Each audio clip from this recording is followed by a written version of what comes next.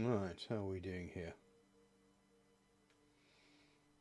Ah, looks like we might be live. So hi there, welcome to number one Geek. It is I, Sans, and we're back with some more painting, effectively. So what we're doing today is we are going to try and get the effect that I've kind of got with this beholder here. Here's the thing. Now, what I've done with this particular character is I use my speed paints, but I use something called Zenithal Priming. Now, I have two different thoughts about the whole thing about Zenithal Priming. The one thing is that it's a genius actual technique, but its name will not get you any dates. Let's just put it that way. You know, I'd like to shake the hand of the person who actually invented this idea, but I'd like to punch the person who actually made the name. Now, the reason why? Because it's unnecessary naming. It's Warhammer naming, isn't it? Really, it's neckbeard naming. Effectively, what it is, it's basically takes the fact that paint's not completely opaque.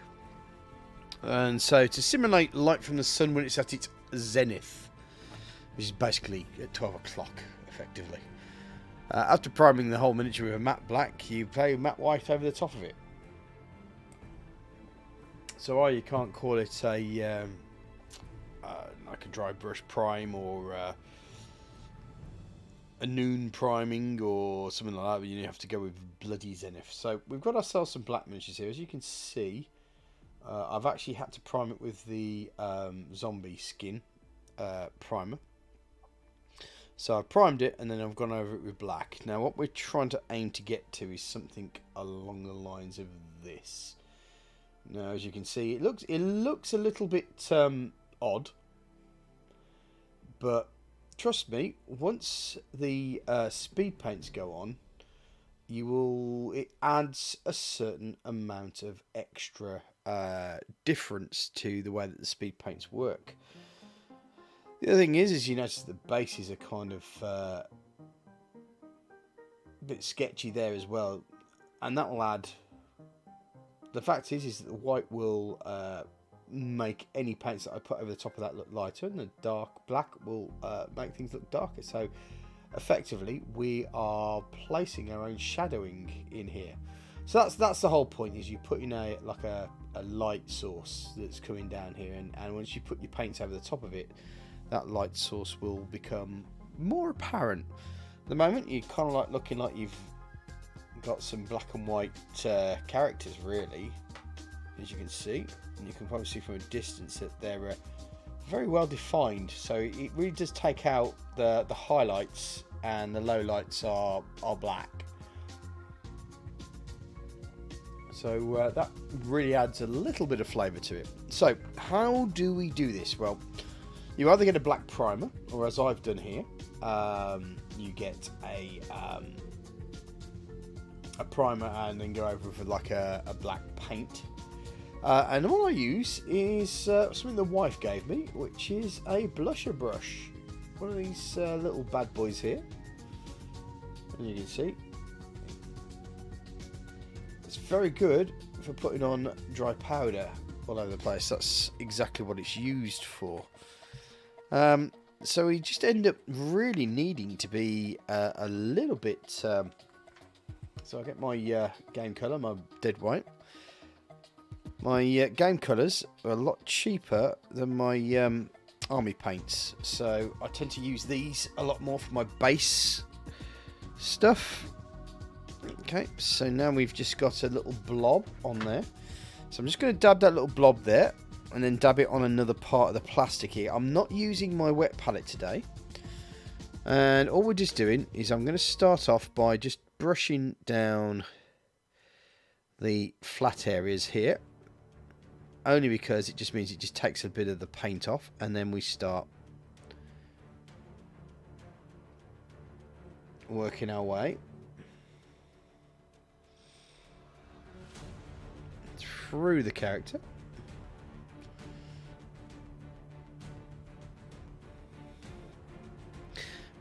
And that is pretty much it, really. You don't have to be too fantastic about it, because all we're doing here is just adding the underlying light patterns to the model.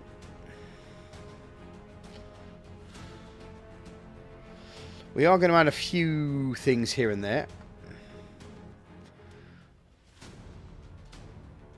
Effectively,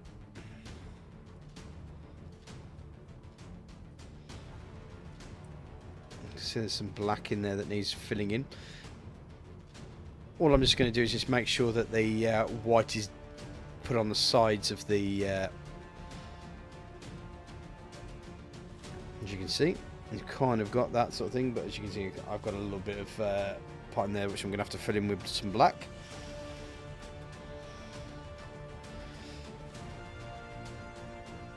Right, let's get those out of the way. Okay, now, so we're kind of getting a top down. That's the whole thing about the Zenith. It's a top down sort of part, but I find that most of the time what we're really getting here is making sure that the highlights and some of the mid tones, because the mid tones kind of go a greyish colour, as you may notice. Oh, sorry, I've got that out there. You can see that the mid tones go a bit of a greyish colour, or it kind of goes like a speckled tone.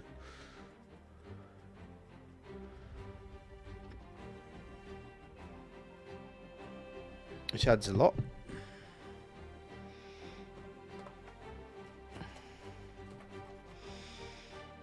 And finally, it can be a little bit less for that, because I know that there's oh, this one hasn't been blacked up very well, but we can solve that a little further down the line.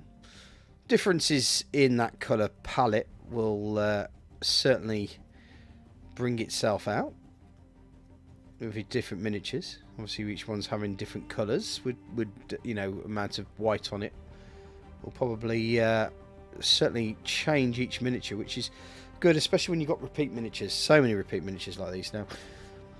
These miniatures are effectively old school Zomboid Black Plague miniatures, and they are there because they're an extra box set.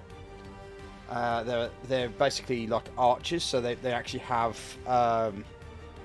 projectiles, which most of the zombies don't actually have. So there you go. Right, so I've done pretty much most of the dry brushing there. The only dry brushing that we're going to get back to is if we get to the final stuff, and we'll have to see where we get through that one. And oh,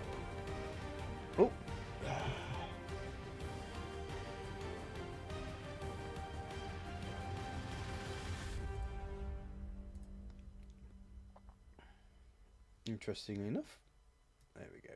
Right, we are going to switch there. Okay, just so if I put my I find that my chat, for some strange reason, tends to be more live when I watch myself than when it actually comes up on the docs. So the other thing is that we're working a little bit differently now. First things first, we are going to grab some black paint and look at all the areas on these models where I may have potentially missed. So we just want to check each model around to see if there are any. Yes, there's one there.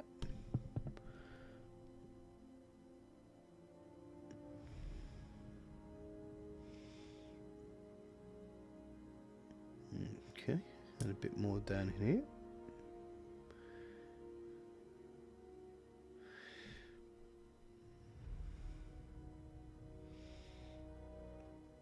Okay, that's one done. Yeah, there's several in here as well.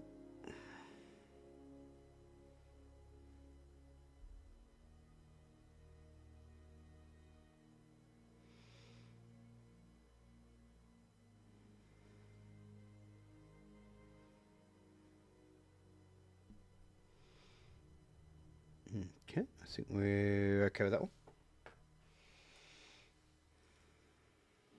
There's one there as well. I did kind of rush paint these before we started the this episode, so you will have to forgive me if I do have mistakes here and there.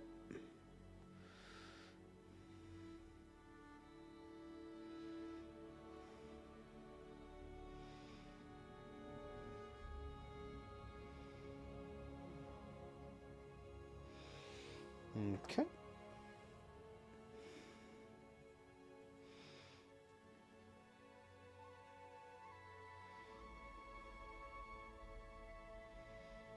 Mostly, they're going to end up being in small recesses, like here.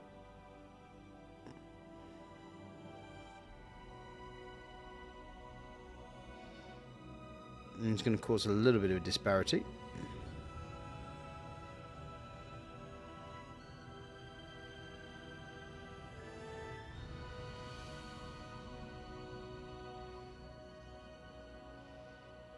Once the speed paints go on.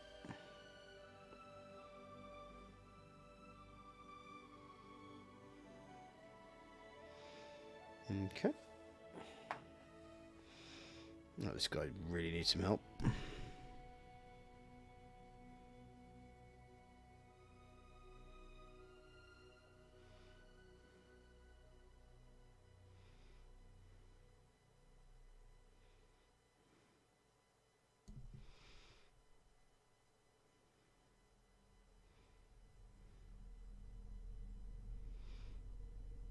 Now the other thing I can do is I can also paint white on here, which I'm going to do across the borders of each one of these.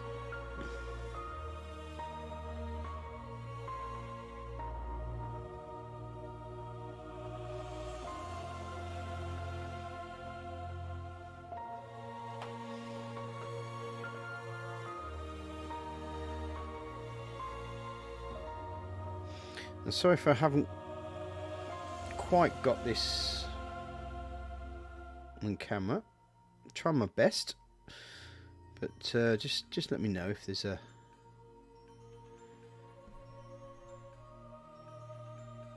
if I am well away. All 0 of you viewers. Oh, wait a second. No, I have a second like here, so someone's watching. Hi there, lurker. You don't have to identify yourself, but thank you very much for your like. I appreciate that absolutely amazingly.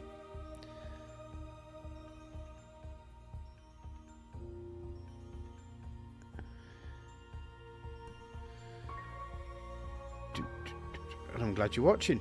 It makes me feel like I'm actually doing something productive today. Hooray! Hooray for Saz!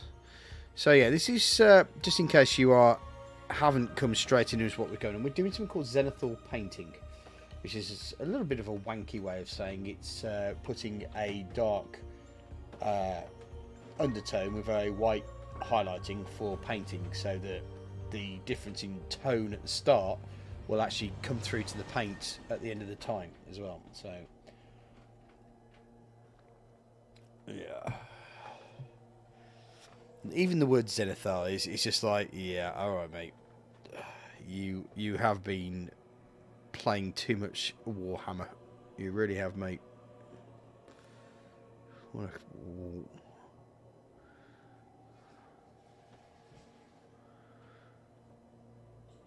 I mean, it's okay. I mean, fine. You know, you do you, boo-boo. But, you know, if you want to dry up a woman's crotch as quickly as possible, you know, just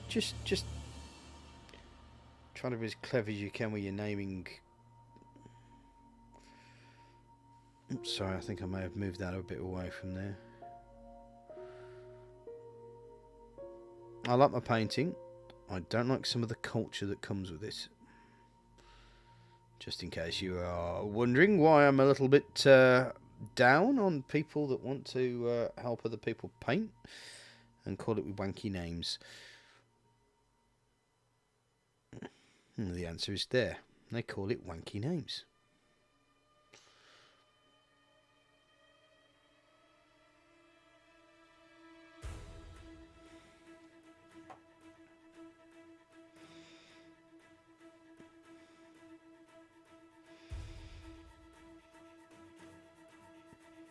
Don't worry, I'm okay. I'll stand by what I say. Left, right and centre.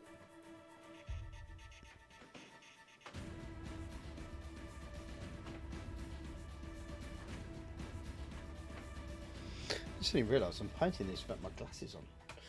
Now, I'm not exactly blind, but I find that instead of needing a magnifying glass or something like that, if I put glasses on, like reading glasses, I find that I can see detail a hell of a lot better, and I can spot stuff. And like in that little hole there, I don't know if you can. Oh no, this little hole here. Yeah, there we go.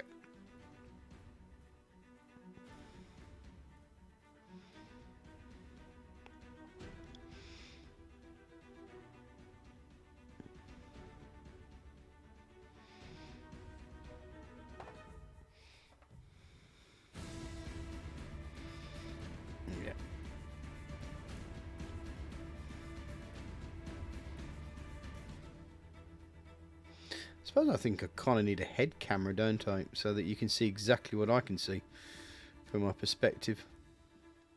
Oh, there's some more in there.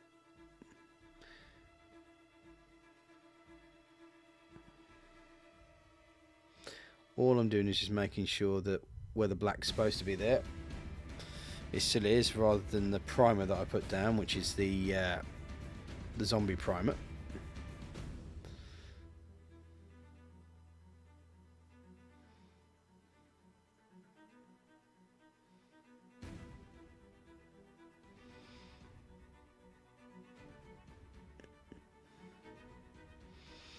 Because that can probably cause a bit of a disparity when it comes to when the paints go on, once the speed paints go on. Now, just in case you haven't seen it, this is from this particular thing. This is how I've done it. You can see that there's a very different, distinct tonal difference from the model. And these have been speed painted, and then obviously I've put some highlights over the top of it. So I've kind of got used to that part as well, which, if I'm honest, was a bit of a problem for me last time. I was getting some weird results. Is this guy okay? No, there's just a little bit between his crotch. That's fine. I think we're alright here. Yeah, he's okay. Yeah, I was getting some weird results, and I think it's just a question of me getting used to how speed paints work.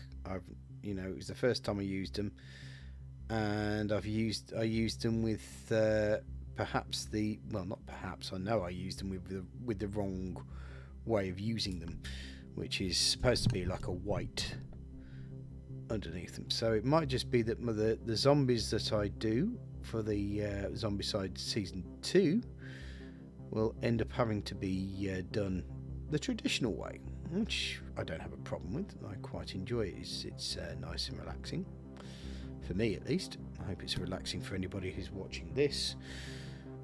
You know, you are literally watching paint dry, but that's on you.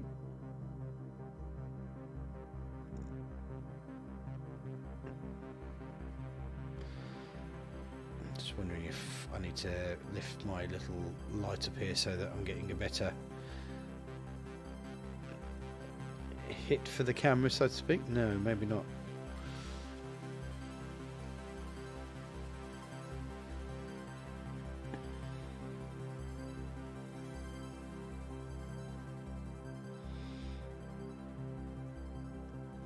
Okay.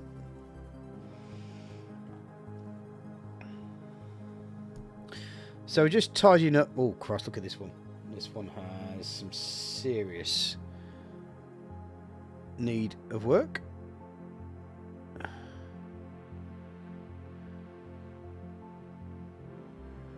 Which we shall.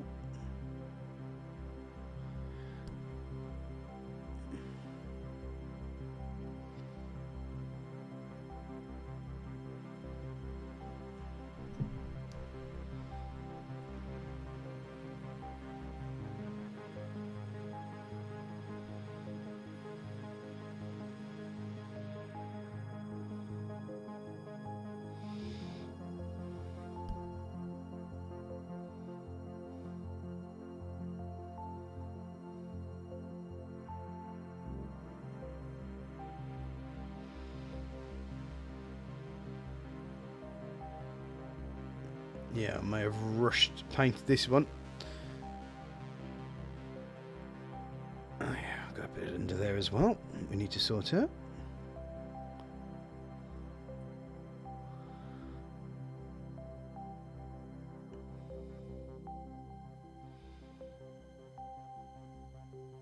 Okay.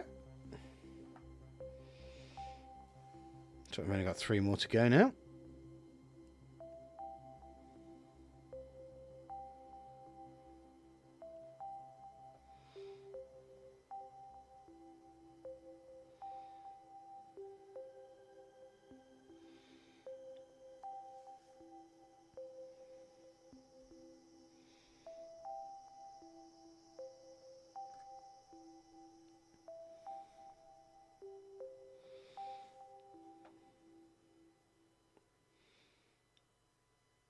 I'm not quite zooming in on this, am I?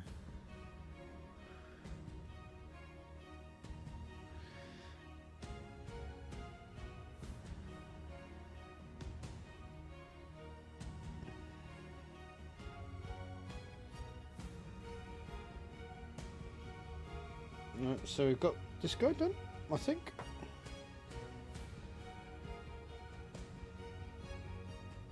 Ah, yeah. This guy's got the usual.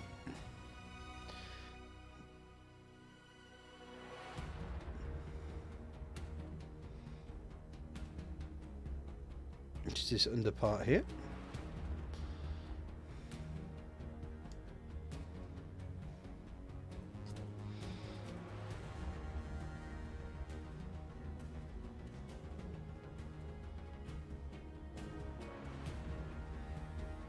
Don't know if you can see that.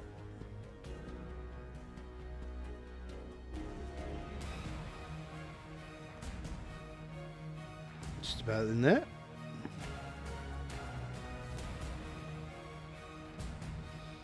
Now we're going to say hi if you are wanting to hang. More than happy to have a chat with you. It's always good to have company when you're painting.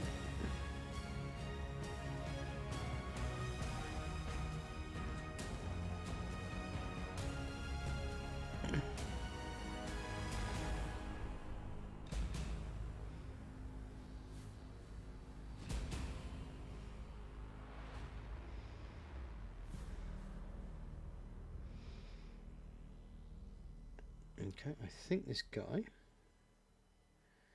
is okay. Right, so that's the black area done. Now I've just got to add some white into some areas as well. But first let me take a sip of my beer.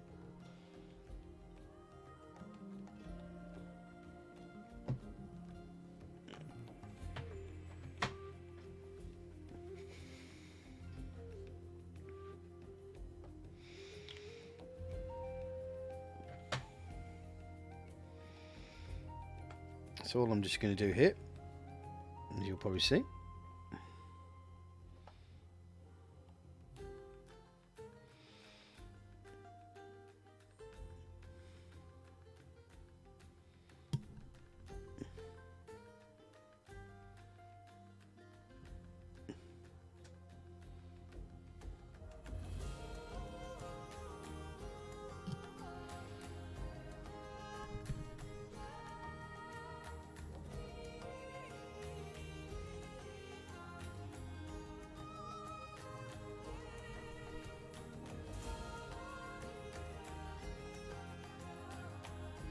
Might use a bigger brush for this.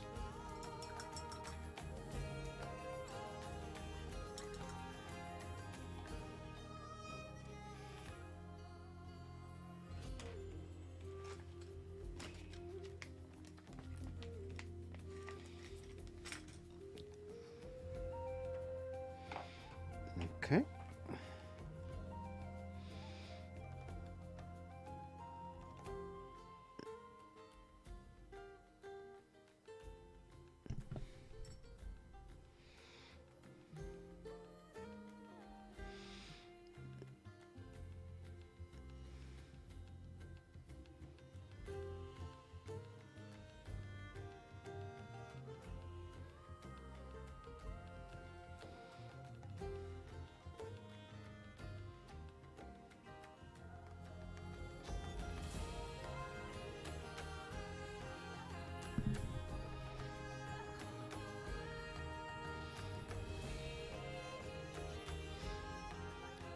Just get these borders done.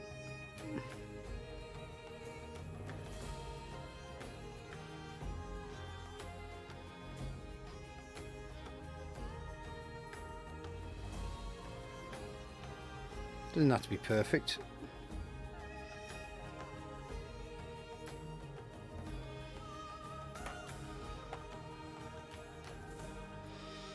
So this is basically the priming prep before we start looking at the thing. So we are going to kick off, probably, because these are skeletal warriors rather than actual straight off zombies, is that we're going to take a look at our bone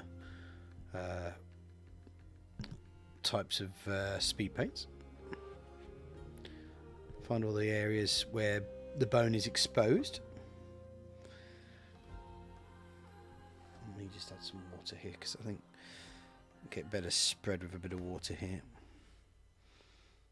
There we go. Look at that, that's better.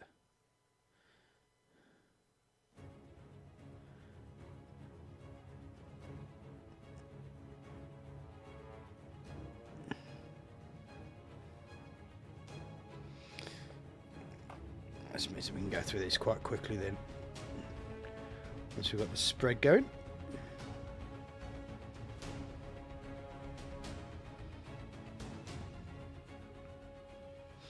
Now I believe these are some of the earlier Camo models, which are, you know, okay, but they've really honed their craft recently.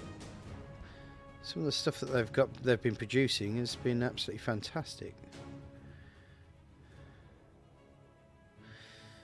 I mean, I've been doing the obviously the Zombicide 2 models, and you know, there's details in there that you get quite surprised to see, to be fair.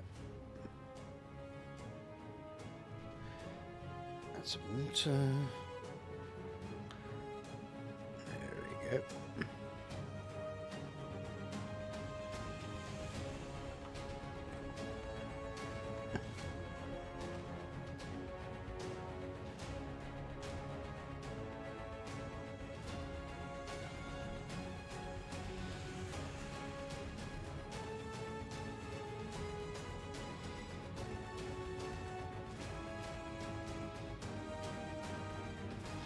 Now, I was rather disappointed with the shininess that I had with some of the speed paints, and I think I've kind of worked out what I need to do first. I don't want to put any washes or anything on the speed paints before I've put a matte varnish on top of it. I think that's been the sticking point for me.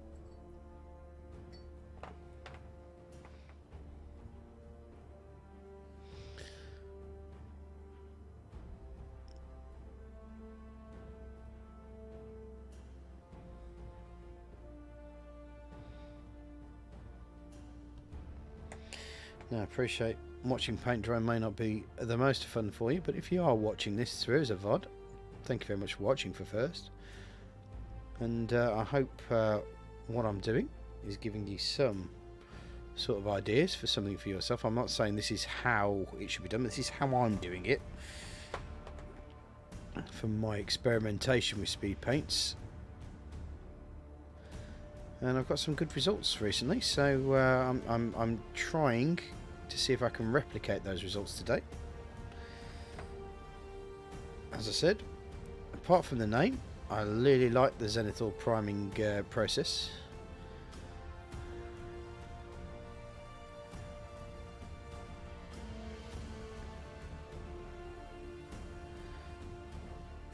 But I will friend zone the person who named it.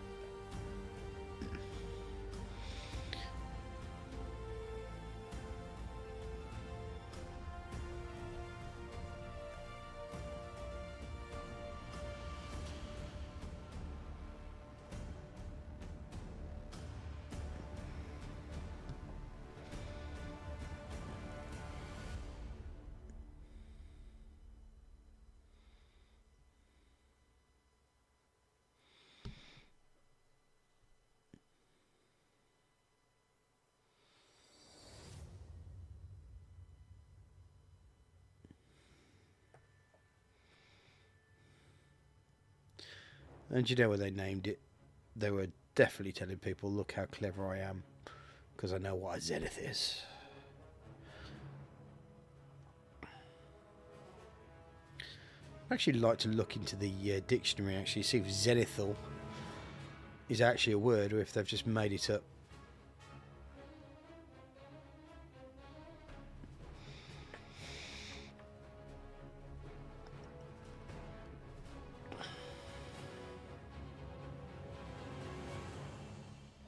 Because then it would be zenith priming, wouldn't it, really?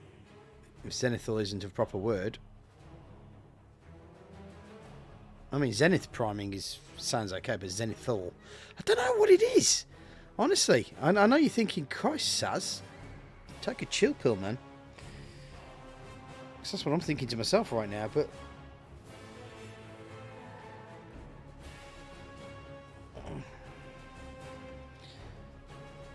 I am going to have to look at the Oxford English Dictionary now for zenith and see if zenithal exists.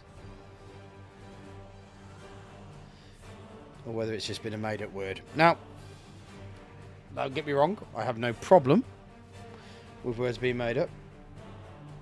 A lot of them were made up by Shakespeare.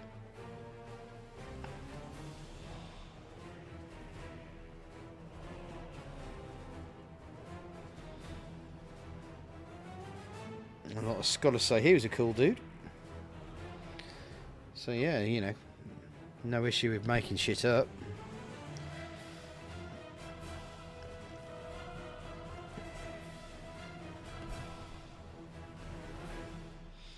I lie, there's a fucking real issue with it.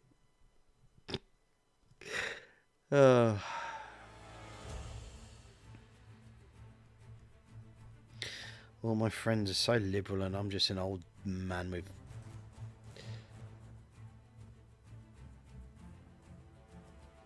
All my younger friends, I just keep thinking, you'll learn. Oh, hello, Johnny. Hello. How you doing? Sorry, I didn't see you there. I was too busy ranting about the painting, the painting style. It's called Zenithal. Oh, and you could tell it was... The name was made up by someone in a basement with a neck beard from hell.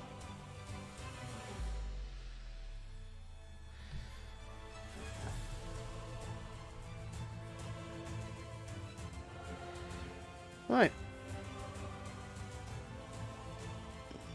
Nice to have you hanging with me anyway, Janie. As usual.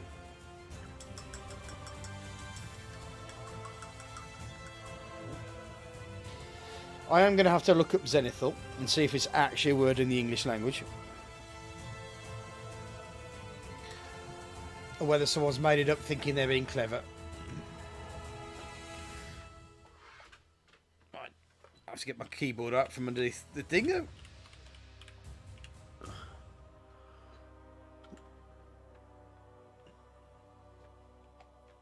No, it does exist. It's an adjective.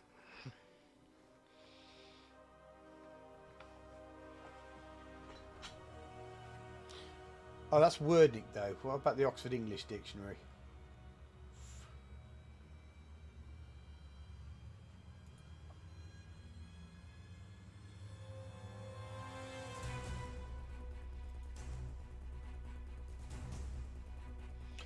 No, I stand corrected. Speed paints, yep, that's what I'm doing. Just to show you what I can do with speed paints. Here's a beholder that I've done recently. And I've been doing that with this Zenithal Priming. I'm going to shut up about it being a shitty name. Because I've just been dictionaried to be quiet. So yeah, this is speed paints, Zenithal Priming, speed paints, and obviously a little bit of highlighting over the top of it. As you can see, some of it is matte and some of it, like the eyes, is there. That's a different type of varnish that I've used. So yeah, that's where we're working right new. So yeah, thank you. That's very kind of you to say. So yeah, we're trying to work out what this was my first real foray with Zenithal priming and speed paints. So what I'm hoping to do is replicate the thing with these skeleton walkers. Do I do requests? What kind of requests are you talking about? Because I'm not stripping, I'll tell you that now. Even my wife tells me to put my clothes back on.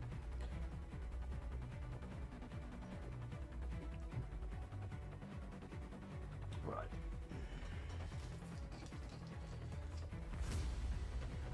I'm reaching for my speed paint mega set. Wait, my mega set. And we're going to be looking at the pallid bone.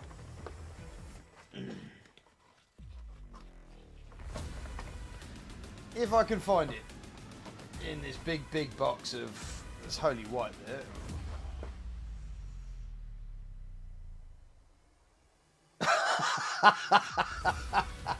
Oh yeah, watch my nipples float to the surface. Yeah, that'd be great.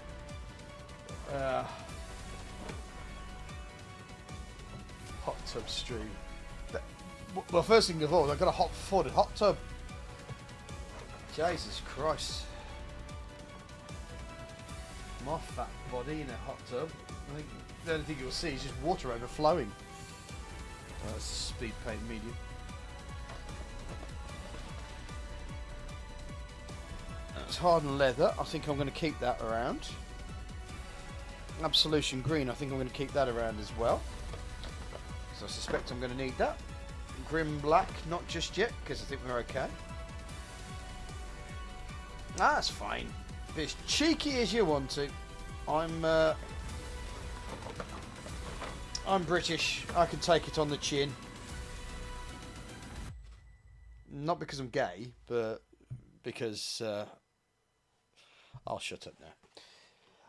We also want some brown, don't we, for those bows? So what we got here in brown, in the brown section, malignant green. No. What browns we got? No, that's High Lord blue. Don't want High Lord blue. God damn it! And I don't want blood red.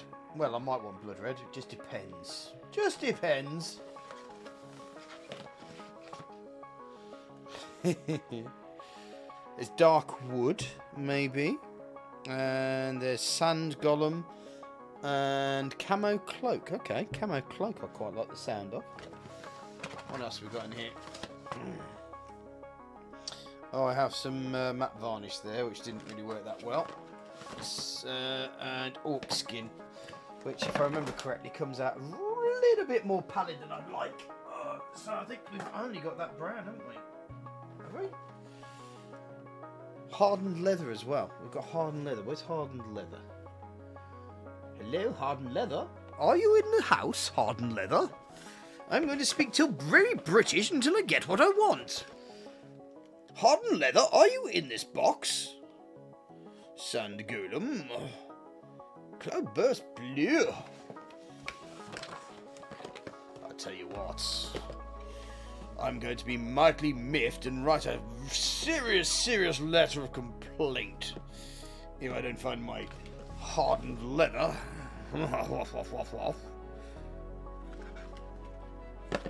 No, I'd already got it out. So I'm a muppet. Okay. just let me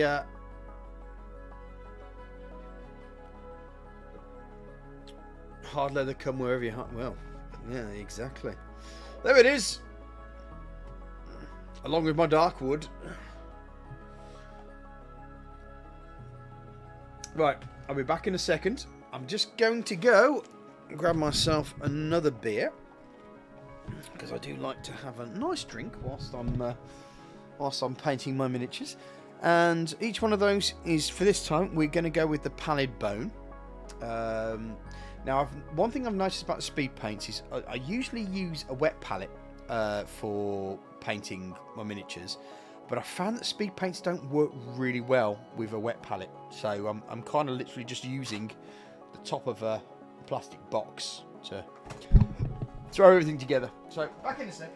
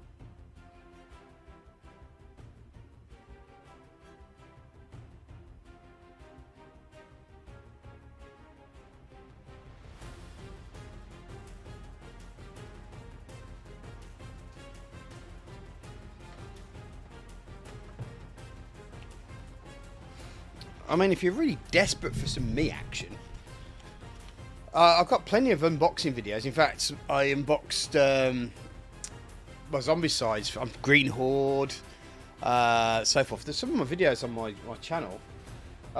You can see my horribly flaccid face if you want to. You know, it's totally up to you. Right, pallid bone. Nice thing about these ones is that you get the balls. You get balls. Oh god. Oh, it's getting worse, isn't it? It's going to be one of those nights. It's going to be one of those nights. Yeah, they've got steel balls inside them, which helps to mix the paints a little bit better. So I'm going to put the pallid bone on the paint. And we're just going to be very careful. Just use my Army Painter Super Detail. No, we're not. We're going to use my really cheap brush, which seems to have held itself better than the Superfine has ever done. So all we're going to do, well, need my glasses. They're not for the fact that I'm blind, it's just the fact it helps me see detail a lot better. So we need to just start painting on the all the bony parts. Now what will hopefully happen is, because there's now like a stark black and white contrast here, is that it will help with the speed paints to define itself a little bit nicer. The other thing I found is that you can be quite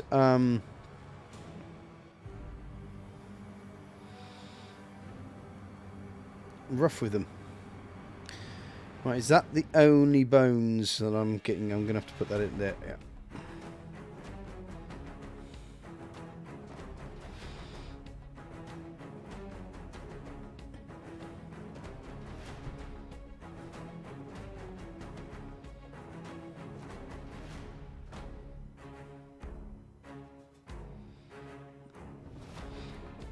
That's some bones in there. Yeah, I can see them.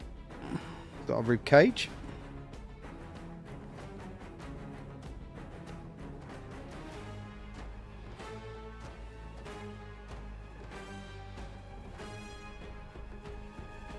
think that might also be a bone there.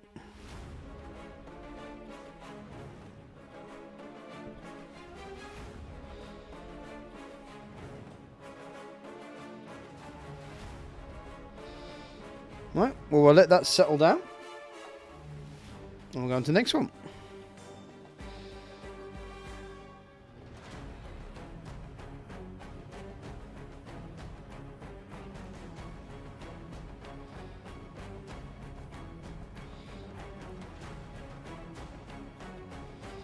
The nice thing about these speed paints is that you don't really have to be too subtle about them. That might be a pair of gloves he's wearing on there, so I'll leave that there.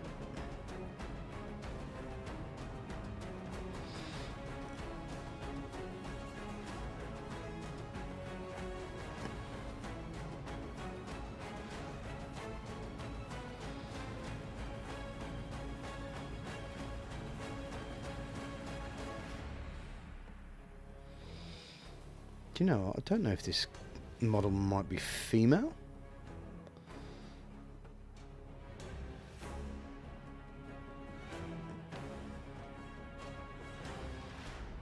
Because it's kind of got like a skirty bit on, but I'm not sure.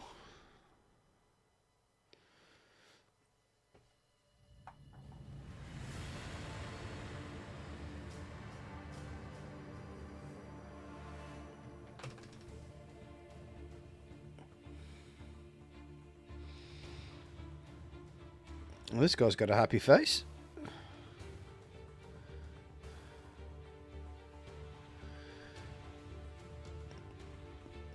Joni, just in case you haven't already, I'm sure you have, but boot that like button if you've got a chance. In fact, if anybody else is lurking, I'm pretty sure that I've got a lurker on. If you're lurking, no problems, no hassles, no issues. You don't have to talk to me. I just talk to myself. It's an affliction, I'm afraid.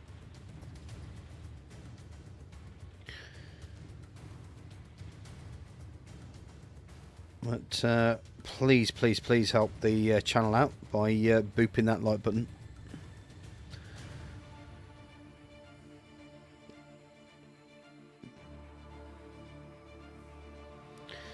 Because like button booping is like the can, apparently. So they say. I just missed that.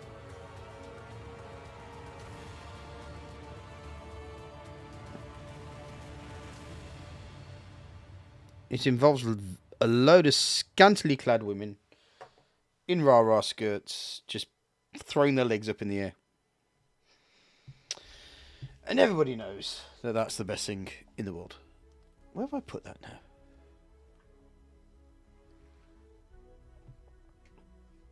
Oh, there it is.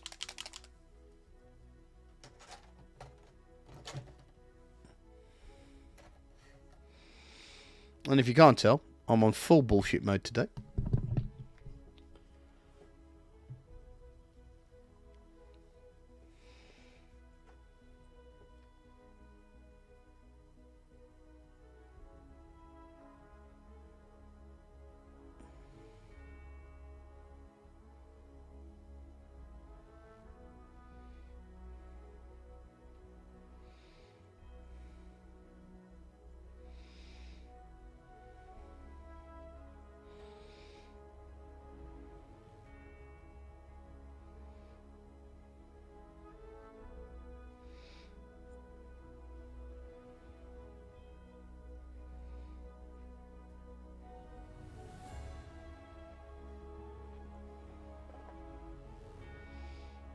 Never mind.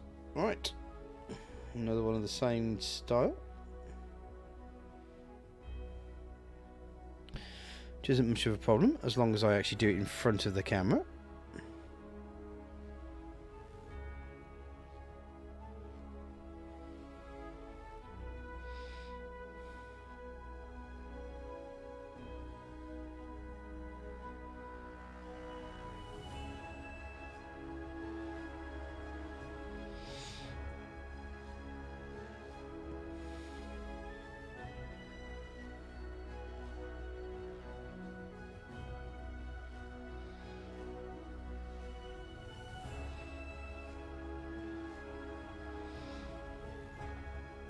Okay, next one.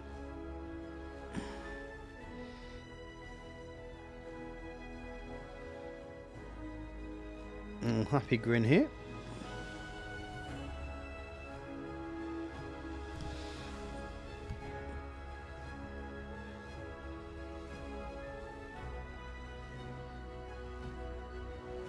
Is that the only bone that I can see here? Guess it is.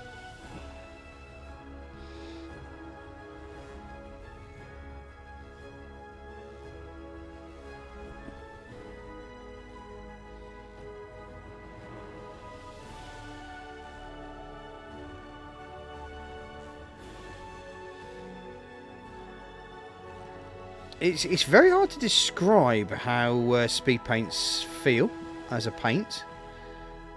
It's certainly not as you would feel like a normal acrylic paint would feel. And it's not quite like an ink, which a lot of people mistake speed paints for. No, it's not quite an ink. It's almost like gel, I suppose is the best way of saying it. And it really does respond to your brush. So you poke it in a direction and it'll follow it, and it'll go in the way that you want it to go. So it's very strange in that one. Whilst I'm very impressed, I suspect aliens might have been involved.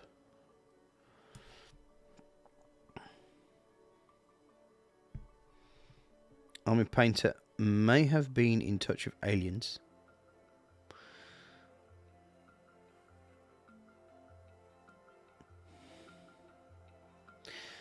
And by painting this miniature, I'm helping them take over the world.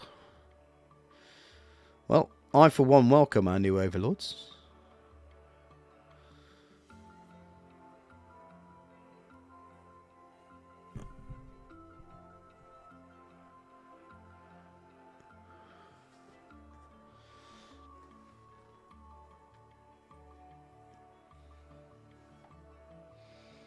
Right. Oh,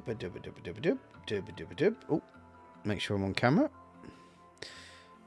That is my major problem. If I'm not on camera, don't forget to give me a shout and say, "Oi, Saz, get your bloody brush on the camera, or I am going to go a bit spare on you." You know what?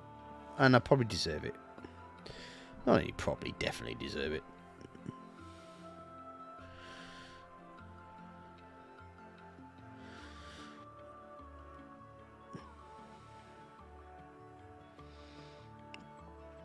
So the other news is the wife is going to be induced on the 4th of August. That doesn't mean that my child is going to be born on the 4th of August. It just means that the ball gets set rolling. And any time after the 4th of August will be the time where I get to meet the new member of my family. What have I done with it now? Polybone. I keep putting it there. I don't know why, but there we go.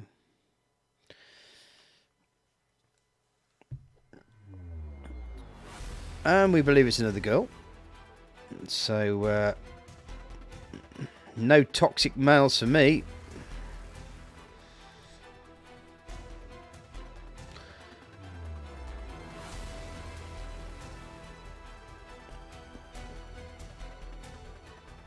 To corrupt and exploit in my patriarchy and all that shit.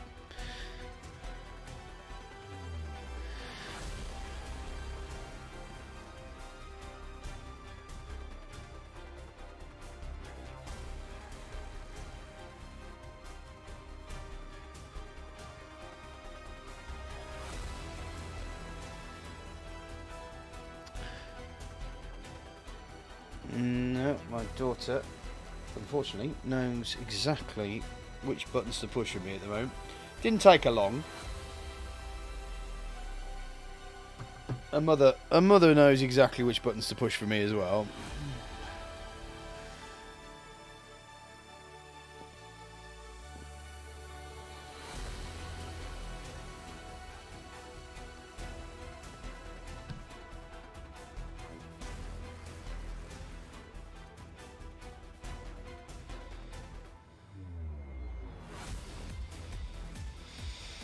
Right. These ones are quite easy. I'll tell you what, they're actually looking quite good. Can you see they're starting to dry now? And I'm actually starting. Let me just put that behind there. Maybe that'll help. I'm actually starting to show some sort of bone colour without really even trying.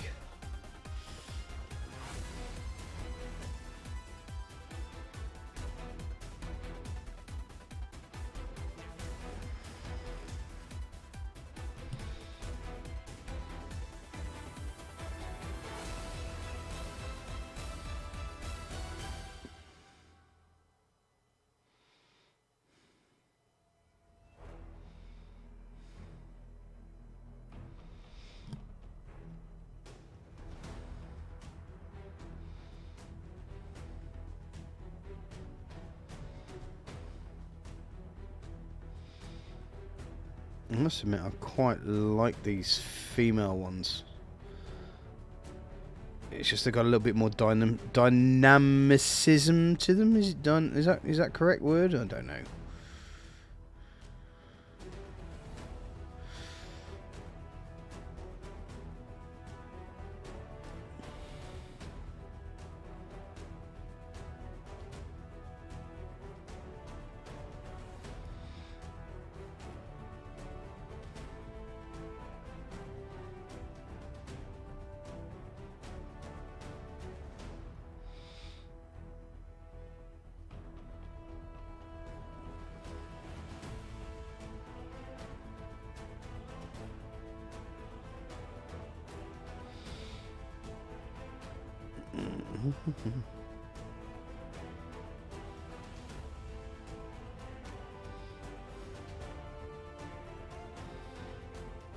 Now, is that area there a rib cage?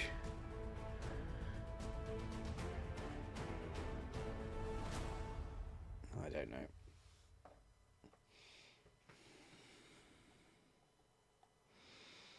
Now, if you just joined us, welcome to watching paint dry with Saz.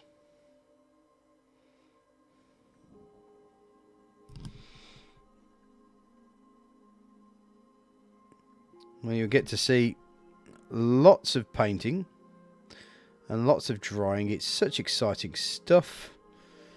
I may as well just put a picture of a wall with some paint on it and just go, hey, that's me. Do you know what? That's an experiment, isn't it? I wonder if that would actually get any hits. Watching paint dry on a wall. It might be cheeky enough to work, you know. Where am I? Where's my pallid bone? That really sounds quite rude, doesn't it? Where's my pallid bone? Yeah. Oh, I'm having one of those nights, aren't I? It's all going wrong, folks. It's all going wrong. Don't worry, nothing to see here. Just Saz jokes that are totally inappropriate for anybody of any age.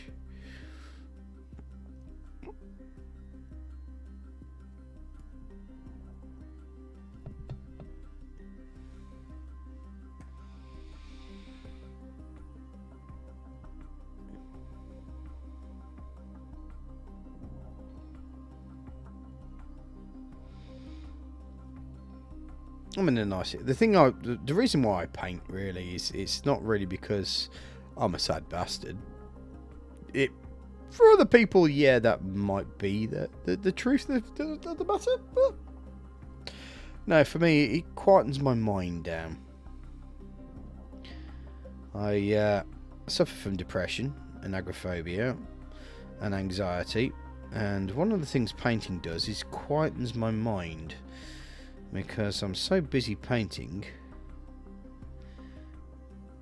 that my mind just stops with the depression shit. It's really quite weird. So much so is the fact that I'm actually quite surprised I'm talking so much. Usually I tend to be quite quiet with these sort of sessions. which is probably why I don't get many people watching. But at the end of the day, it's not the amount of people that's watching that matters, it's the fact that the people who are watching are enjoying watching me stroke my brush over a bony face.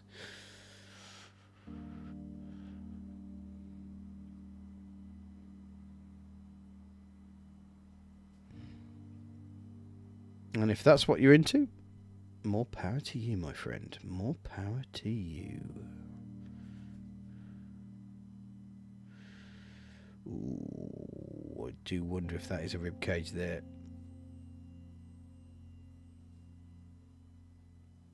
Do you know what? I might actually risk it for a biscuit. Just for this one.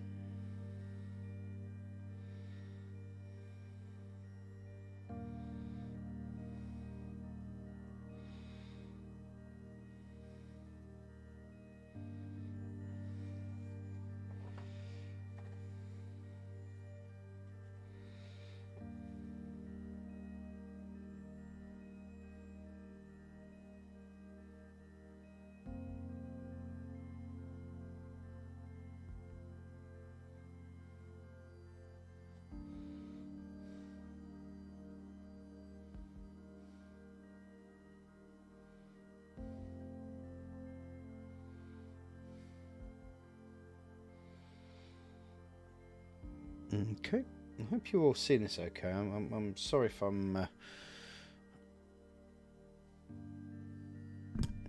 you know what I might do? I might just rotate the camera a little bit so it's a little bit more central.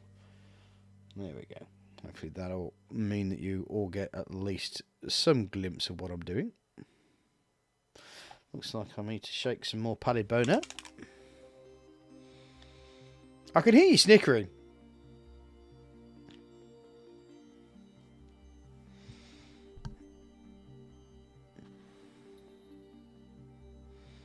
Don't make me have to write a letter to your parents, you dirty-minded buggers. A lot of you.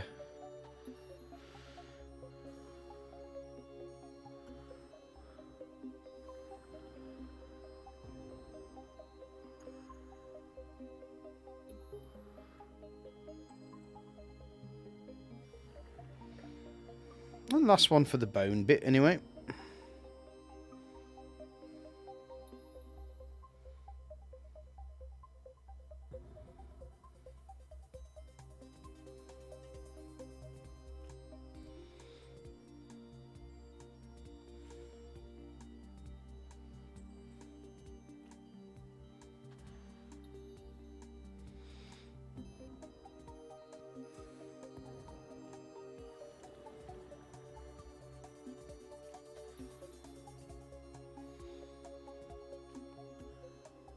Right.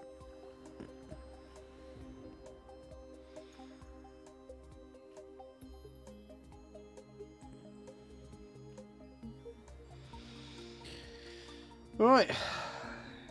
Now we've gone for bone and we're going to go to wood. Honestly, this is an innuendo night tonight.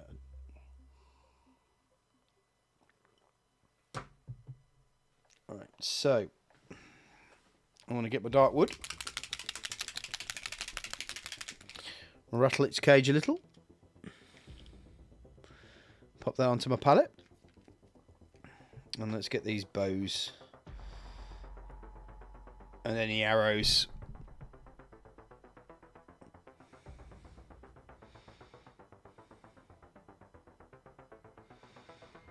Ooh, that might actually have some metal on that.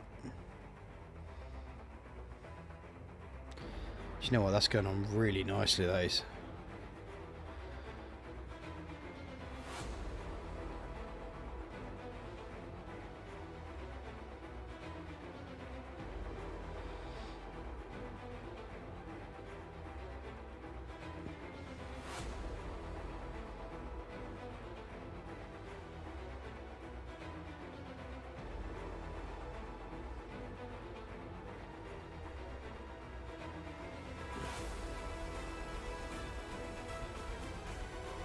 Okay. So a little bit of the shafts of the arrows here, which we can do.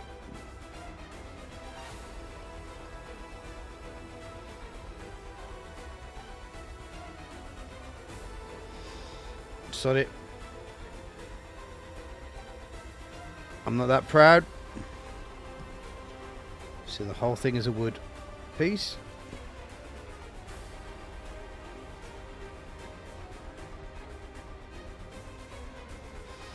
So the other thing I'm going to be doing is making the Tiny or Ryu character from Gatchaman for my I've got a lot of friends that sometimes like to costume.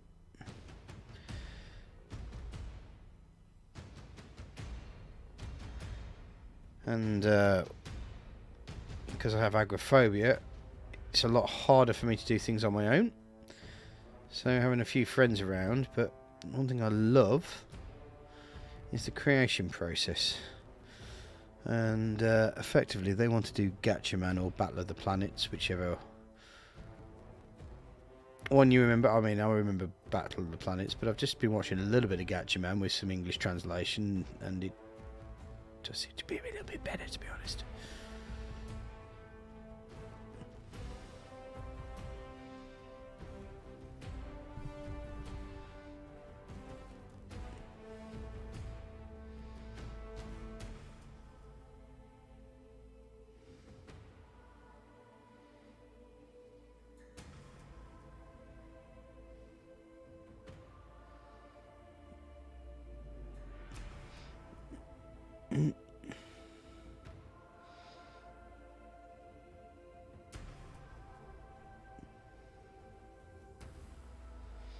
Okay. Now, Speedpaints is supposed to make things a lot quicker on you, but I mean, I'm actually taking my time with these guys, to be fair. I suppose Speedpaints will speed up when you start getting used to them, or trusting them. I think that's the thing. I don't really trust my Speedpaints at the moment, so I'm not going over it like a mad thing. I'm just doing my bit, so to speak. I'm just trying to paint it like you would a normal miniature, which may be a mistake.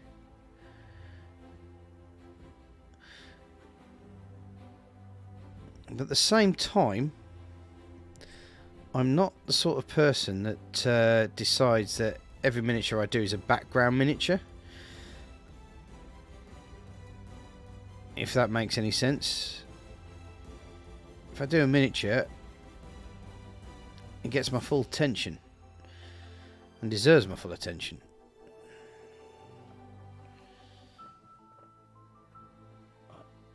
Quick swig of it.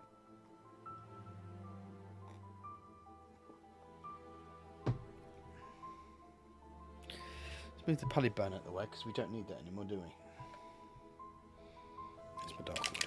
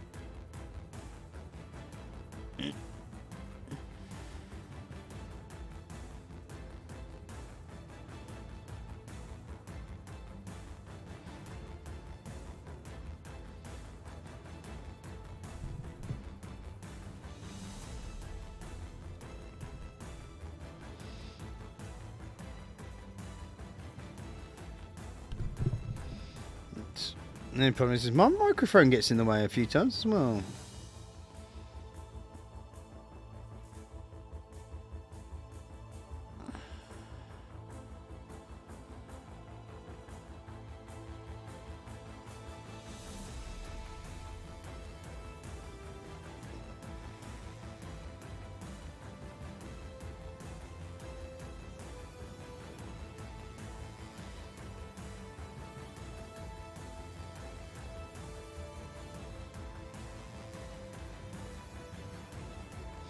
I don't know.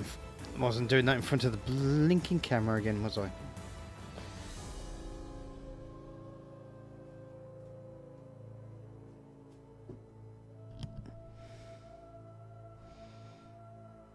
I may be using a too small a brush, if I'm honest. I may have to change my brush out, see if that helps.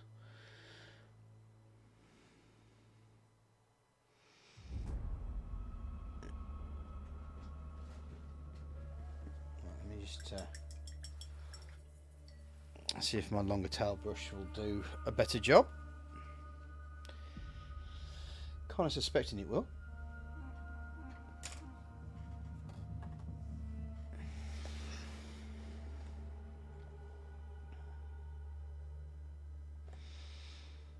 Generally because it'll hold more, there we go.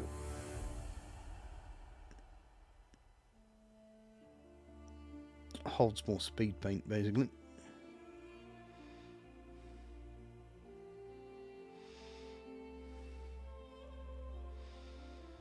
Now a lot of people say that speed paints are very forgiving.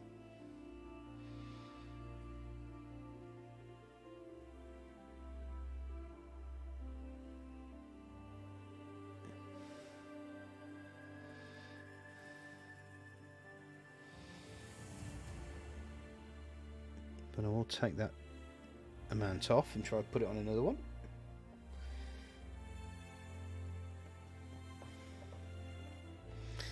Because you don't want to go OTT.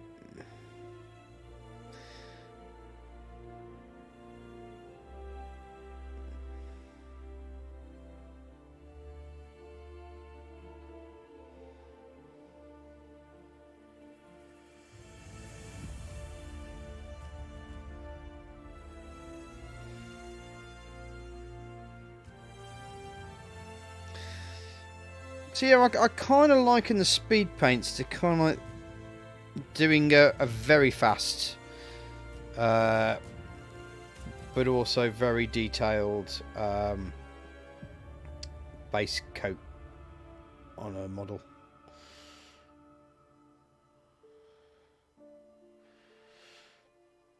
And hopefully if you're as fast on getting this done, we'll at least get to see some results. I will have a quick check of the time, because what I might do is I might just work on some, just to at least get something finished, if you know what I mean. I'm sure you do.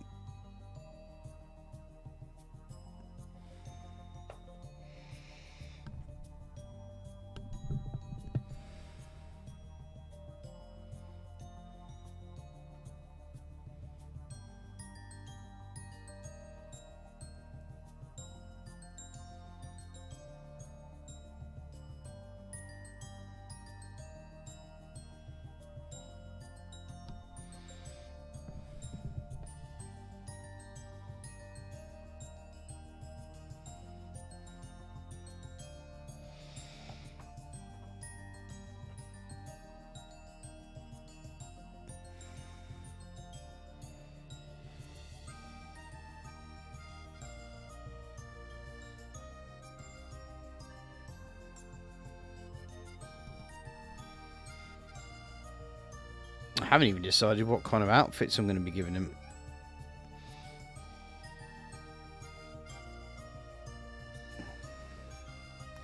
I mean, of course, it's medieval times, so it's going to have to be a very pallid colour.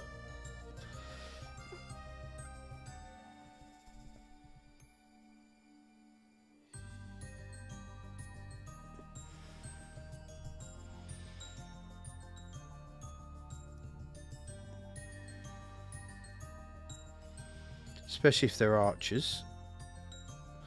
It's not like they really want to get spotted.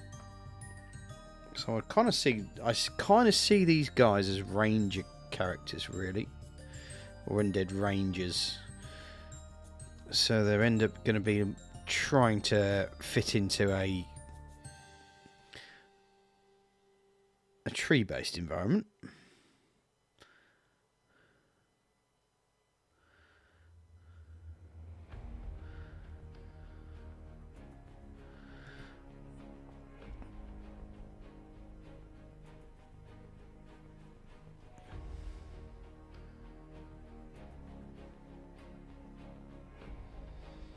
It's starting to run out already.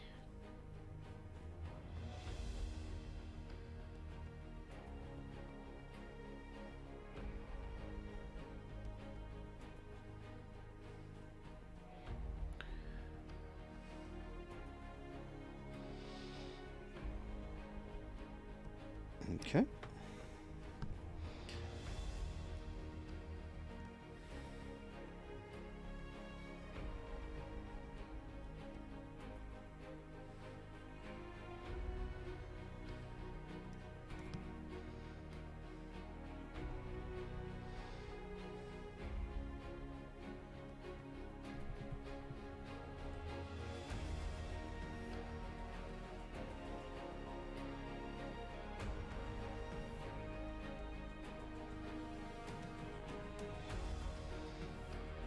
Looks like I might be needing some more brown in a second. In fact, there's no might about it. There's definitely need more.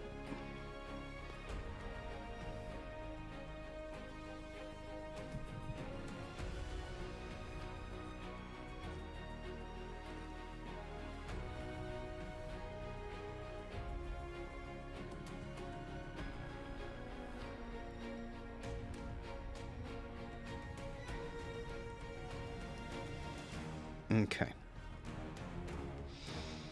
Right, well I need a whiz. I'll be back in 2 shakes of a lemon's tail. I'm going to have a quick sip of beer before I go though. We're about halfway through.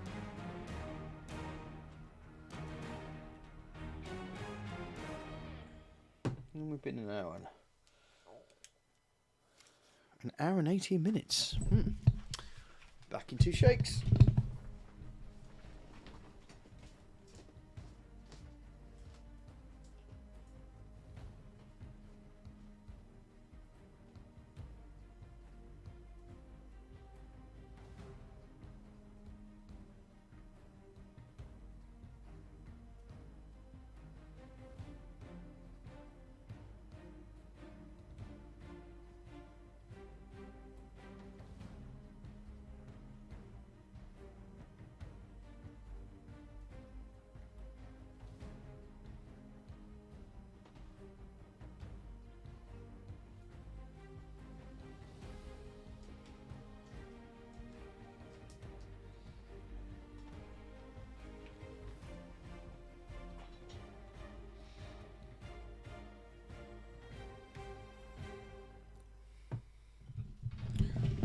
See, I piss really quickly.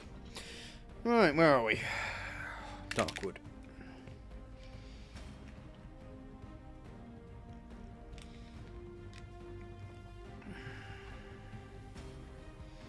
Where's the glasses? Where did I put them? Over here. Okay.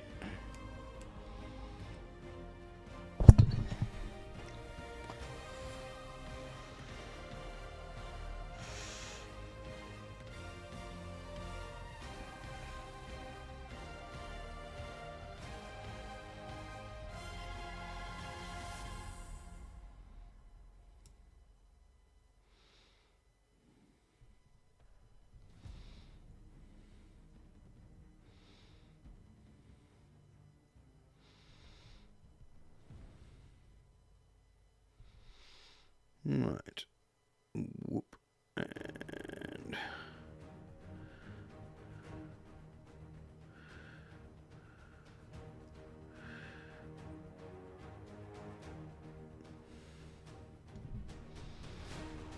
okay. Maybe I've just thought to myself, doing all the small bits first isn't the most entirely exciting bit of live streaming that I've ever done in the world.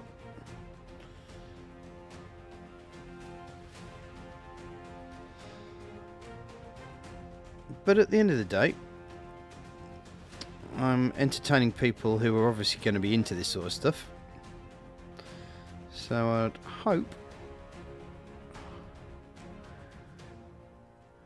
that you're either getting something out of it, or you're just being really kind and just supporting me in the way. And one of the best ways to support me is click that old like button. If you haven't subscribed to me already, why not do that as well?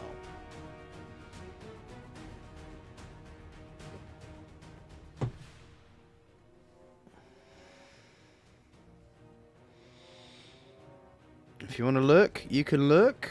If you want to talk to me, you can talk to me.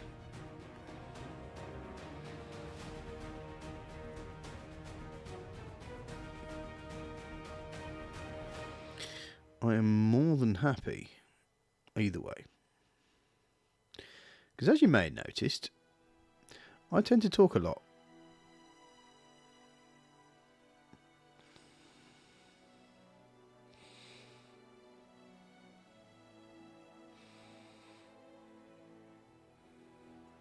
So usually I can join in when you, whether you talk or not, I'm just going to do it anyway.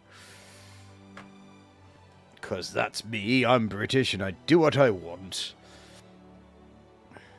I take over continents. Demand a flag.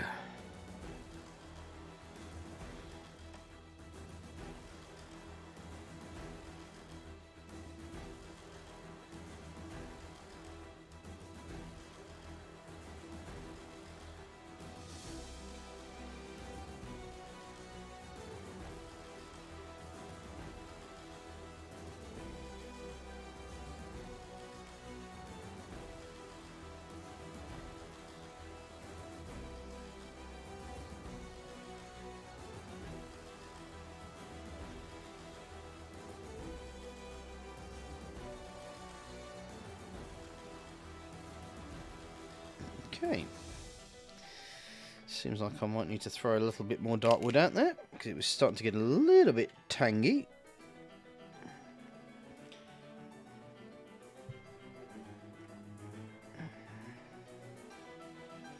I mean, I said I had some problems with it working on my wet pad.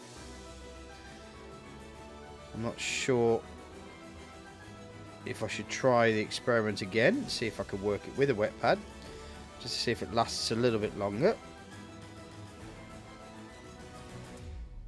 Because that is the reason why you have a wet pad. It's to make your paints last.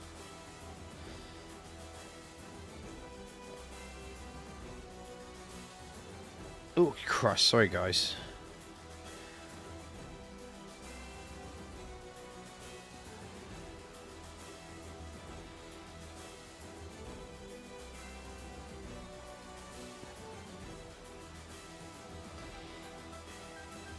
See, that's the point where I need you guys to go, Zaz, oi, show us your bloody wares, mate.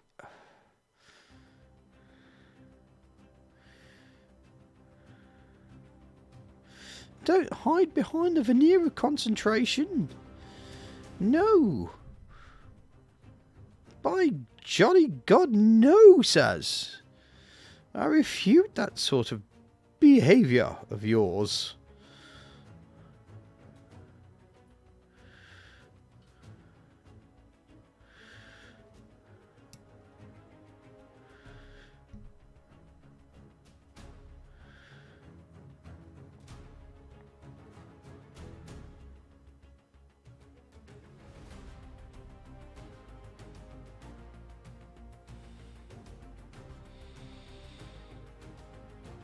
Okay.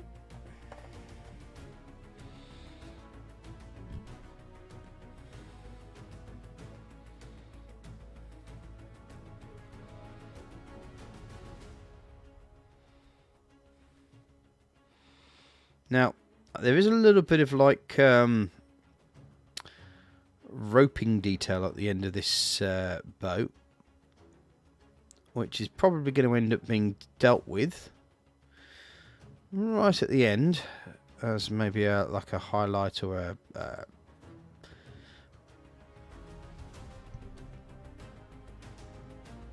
dry brush.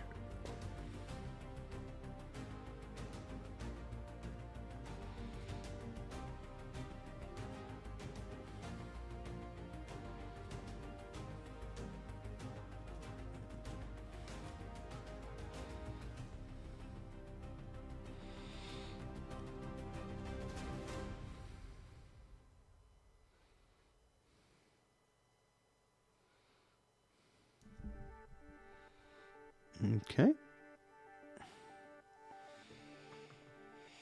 2 more to go. And then we can start looking at something a bit more exciting, like clothing. That'll probably bring out a bit more of the character. What I might do is I might, from this point, just pick maybe 1 or 2 of the character models. And then just try to get those going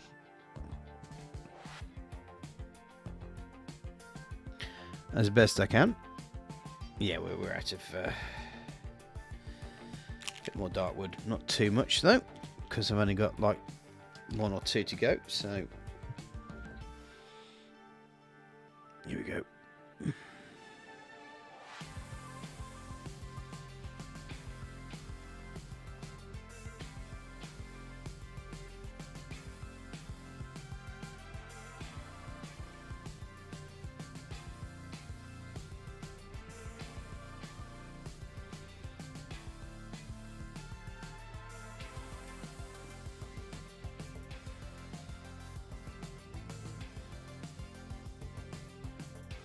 Okay, and last one.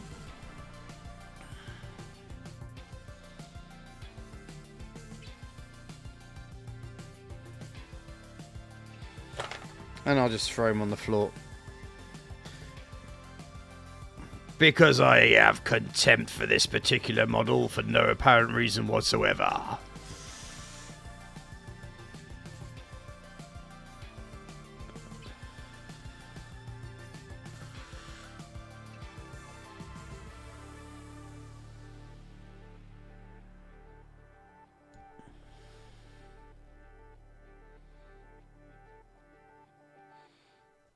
Okay.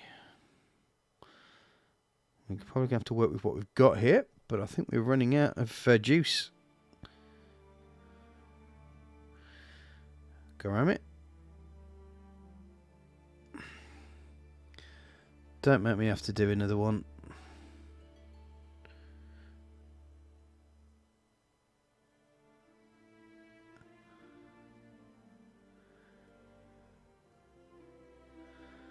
Right, I just about got away with that, I think.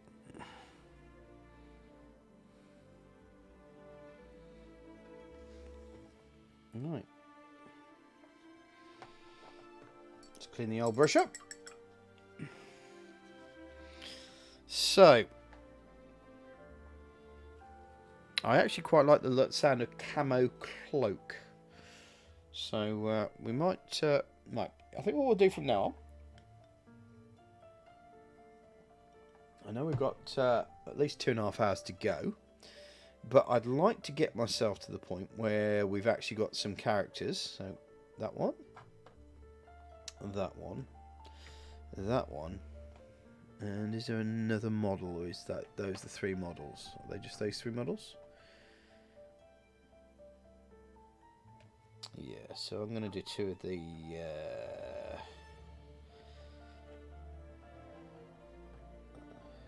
lady models.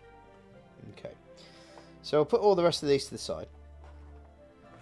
We can do these another day. It'll be another episode. Huzzah.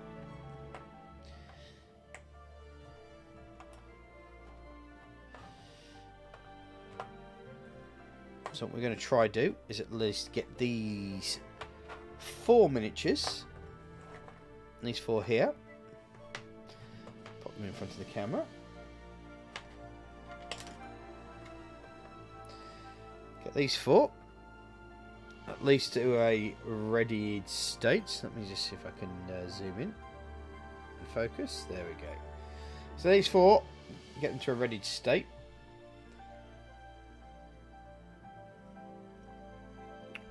So what we want to do, one of these guys will have a cloak, and it's this guy here. So I'm going to use Camo Cloak.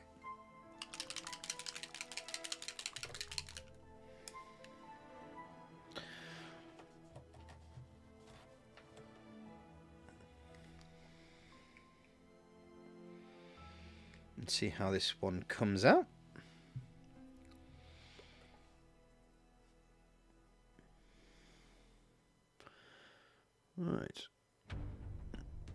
It's a nice green.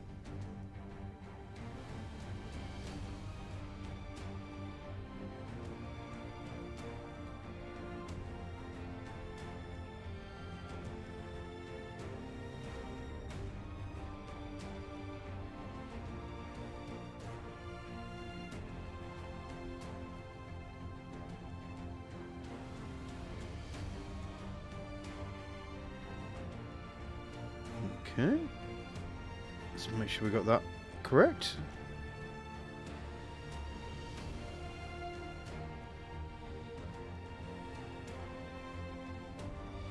Right, so I'm going to paint this kind of like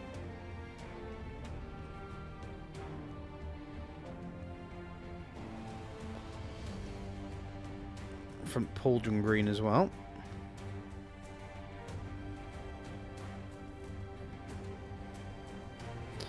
Maybe also his boots. Oh, those are open toes. I should have seen those. That needs some padded bone on that.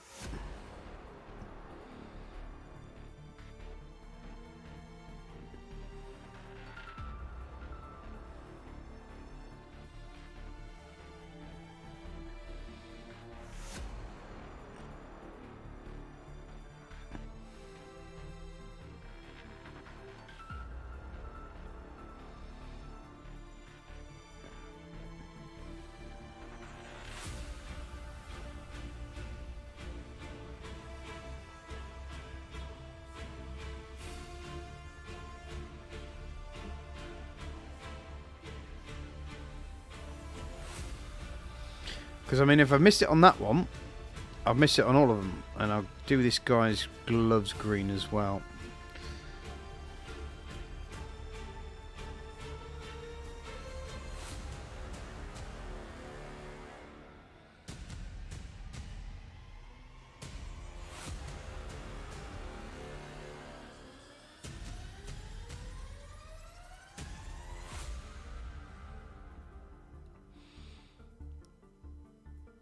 Okay.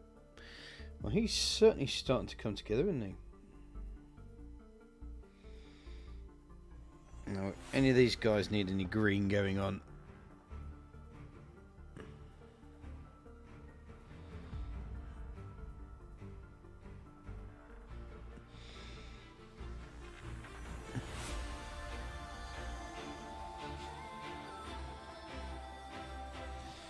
I'll tell you what I'll do. I'll do the what I think is the skirt.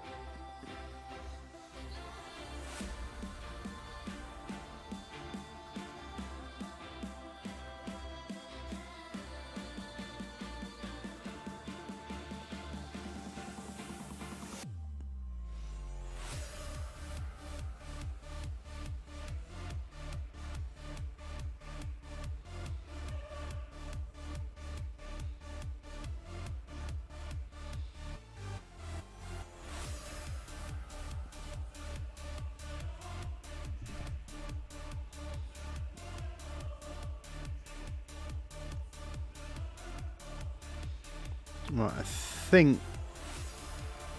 that part there might actually be armour.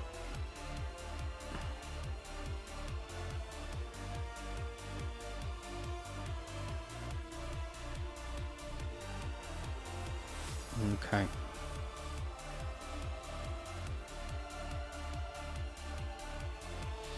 One of the things that's really quite hard sometimes is to actually understand the model and where the detail is. Sometimes it takes actual painting it to realise where you're making a mistake. Right, I think I want a grey, don't I? In fact, I did actually put out a grey here.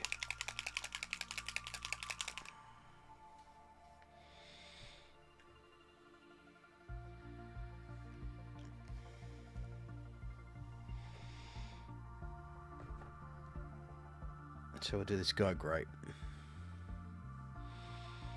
Gravelord Grey, in fact.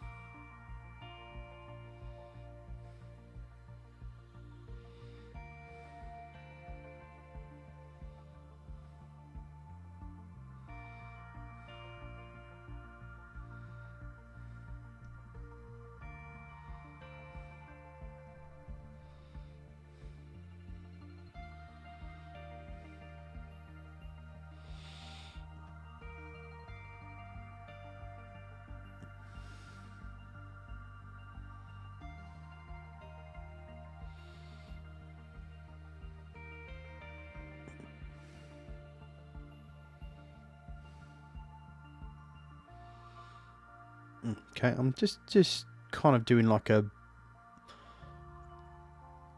boots and gloves matching sort of thing. Because these are fashionable zombies. Make sure that the leather is the same colour.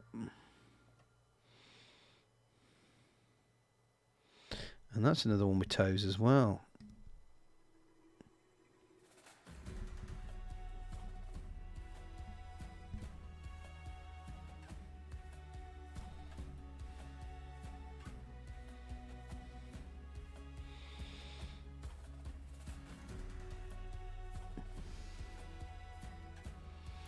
And looks like a bone there as well. See what I mean? You just start working out from when you're painting, and so you have to kind of go back to everything.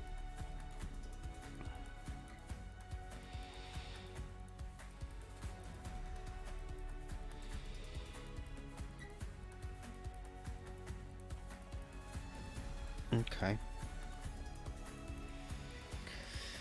So, am I going to go with grey with this person here? Maybe gloves and boots, perhaps. But it looks like I might need some more.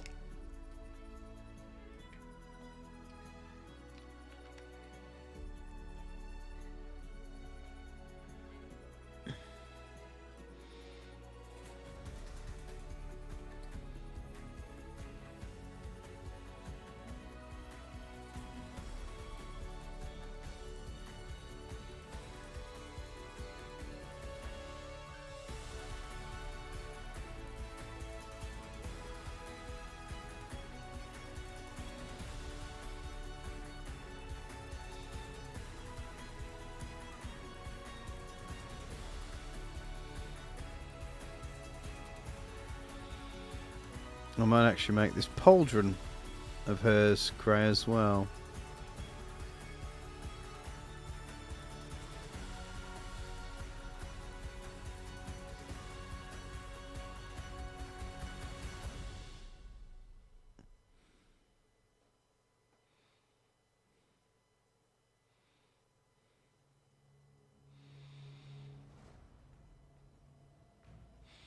Okay.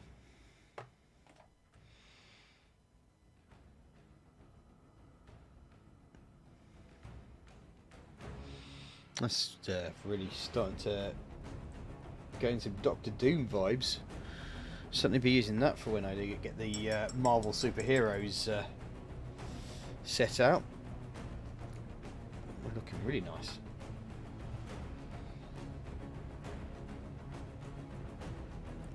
That's something I will be excited. Right, it's hardened leather time, folks. I know this is a bit you're excited for.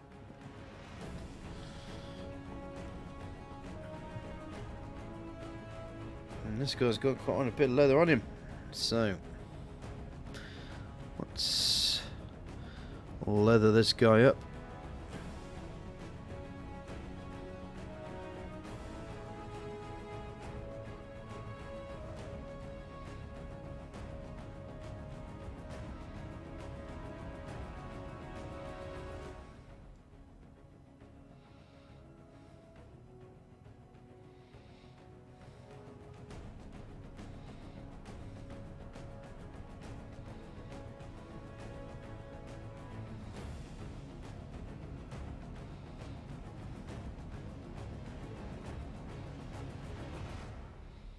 Quite an orangey colour, isn't it?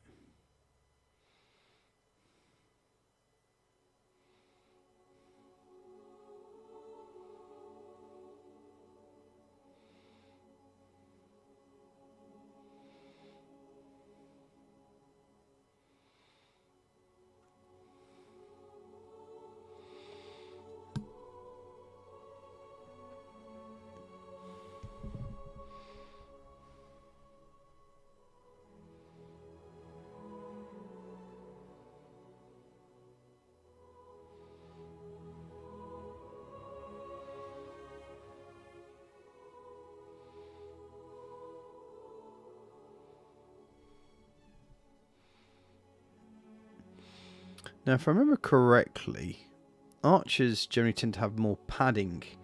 It's because they were more likely to get hit by an arrow than they were being run through by a sword, because they probably just made themselves scarce when the sword welders started coming along. And the reason they had the padding is that because an arrow, I believe an arrow span in the air, the material would always bunch up on the arrow. I'm going to use it. Sorry, I'm going to use this.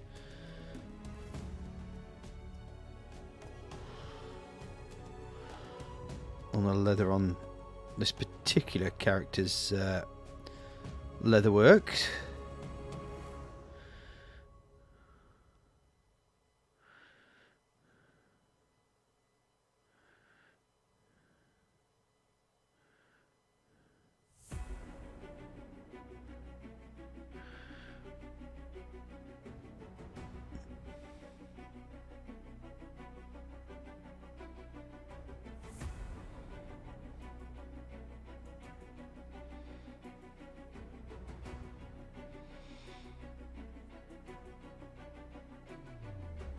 Okay. And I might do the same with this one as well.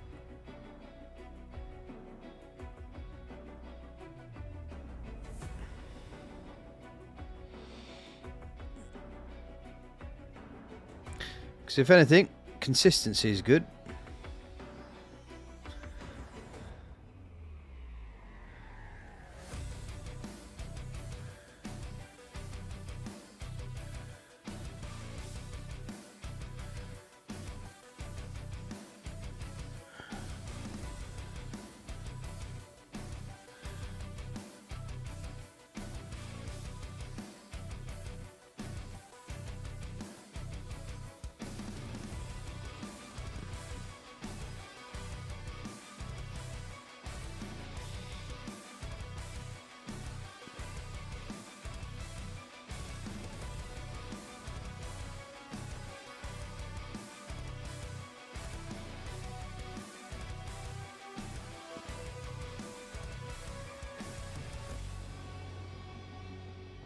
Okay, she's really come together, isn't she?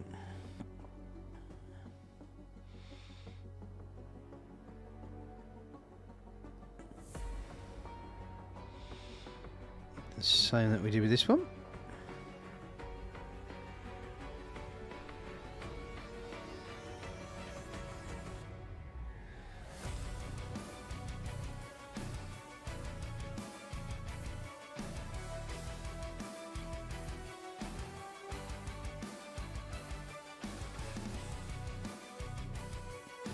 Oh, that looks like an armour piece. Oh, I might make that grey actually. Make that Gravelord grey. But on this character,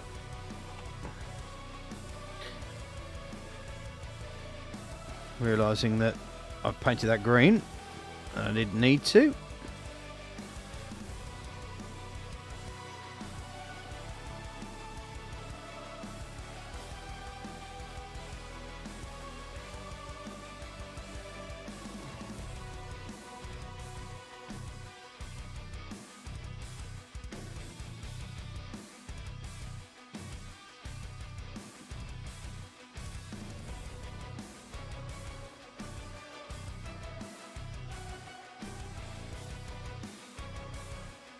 Okay.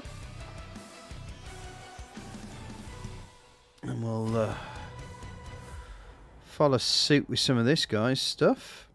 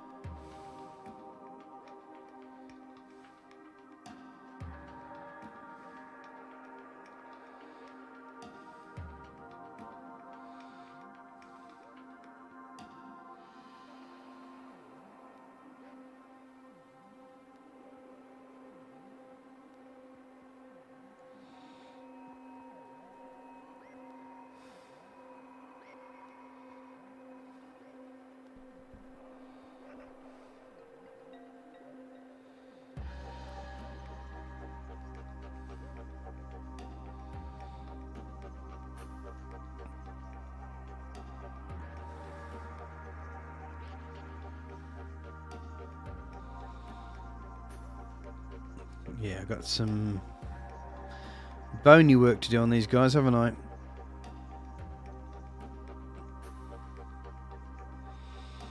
And that looks like a leather part there, so I might as well paint that in.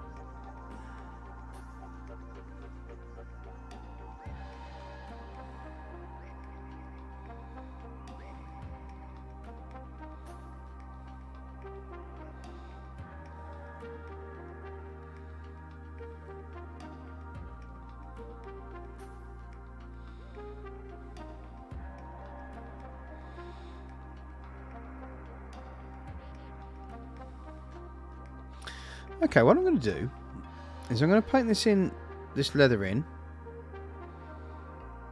the same way that I may have painted the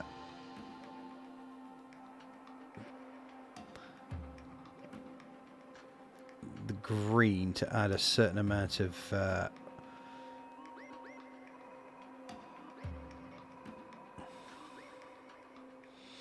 I mean, the other option is I mean, I could just keep this just as a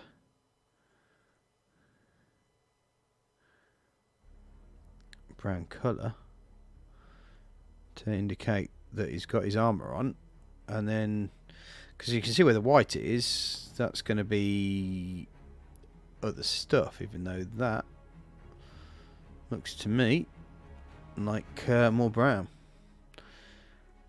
Christ, this guy's going to be Mr. Dull.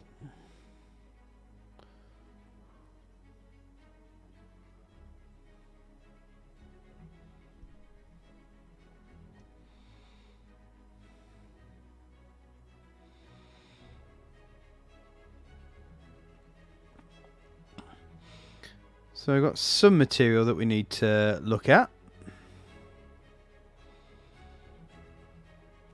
During that time, I'm just going to quickly go for a whiz, because the alcohol's starting to affect me. Not at least my bladder. So I'll just pop these guys down like so. Do you guys spot anything or have seen something that you think I need to look at? Please slap something down in the old things if you're watching this as a lurker. Please feel free to press that like button as soon as you can.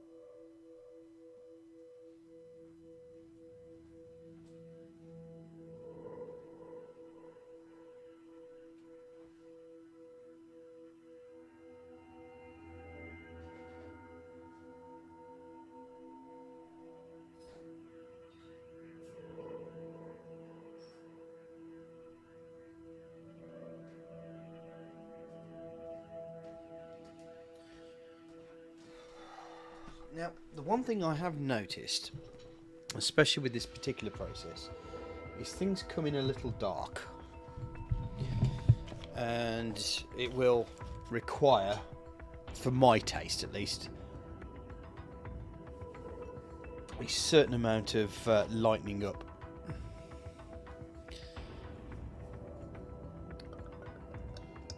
But I think that might just be the process of the fact that I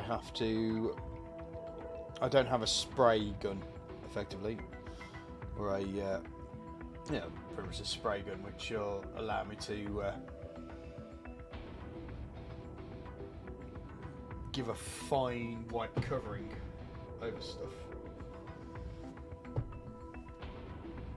Right, so on memory, I need to get some palibone out and have a look at those bits and pieces that I may have missed. Where's my glasses? Not for my eyesight, they're just for magnification.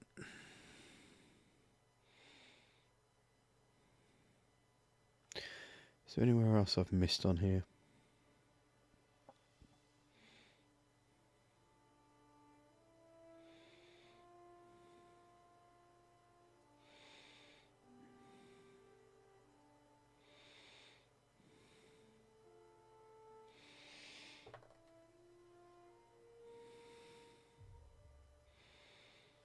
Oh, feet. Was there one on the feet? There was one on their feet, which is here.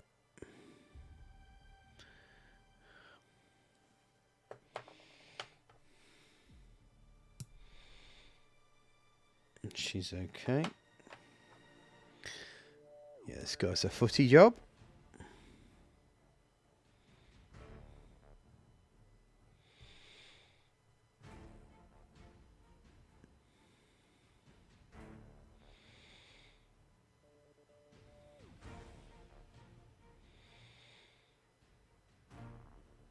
Okay. There's a lot of detail here that now has become apparent to me. Now that I've seen what's going on.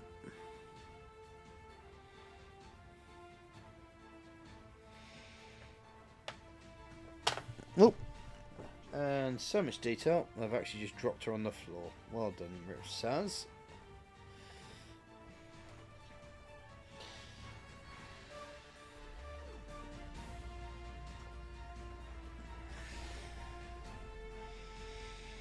Oh, we've got hair colour to worry about as well, haven't we?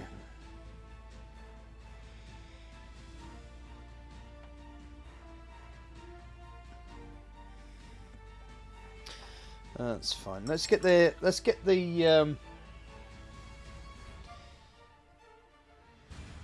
bits and pieces doing. Right. What I might do is grab a bit of Zealot Yellow.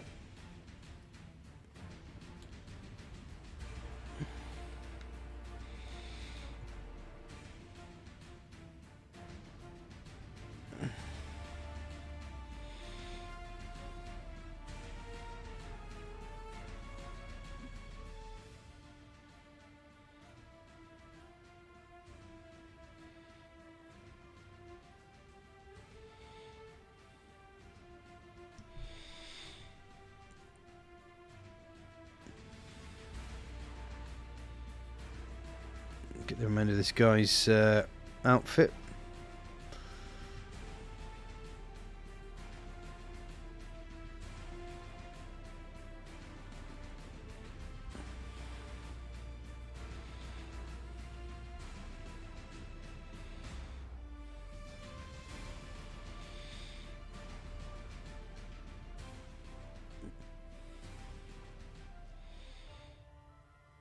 Okay.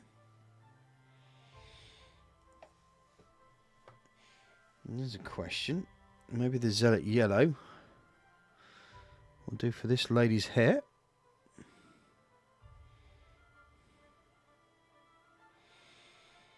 While I'm at it.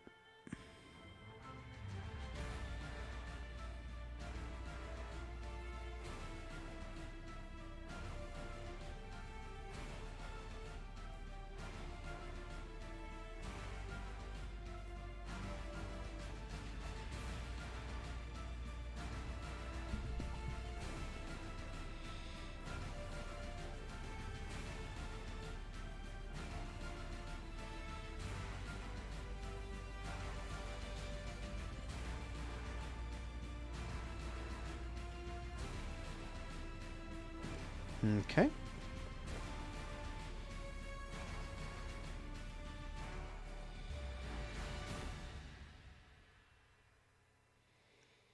So I'm going to do this guy's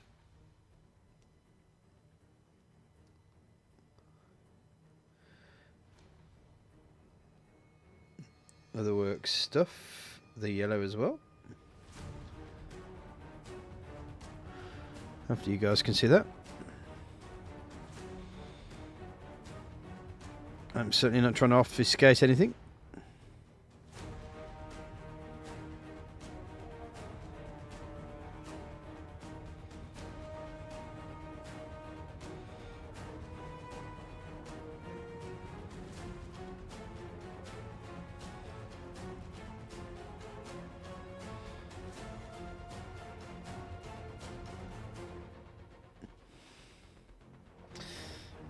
Despite the fact I didn't want to, I think I'm going to have to add a little bit more.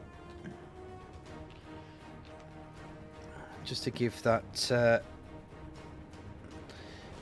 extra zing.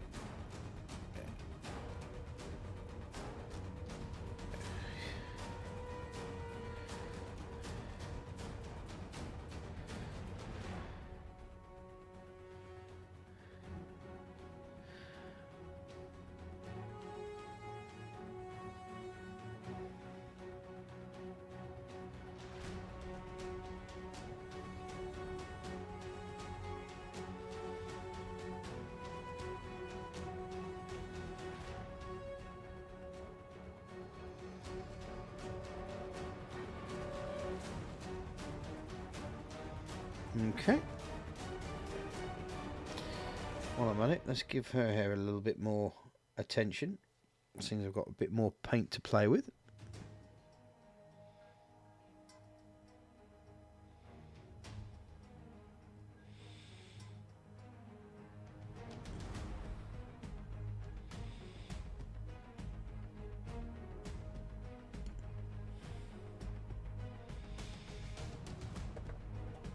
Is there anything on this character that I can use? Why not?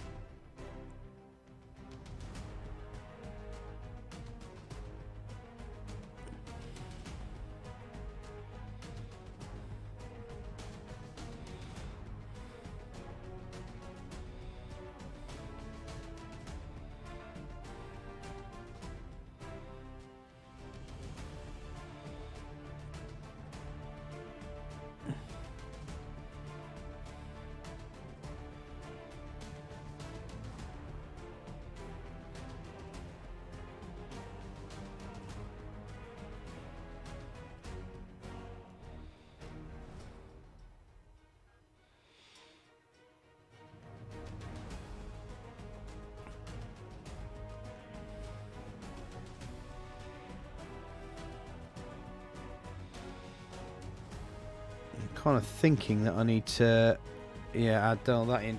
Yeah. As I said, it's always working out your characters as you go along,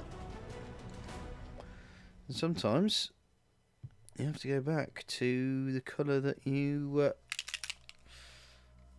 previously put out because you realise you've missed something.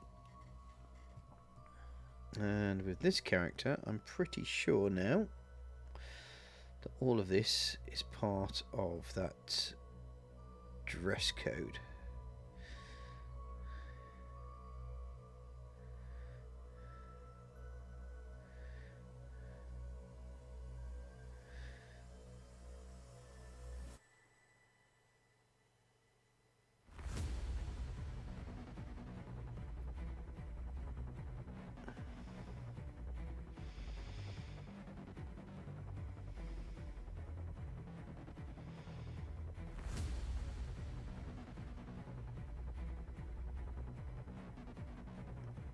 Okay.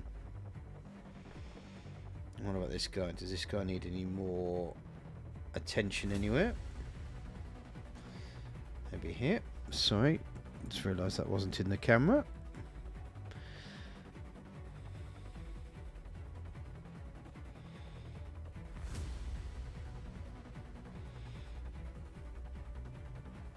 sure that glove's covered.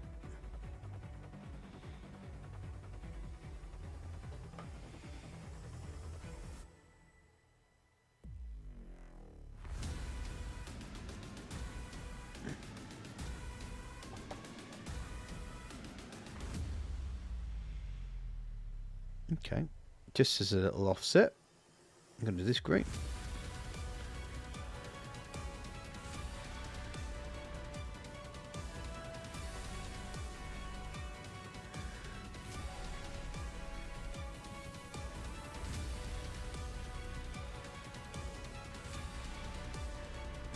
Okay, we're kind of getting there.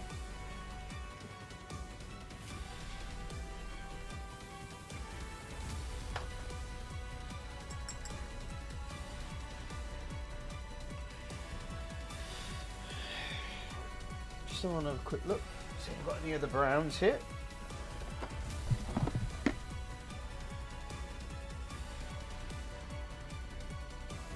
No. Okay. Well, we may have to go with one thing I didn't really want to use, but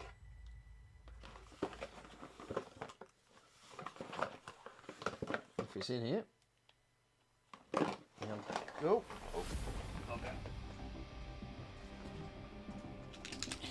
Grim Black.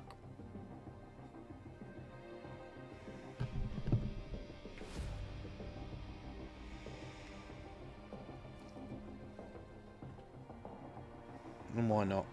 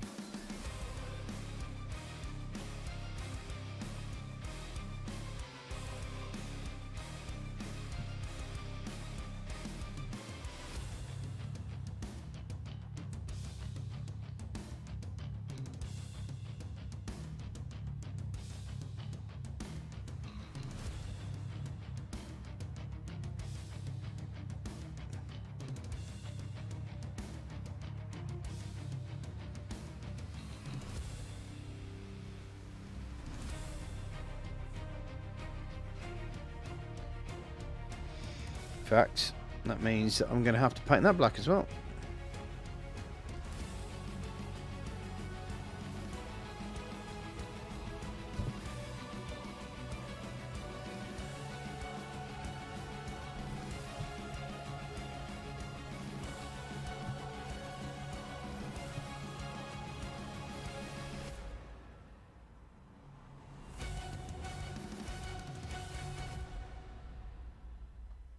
Now, I suspect that most of this, I think I might change the music actually, it sounds like it's repeating itself.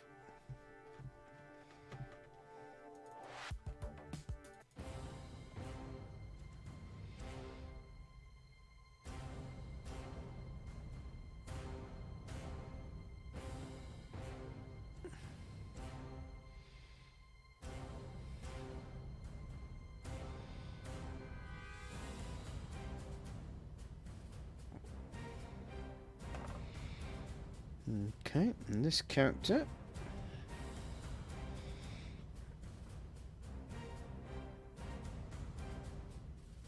okay, gonna make her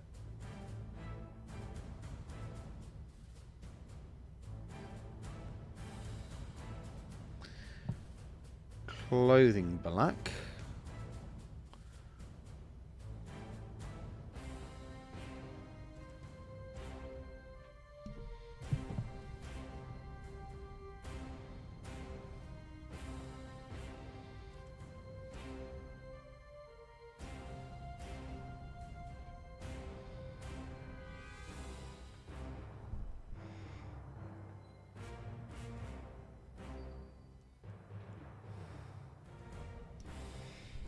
paint a black skirt.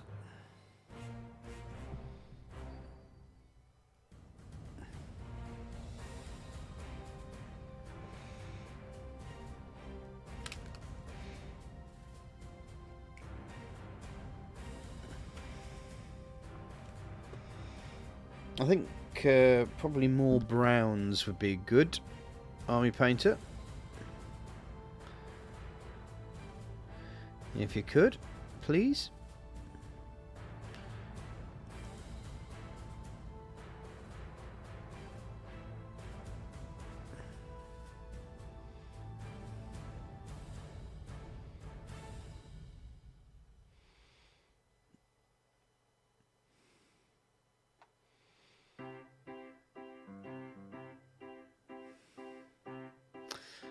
I think seeing as I've got that as black there, I may have to change the colour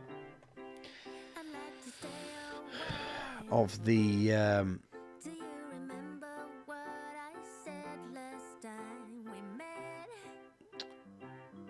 of that pauldron.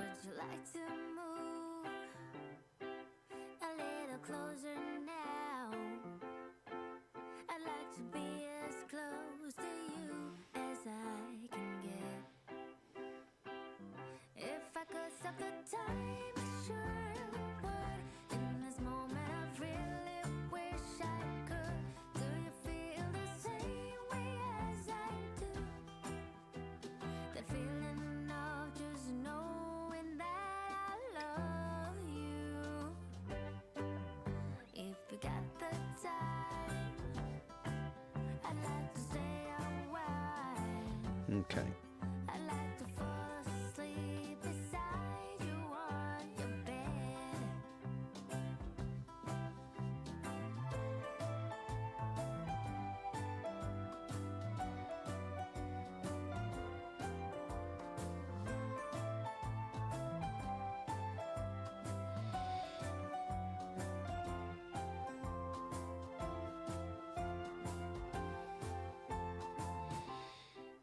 I'm sure there's more that I can do that, but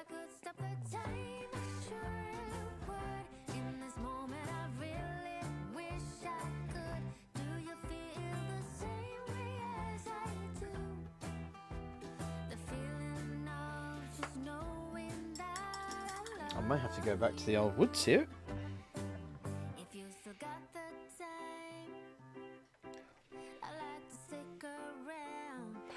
Right, I'm going to try this Absolution Green.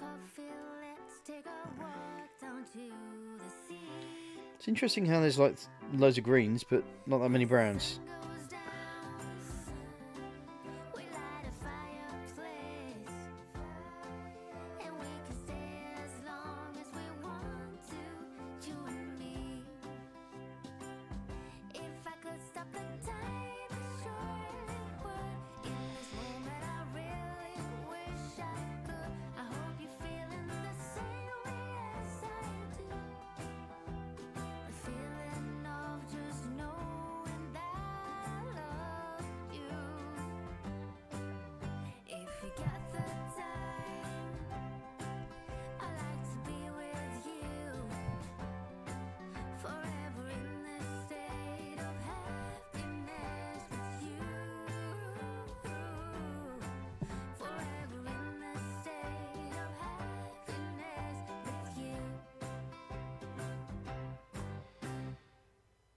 Okay. It won't go away. I've got that feeling rushing through my body. I know that it is here to stay. It's like you're my personal Illuminati. I know that some might say Hello. I'm just a bad girl, but if you treat me right, I will be the best girl in this whole world. No, I'm not gonna fight. I got my hands on your body, so tell me what you want me to do. I can be good or be naughty, because there ain't nobody love you like I do, like I do, like I do, like I do. Okay.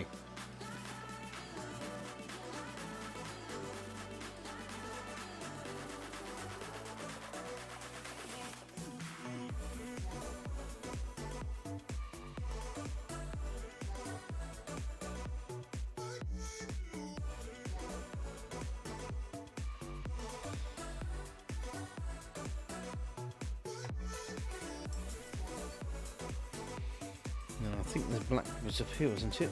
Still?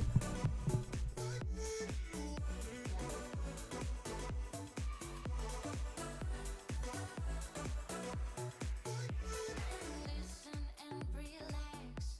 From here on, you don't have to say a word.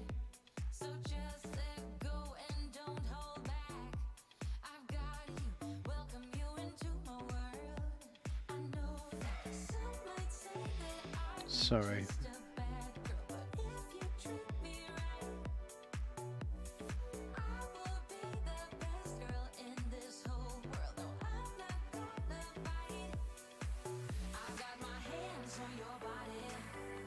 So tell me what you want me to do. Very dull, aren't they? I can be good or be naughty.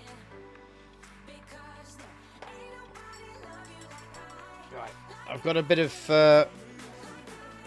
hardened leather to redo. And then I've got the feathers on the things, which I might just... I don't know if I'm going to do them white or not, but...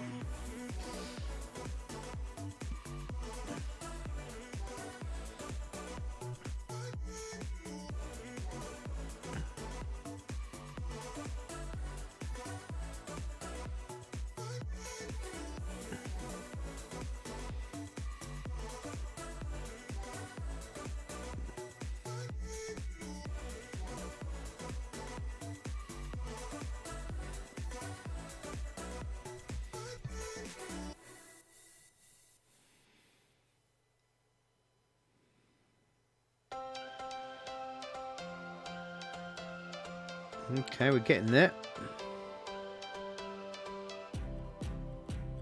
I am going to throw that on there.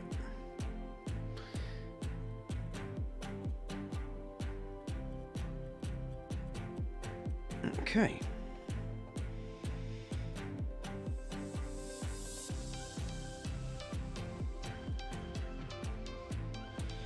Where have I actually put that? Is that it? Yeah. Okay.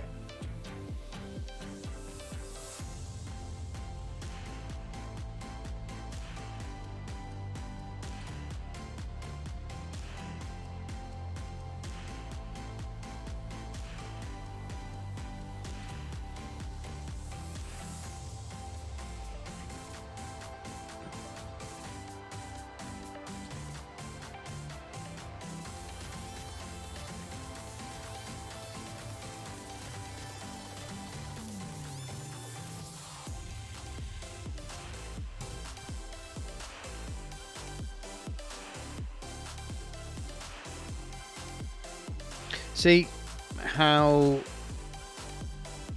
the darker paint has made this area here a lot darker than the stuff that's more out and about, so to speak.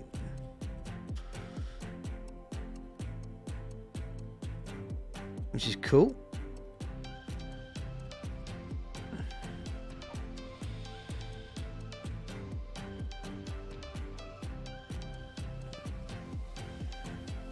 No, I think he's my favourite so far, just because of the way their colours have all adapted themselves.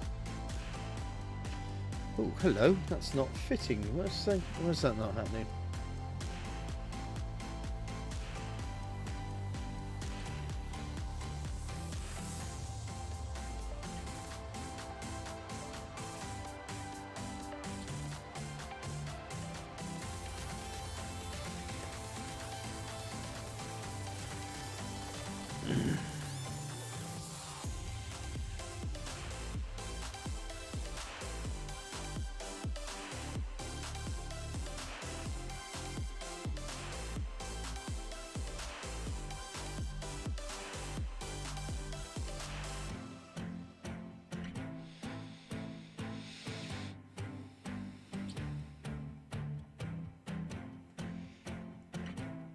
Okay.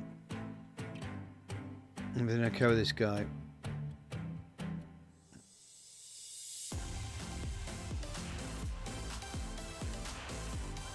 Yeah. Right. So let's go down to the darker brown. I'll just fill in some of the leather straps with that, and then we can pretty much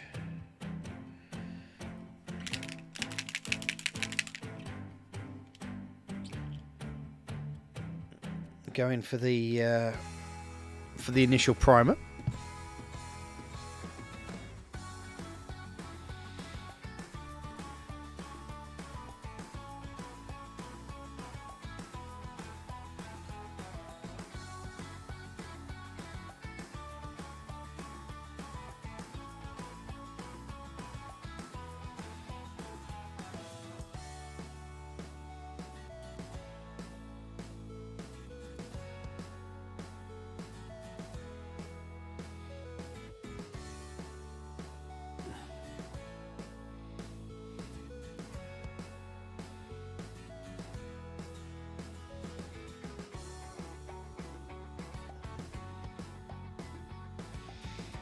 Okay.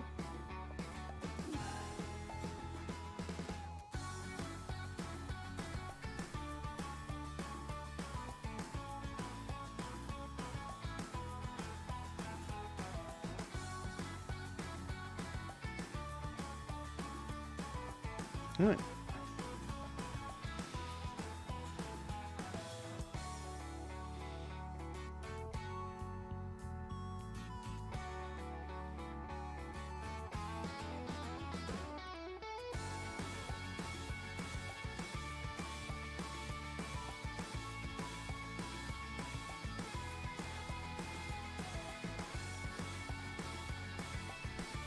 I'm going to paint this a little darker.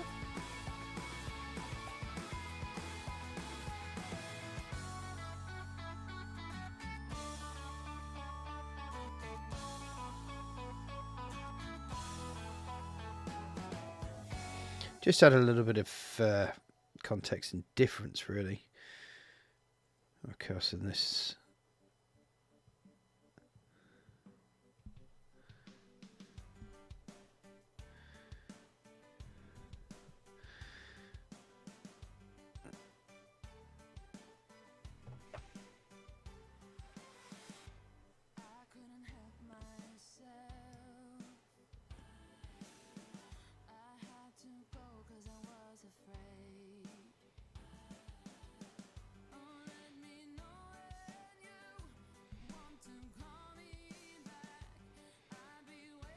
Okay.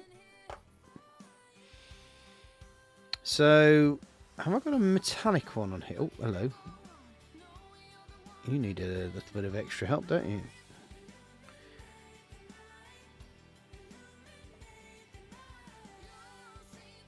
Okay. Just make 100% sure everything's okay. Yep.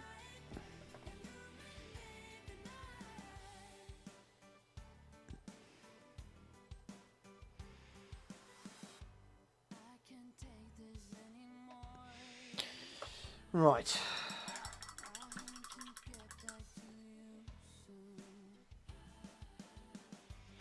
Take the old glasses off because I can't really read anything with those on. Of course they're going to fly out. What have I got here?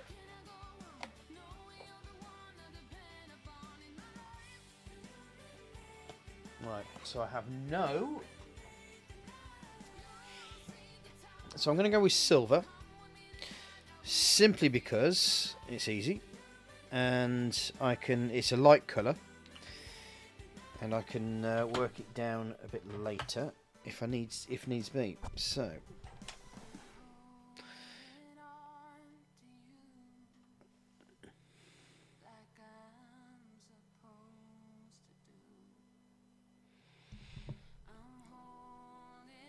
This guy doesn't have a sword or any sort of thing. Okay. She's got a dagger.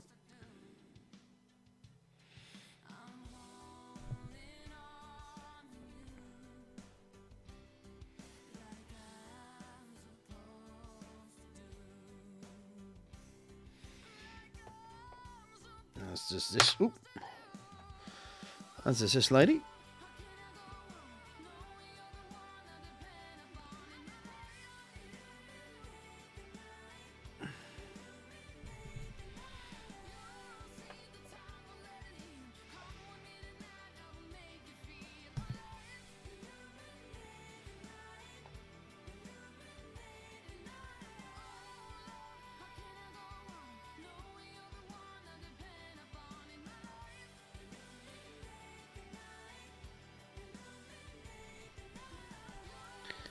Okay.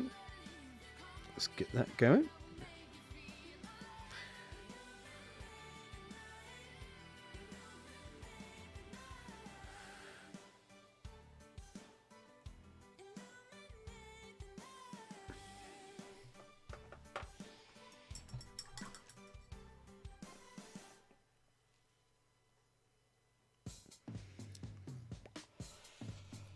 Right, I am wondering if I should leave those white.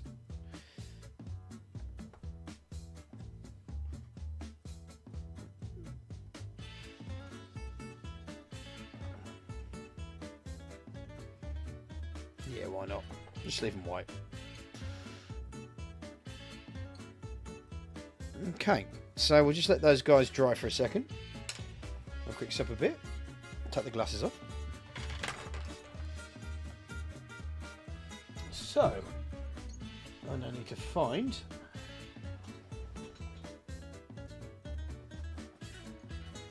double gloss varnish.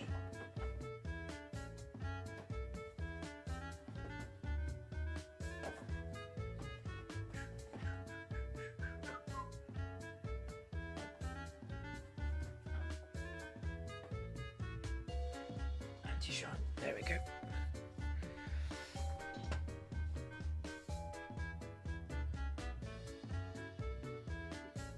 Right, so we've pretty much gone through the whole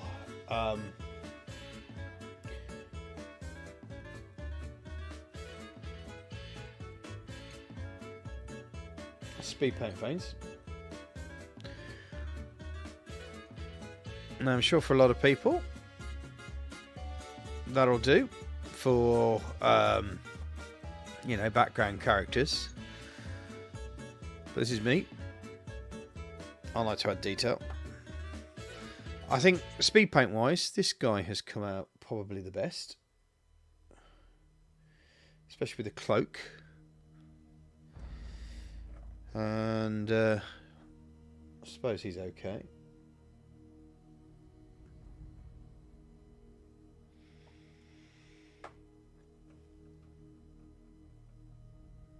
She's not too bad herself. I mean, they haven't come out too bad. That's the thing. They've come out looking like they're, you know, they have been painted well. Just not brilliantly, if you know what I mean. Right, I'll be back in 2 strokes of a lamb's tail. Got a lot to do.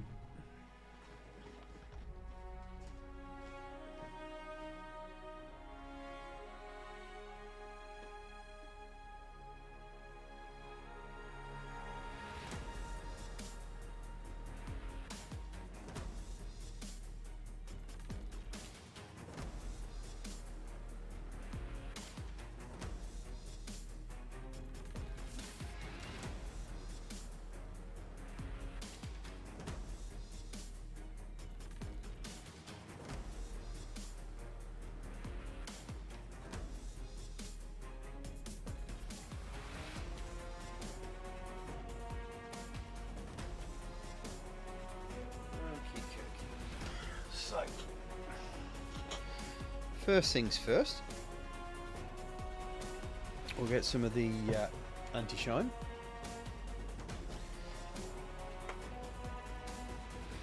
Fortunately, these haven't gone too shiny just yet. I think the mistake I made with the last lot was that I put a wash on before I'd gone anywhere near varnishing them, which was probably a massive mistake. I don't think probably is I think definitely it was a massive mistake.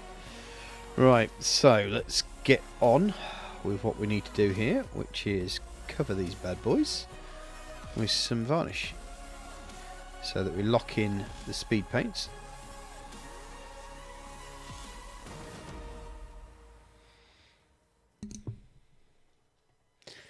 But it's this particular varnish I've been quite familiar with. because I've been working alongside a lot of the speed paints, and they used to have like a, well, they still do, but they have kind of like this speed dip that they used to have, which would automatically give your character some proper recess and deep tones and so forth. And but the problem was it gave it a shiny sheen, so what you had to do afterwards was use this anti-shine stuff. And it's pretty much formulated for that particular style of painting method, but it has become an absolute treasure for me. As I mentioned before with the Beholder, you know, it adds, you know, the different ways that you can varnish adds to the whole thing, because you can put a gloss varnish to get the idea of with the Beholder. He's got an open mouth, he's got eyes that are quite clear, so to speak, so adds a little bit more realism to it, because eyes are not kind of like dull. Right.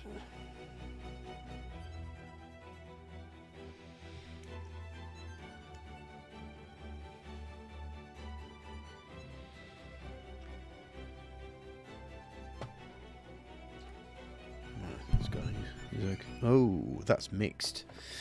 I don't want to do that. Let's pop you there, shall we?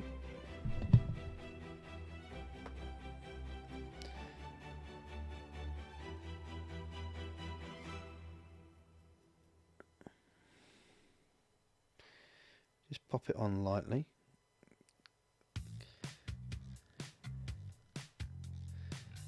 Because I mean, the whole point of this speed paint is that it gets deeper colours in the lower recesses, but gets quite light in the higher recesses, which means that whatever paint is there is not that brilliant. So, as in, like, it's not that defined. So you kind of have to be a little bit careful that you don't pull the paint off with hard abrasions, so to speak. And I've got a funny feeling I need to clean this brush.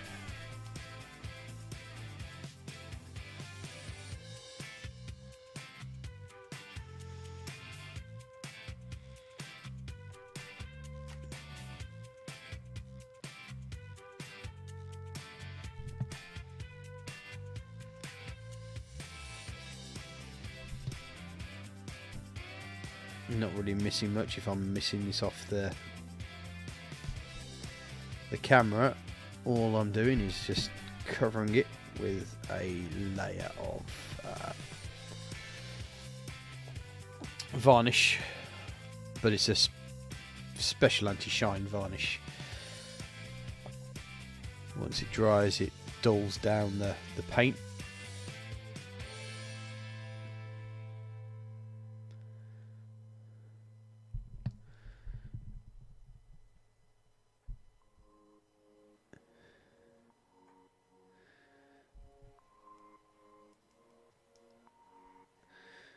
Right. There's a little bit of freaky stuff going on here.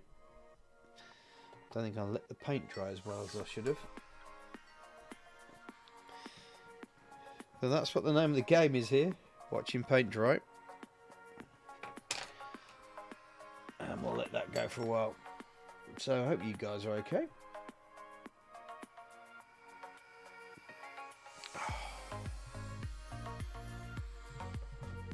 Apparently I started streaming 8 minutes ago. No, about 2.5 hours ago. There you go. Knox. Start.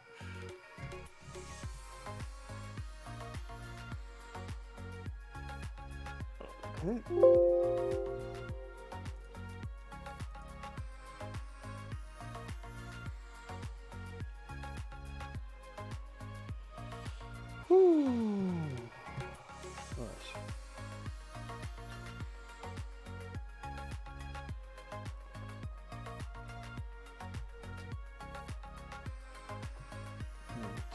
maybe. I suddenly realised because I have to use OBS, the basic OBS, not rather than slobs, and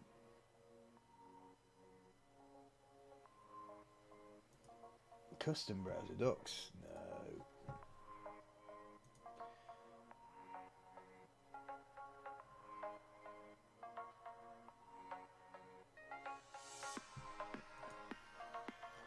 Now I knew there used to be a place where you could actually get all your talky bits going, but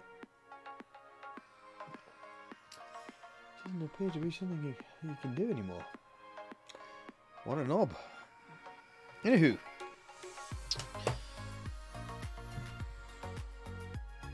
So, effectively, let's just put it that way, we've gone from like a black coating, a black base with a white brush, like dry brush over the top of it, which creates more in-depth shadows and light parts, which will hopefully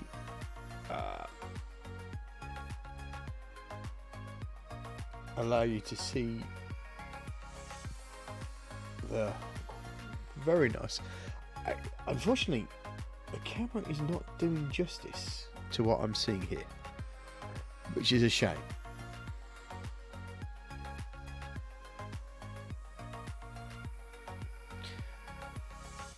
I know it's looking a little bit shiny at the moment, but that's because the varnish still hasn't dried just yet. We'll get there.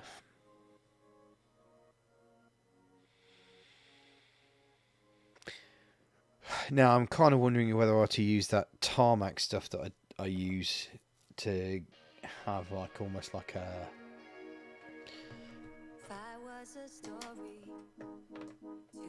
I'll put those down there like that. I'll make them maybe zoom in on them. If I was a fire, a burning light, and I would break into the night. Come tell me how I'm wired. I know I'm about to be While they dry, watching paint dry, always good. Come tell me why I Always good for the soul. Watching paint dry, for the sky apparently. when I fear the night. You touch me. I wonder if I change the style of light.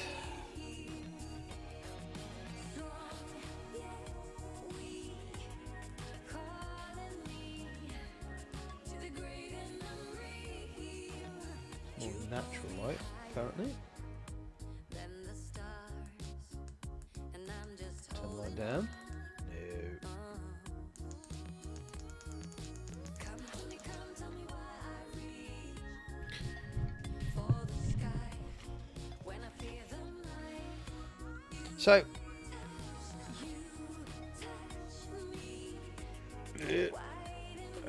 so this is one of the things that I've managed to do with this technique.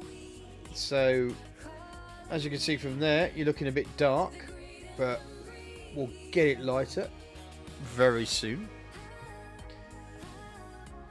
It's where we start going to the paint part.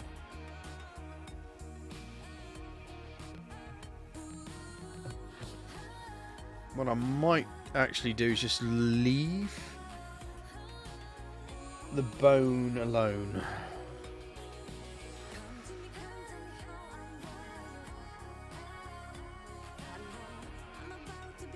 Because I'm actually quite happy with that person's face. What about this one?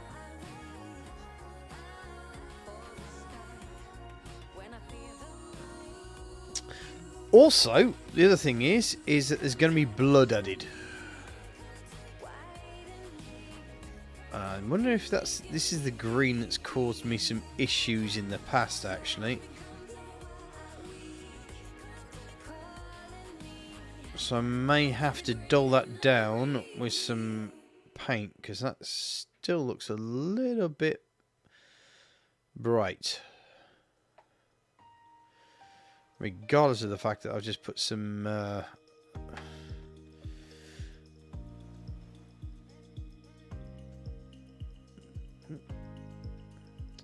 here's a question. Why is...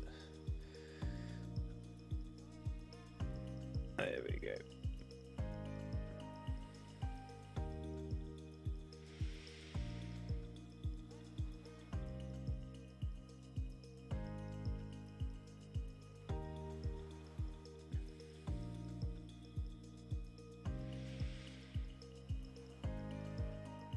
Well, there's certainly some mileage in this, and I think now that the varnish has gone on, I think we're actually starting to see some serious colour differentiation.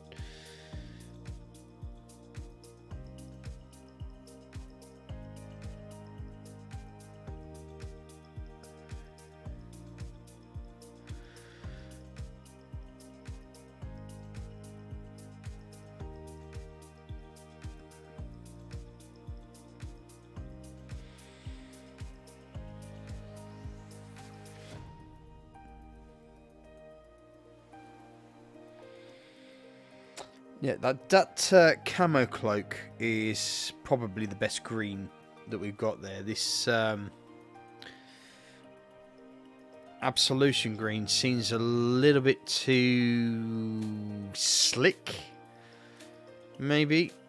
And I know a lot of people have been saying that they really don't like the Orc Green.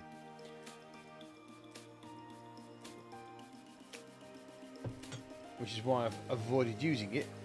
And of course, we've also got another green called Plasmic Bolt. Oh, that looks blue on the camera. Interestingly enough. What I might do, actually, thinking about it, let's have a look at my settings here. Video. Okay, maybe not. It's going to be my filters, I would have thought.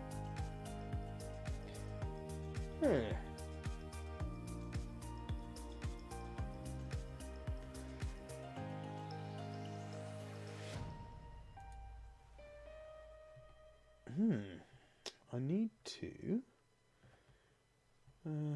draw OBS filters.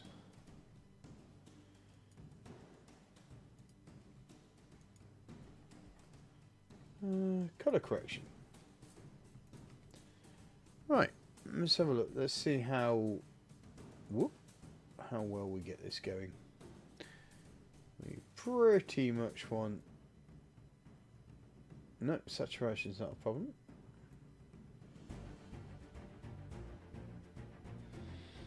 Well, that's getting better.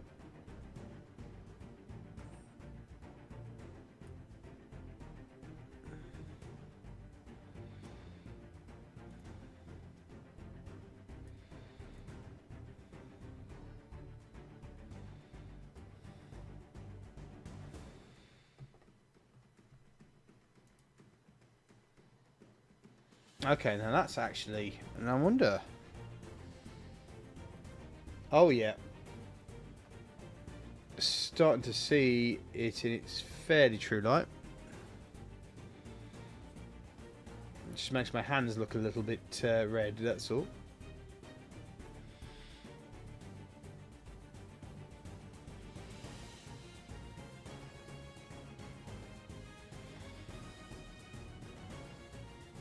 That's not quite right, is it?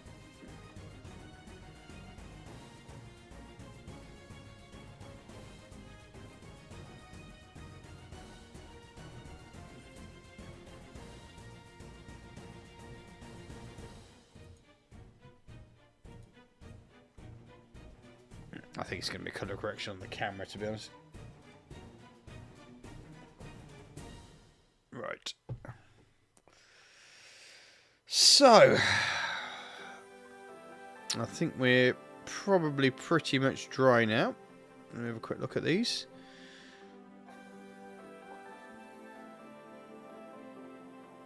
Yep.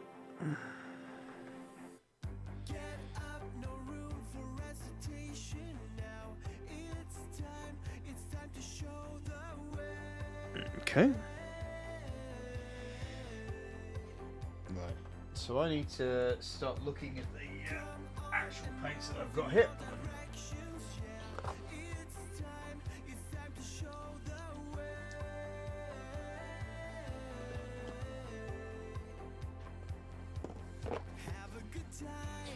Goblin Green.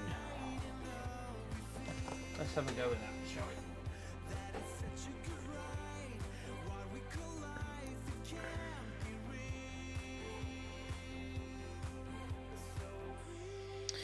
we? Okay, that's quite a light green actually. But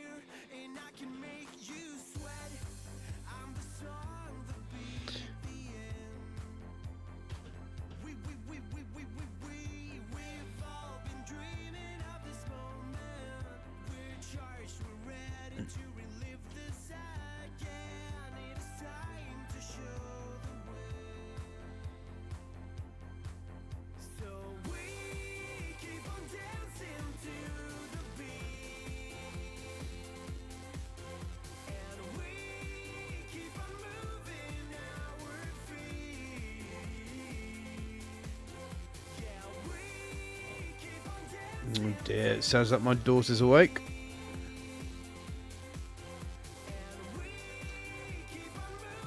Which may mean the wife will ask me to get some milk.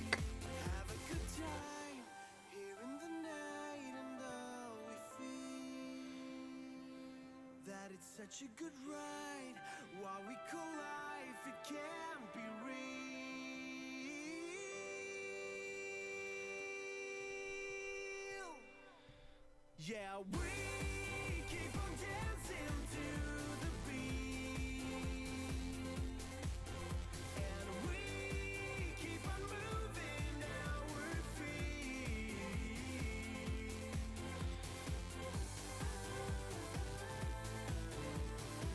We keep on dancing, keep on loving, keep on making it real.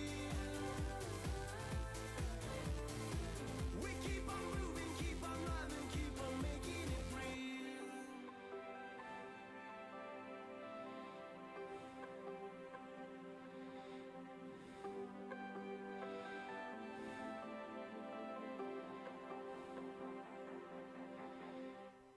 Okay, I wonder if that is shown as well. Close that.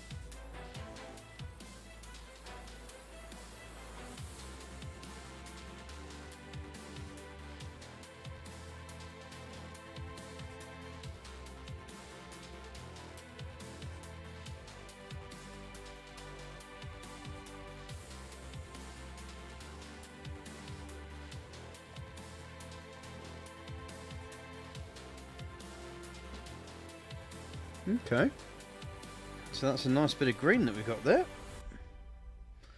Nice bit of greenery there, as they say in my local tongue. Right.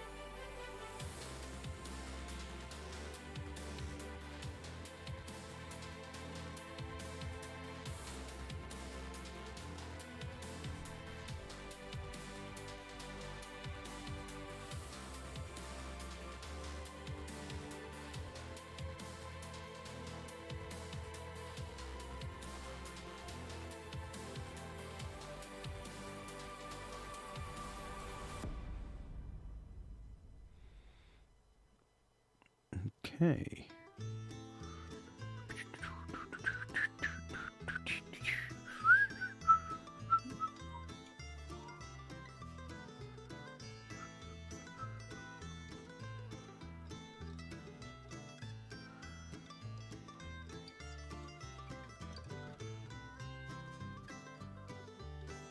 Hopefully you can see that just that little bit of green has actually lifted and dulled down a lot of the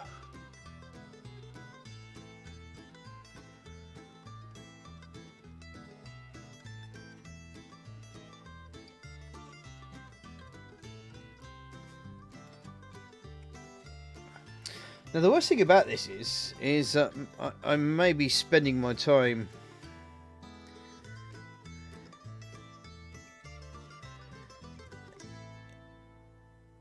giving some extra love and care to certain aspects of this thing, but it's all going to go to pot. I'm not doing that in camera, am I? I'm going to have to put the blood on. Fortunately, because these guys are skeletons, they're not so... They're not going to be too bloody, but bloody enough.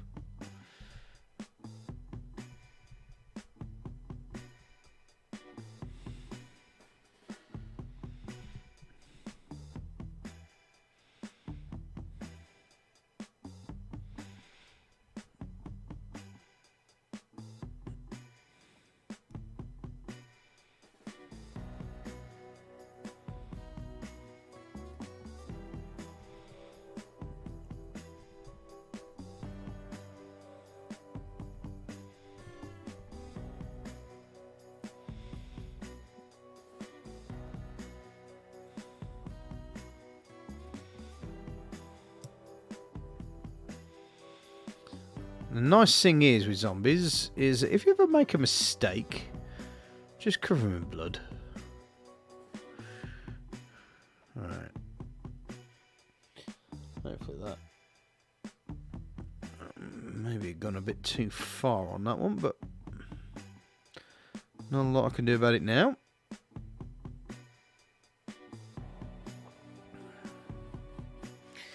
So I think that's all the green done.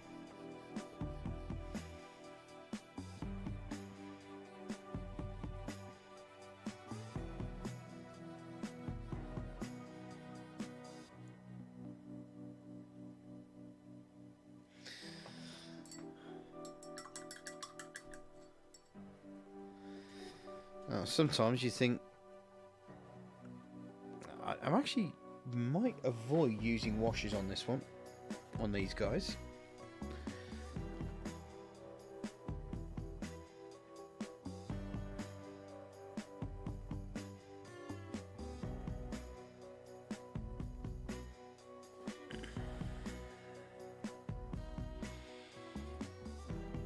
I don't think I need it. That's the reason why.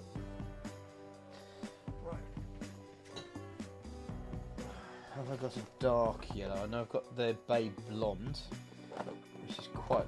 Ooh, sun yellow. I'm going to grab the Bay Blonde as well. And use the sun yellow on the...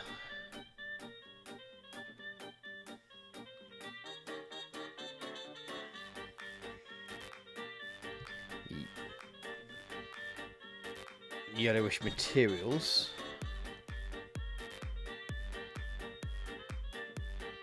Sorry.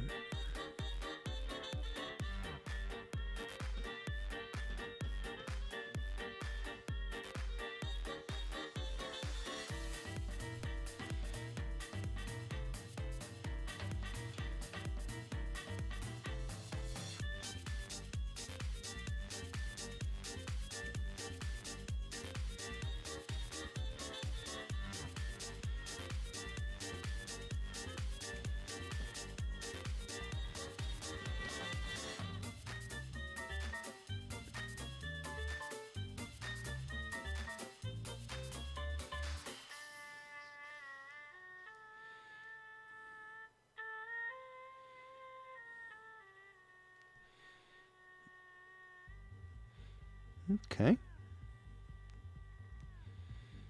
That seems to have done quite nicely. And if I really want to go high, I don't really want to go high classes to be fit. So let's try and see if this.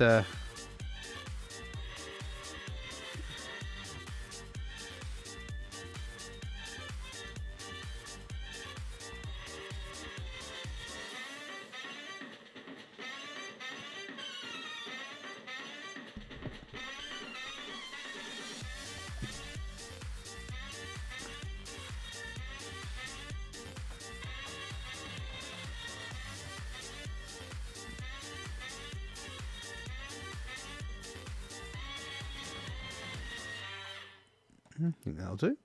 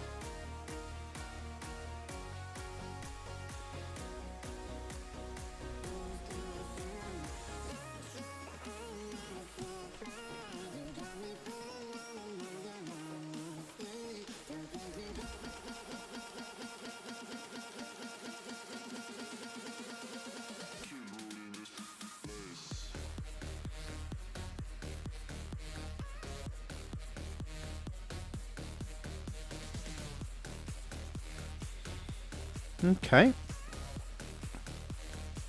Do I need to be a little bit more generous with the colour there?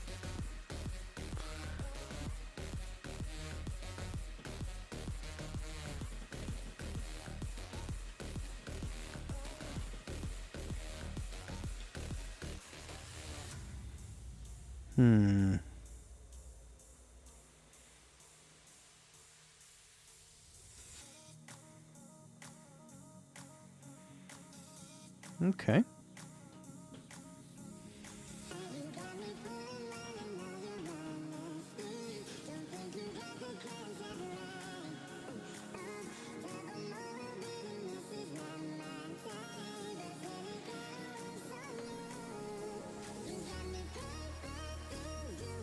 Okay, there's a little bit of yellow here as well.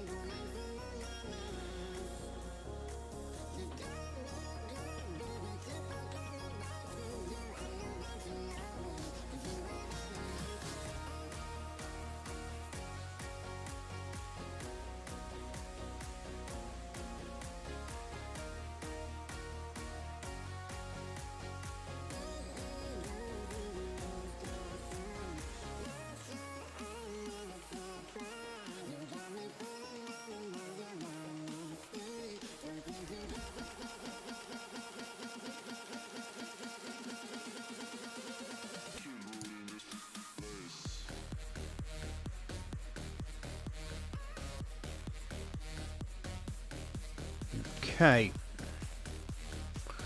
I think that is pretty much all the yellow that we need there.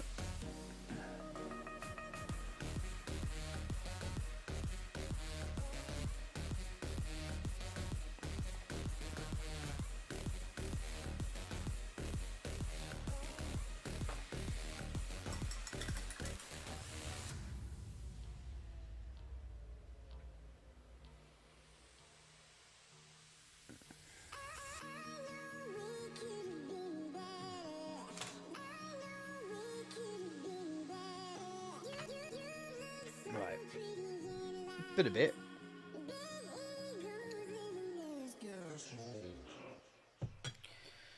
Let's have a quick look at what we've got here. So it's quite a light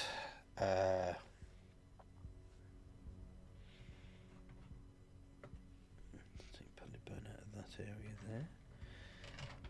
So I think Beastly Brown, which seems a very watery colour, by the way. I might have to give this a good shake.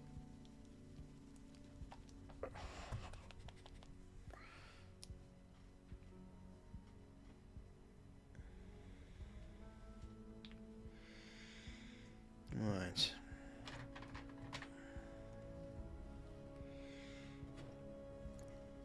Right, let's have a look. Where we go with this?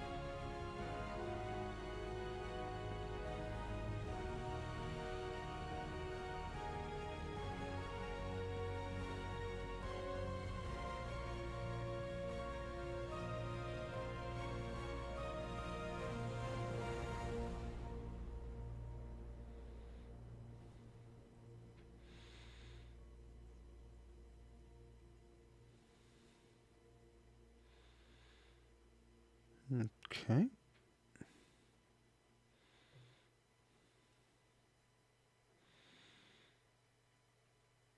I think we've got that.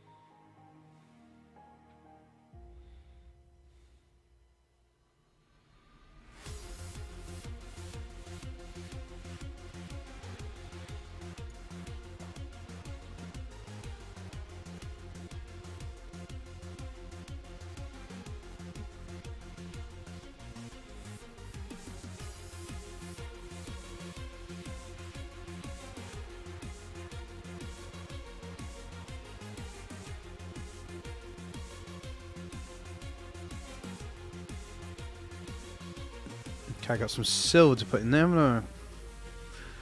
That's fine.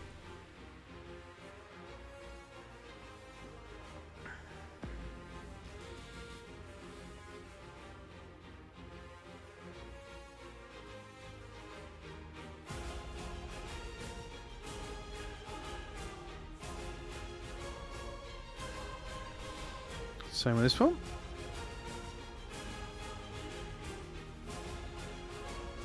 Not much going on there. Got that one, guys, done.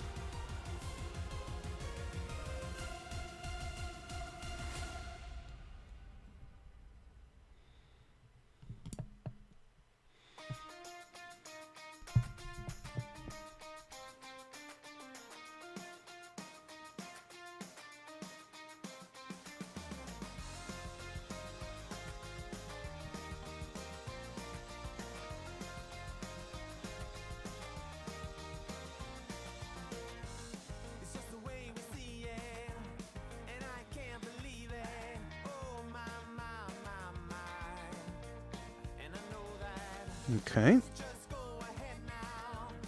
Hopefully that's...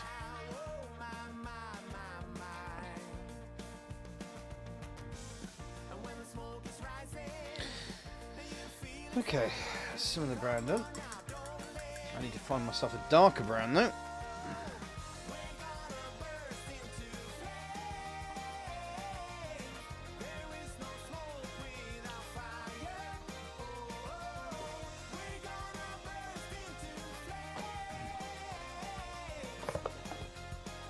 There's a muddy grey, isn't there, somewhere? Got leather brown here.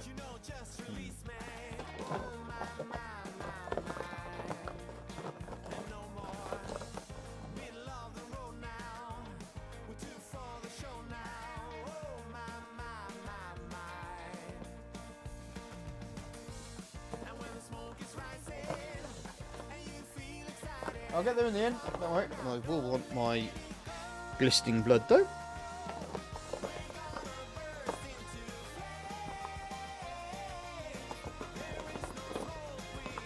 And crusted salt. Dirt spatter, that's what I'm looking for.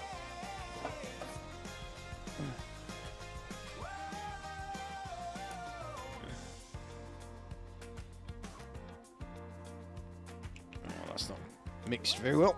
Let's try it again.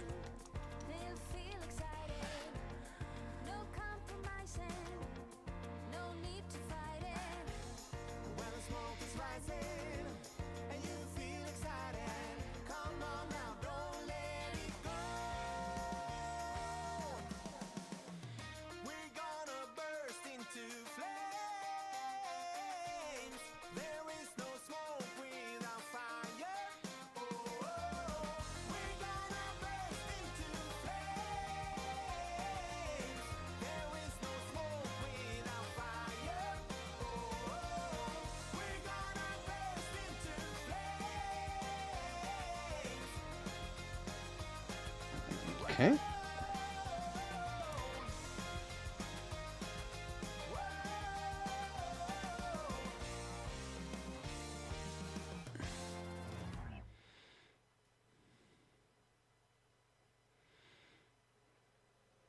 Let's temper it down a bit. Hold on when you need a friend, I'll never let you go again.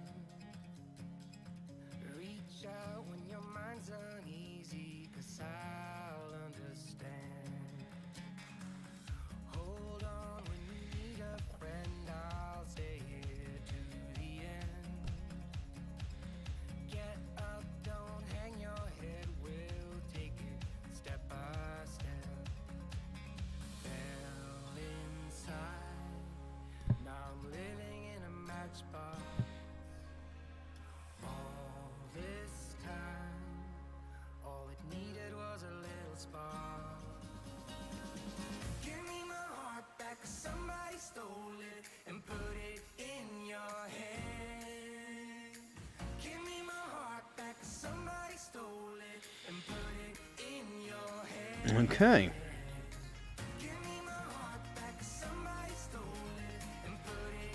Oops. Good catch.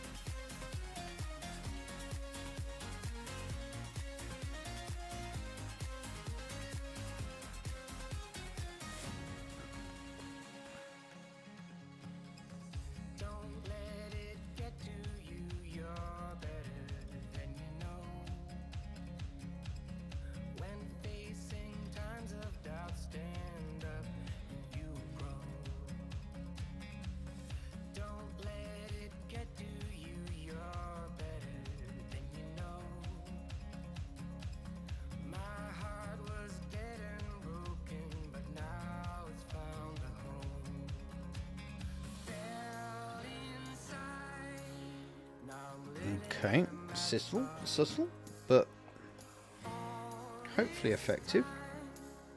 All it needed was a little spark. Give me my heart back, 'cause somebody stole it and put it in your head. Give me my heart back, 'cause somebody stole it and put it in your head.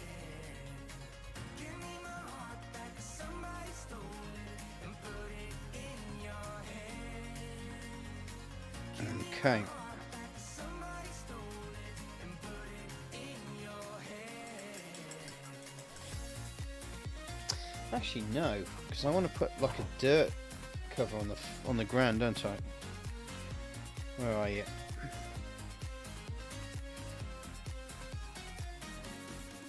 I don't know if you can see what I'm doing here. Just pop in a basic brown around the feet of these guys.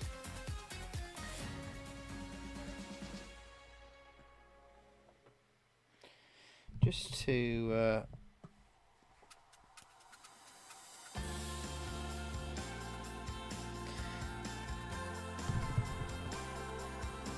add a little flavour to the base.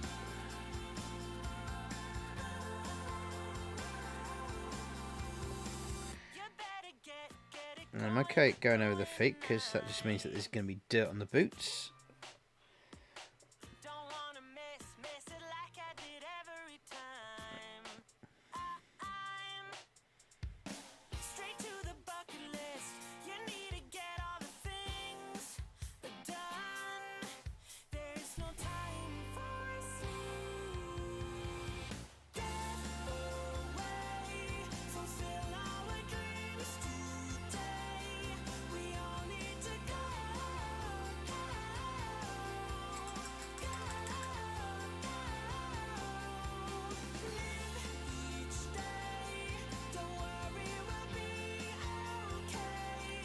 Right. So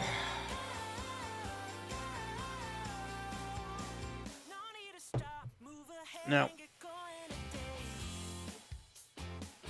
the basic part of these characters they are supposed to be fairly dark.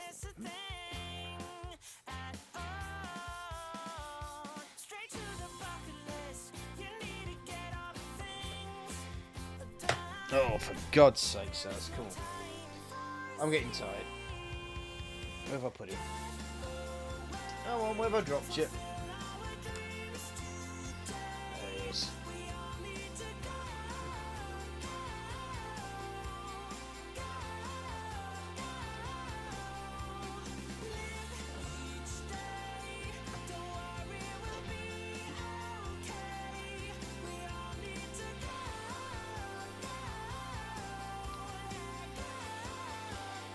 Whoop.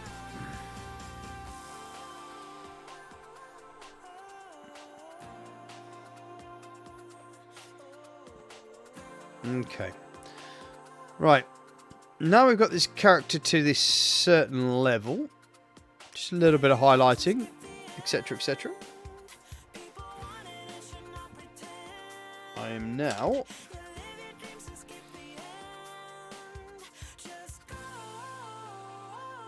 just going to very, very, very subtly add back in some of the white.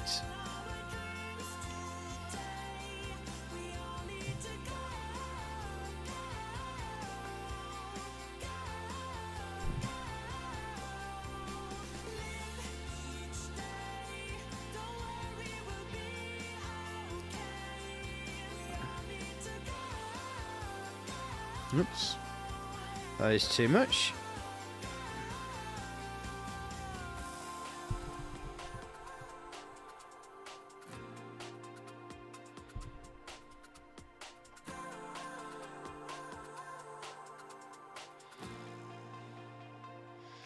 Just trying to get a light dusting basically.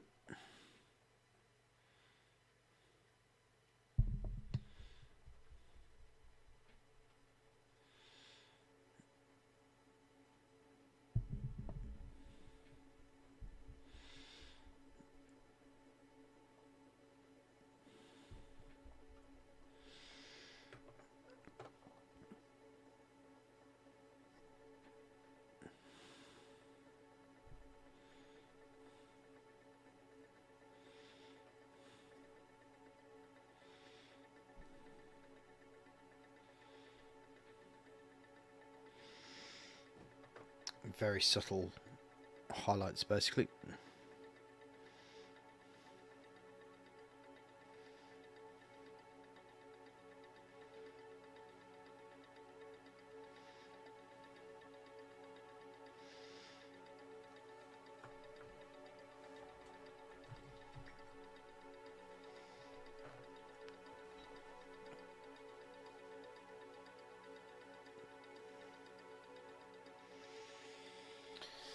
Right, now that we've got our characters to a certain stage,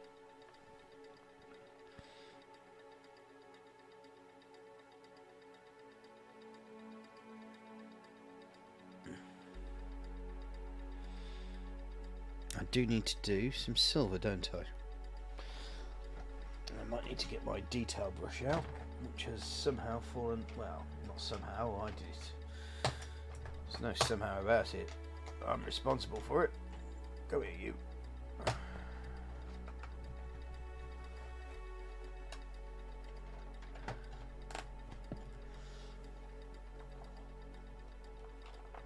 What size? Trying to get a brush out of a hole without having to tip the whole goddamn thing over. Ooh, ooh, ooh, ooh, ooh, ooh, ooh, ooh. And out she comes. There we go. Right. Let's get that silver back out again.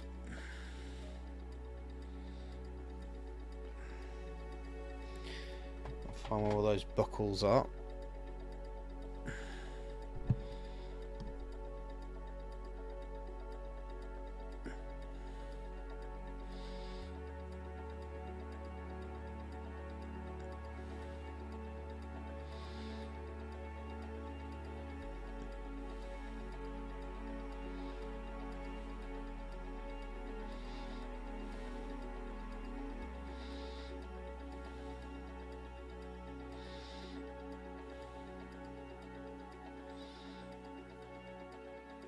It is a double buckle, I think.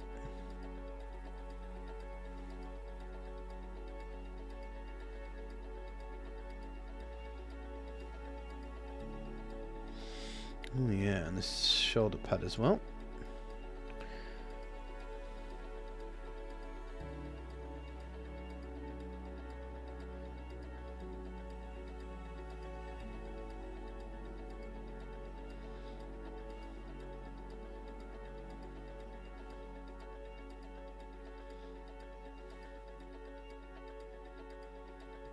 Okay.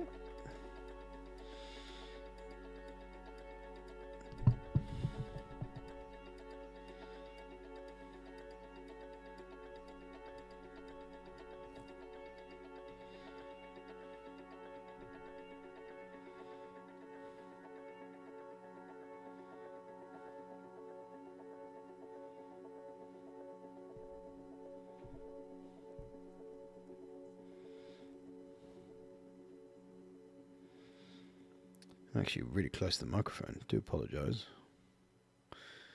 Not meaning to be, but fate has conspired.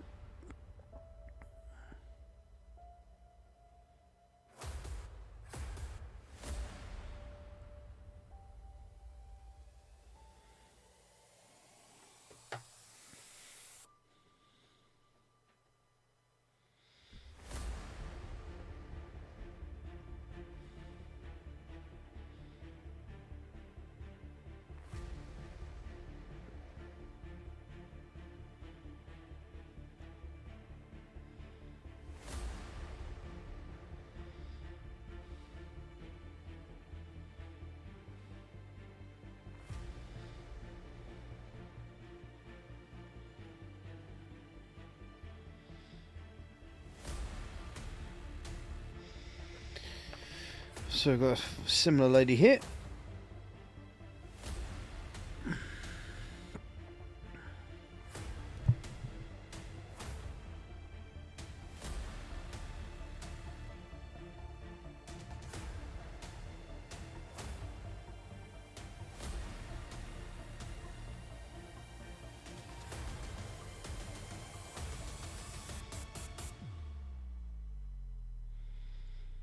Okay.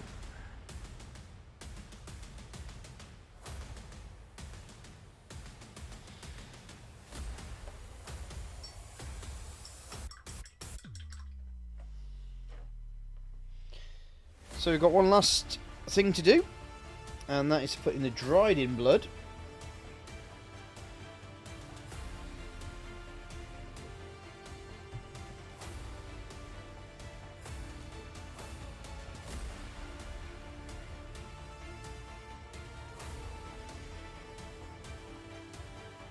And that's the old crusted saw here.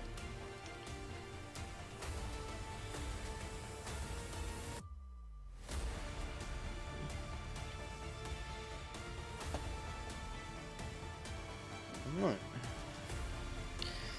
So what we're trying to do here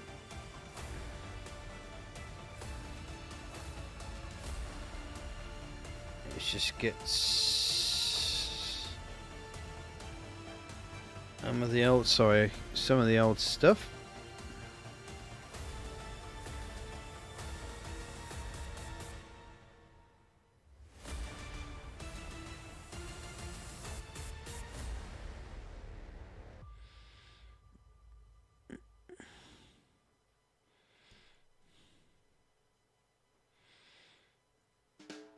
Right.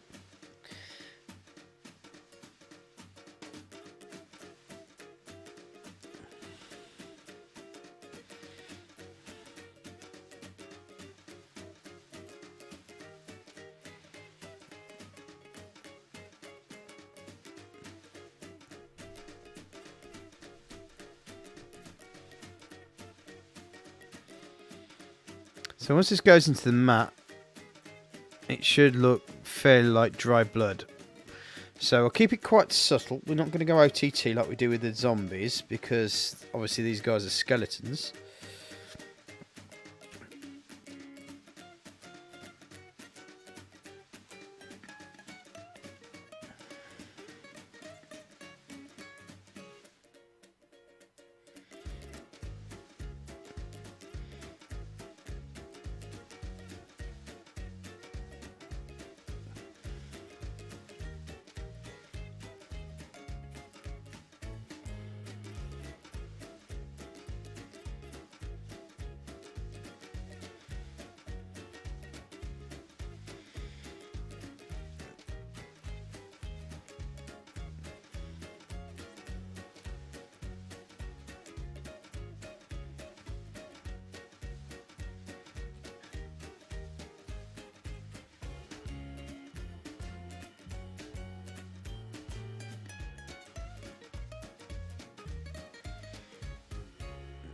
Okay, don't go OTT says. You just got to make sure that it's believable. Okay. Has this one got some? No, she hasn't. Okay.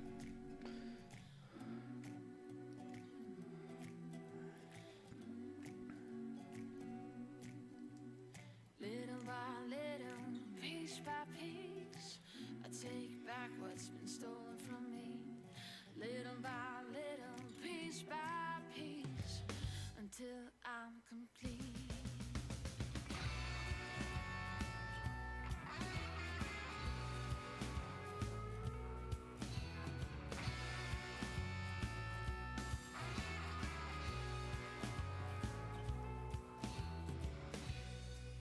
I got my eyes on you, and you got no clue what I'm supposed to do. I can't help myself. Little by little, piece by piece, I take back what's been stolen from me. Little by little, piece by piece. Am I not doing that in front of you? Sorry, guys.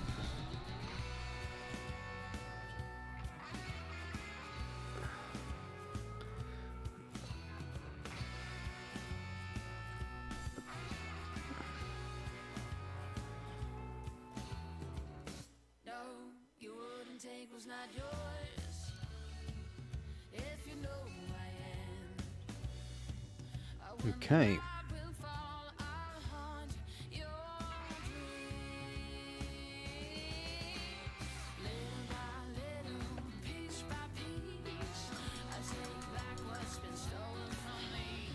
Right, I'm going to put a quick wash down on the ground area, even whilst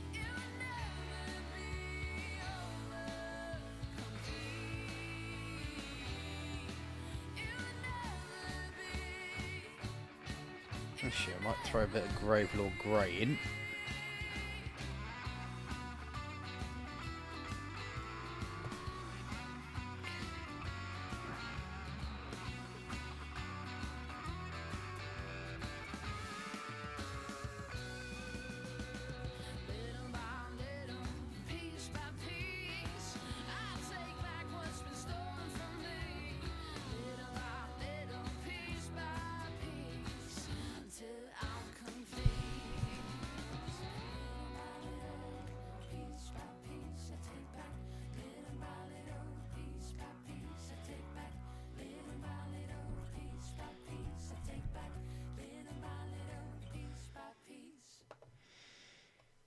Okay, let's see how this goes.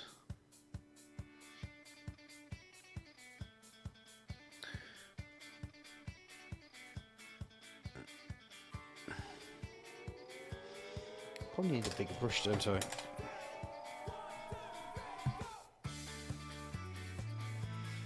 It's a Gravelord Grey, wasn't it?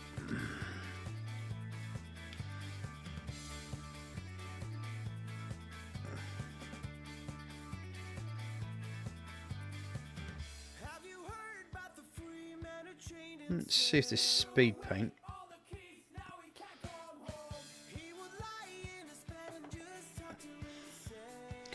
will add or take away from what's going on here.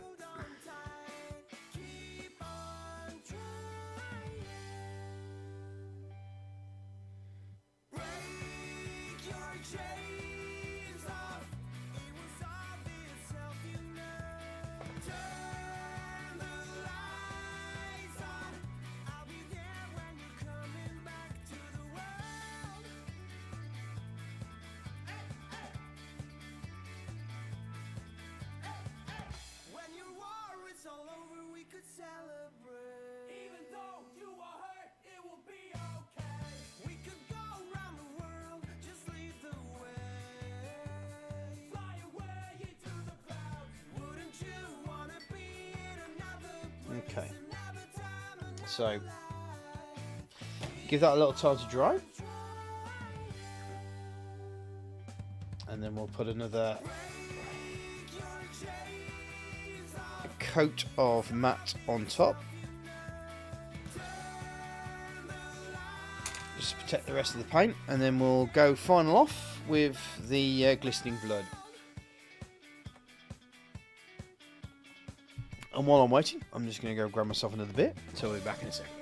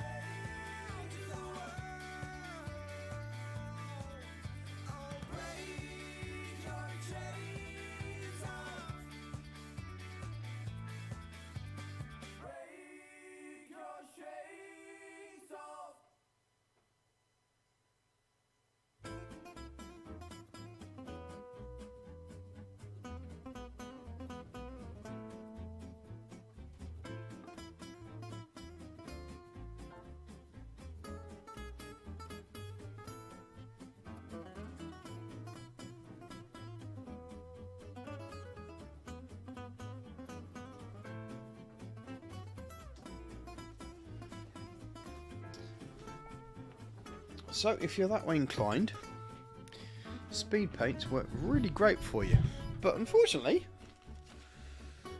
for me, I just need to go a little bit further.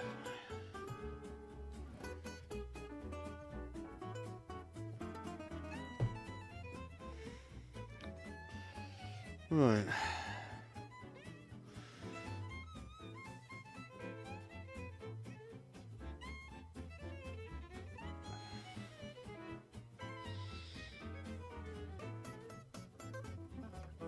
Now, unfortunately, the colours that I see right now are a little bit washed out. They are a bit deeper. That's the muddy ground.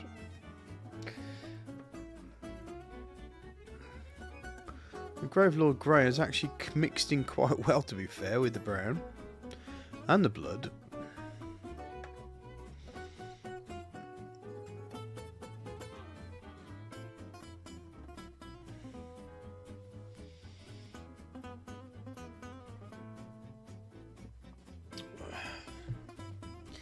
Unfortunately, it's another one of those moments where we just have to wait a little long, just so that the paint gets done.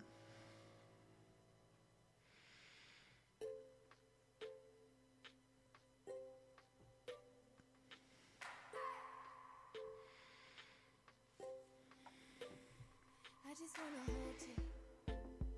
I just wanna look into your eyes and tell you that I want you. I know you make me feel so alive. Interesting enough, this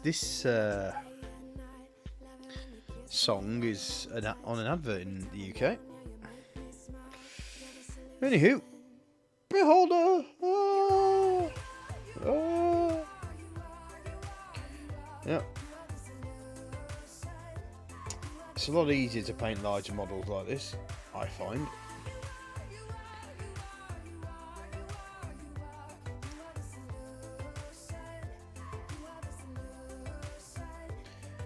But at the end of the day, you know, painting is painting. And I'm hoping that these guys will sooner or later look pretty damn fine as well.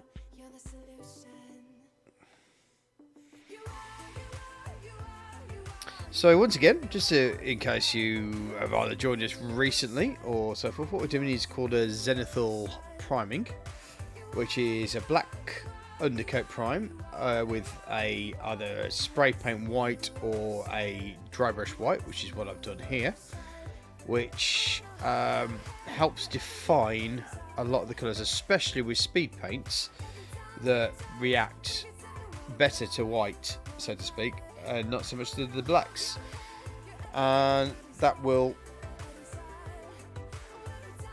almost force the speed paints to add even more colour to their brown. Can I get that to...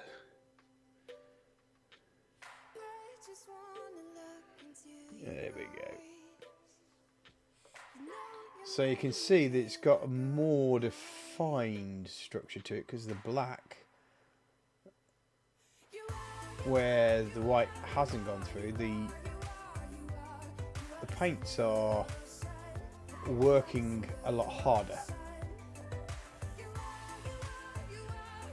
But of course I have gone a little bit further and added a little bit of highlighting.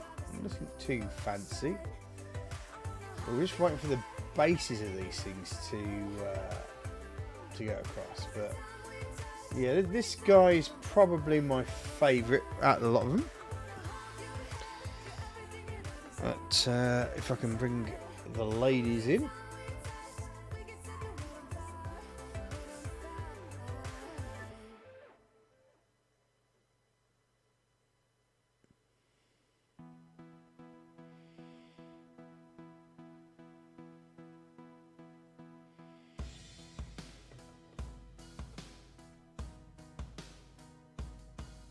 Here's the blonde version.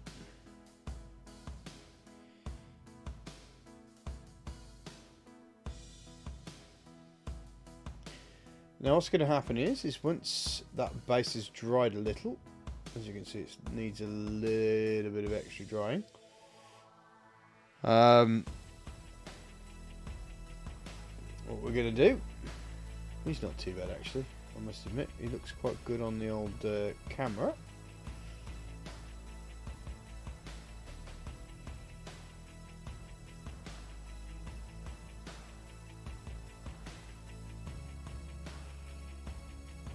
But we will be throwing some blood on these guys, some live blood, which is the glistening blood here, the Zombicide war paint glistening blood.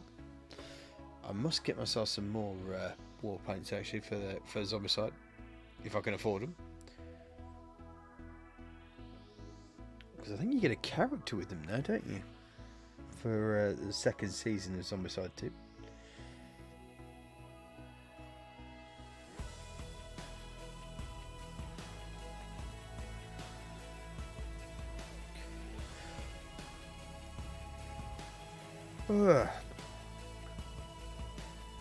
Just still, maybe I need to blow them a bit.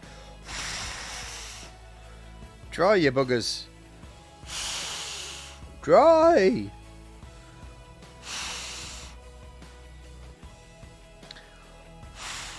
So if you are watching this at all and want to put a comment in, if you've played Zombicide, what's your favourite character?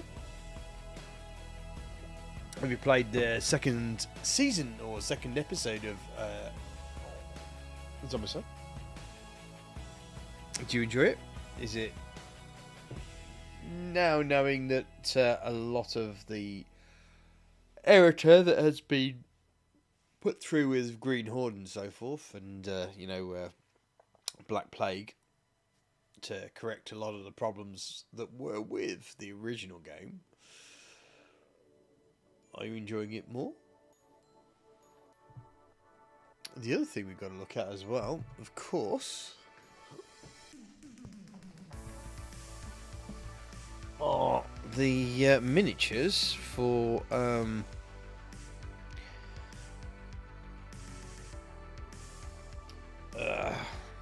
Massive Darkness. As you can see, we've got a little bit of a problem here that needs solving. And the one thing that I was going to do was actually put in a solution to this, which is basically just drilling a hole in either side, putting a staple in between the two to give it a bit of a metal carriage, so to speak. But this isn't really wanting to fit together too well, is it? It has really proper snapped, hasn't it?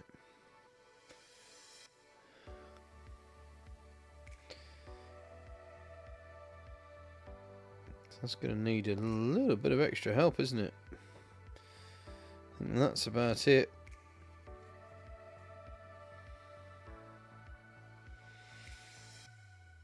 But damn, yeah, that's proper. It's an interesting piece, I must admit. Number 75. Now, I suppose I could say, hey, this has snapped, can you send me another one? But I don't. That is a massive problem, is it? We can solve that. We can solve that totally.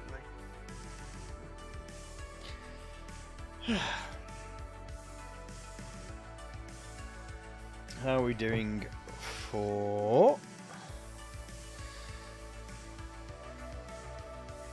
Yeah, we still haven't... You may see... Yeah, that's still wet.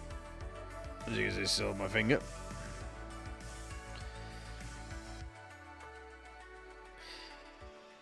So I'm just playing for time, folks. Playing for time.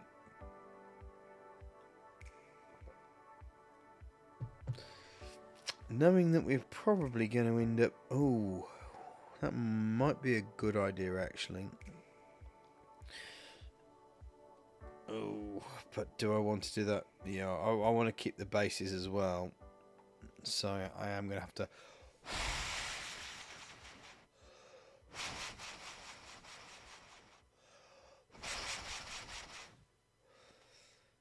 try at least. It's interesting that the blood pots.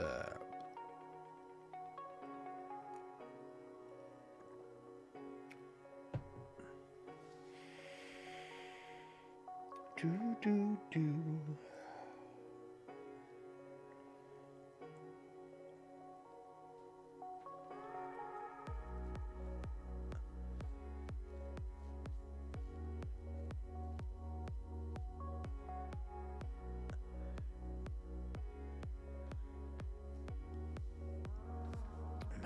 Come on.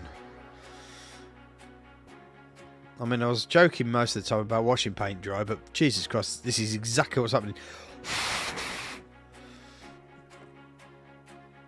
We're getting there. We are actually getting there, to be fair.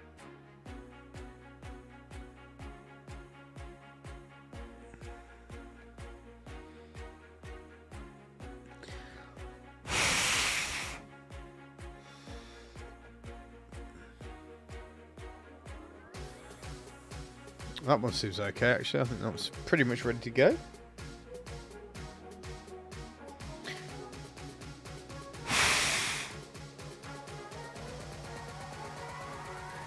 Tell you what I'll do. Knowing that we've still got varnish curing time as well. Let's go for it.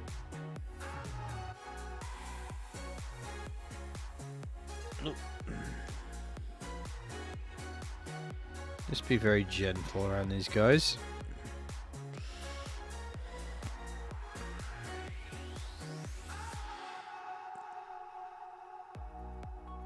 Okay.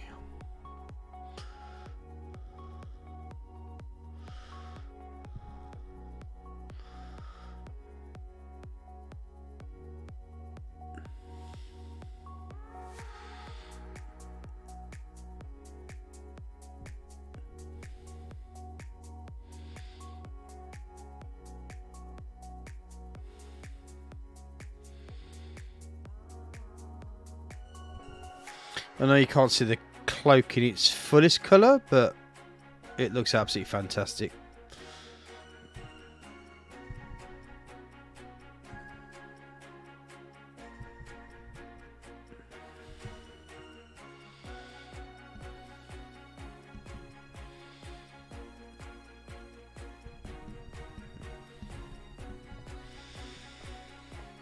Well, next one. Nice and gentle around the base.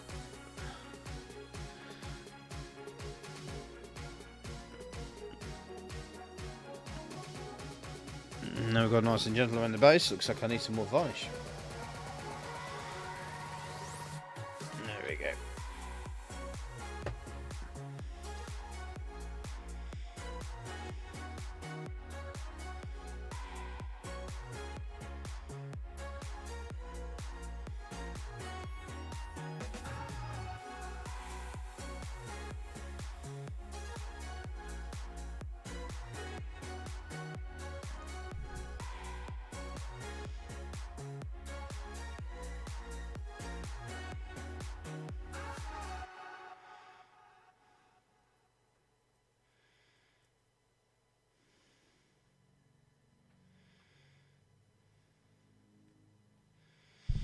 I don't know if you're getting to see that, but you can see there's a...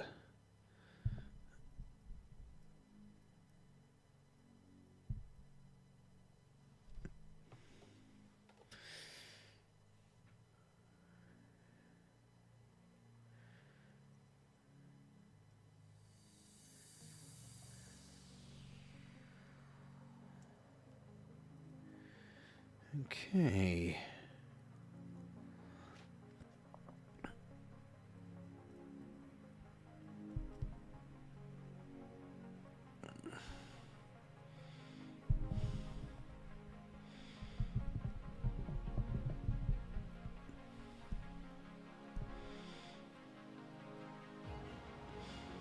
So this is the penultimate step. getting the matte varnish.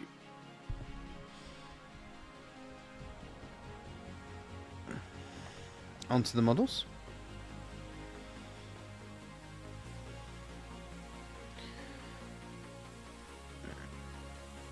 Now, it could be the not so part step, because I could,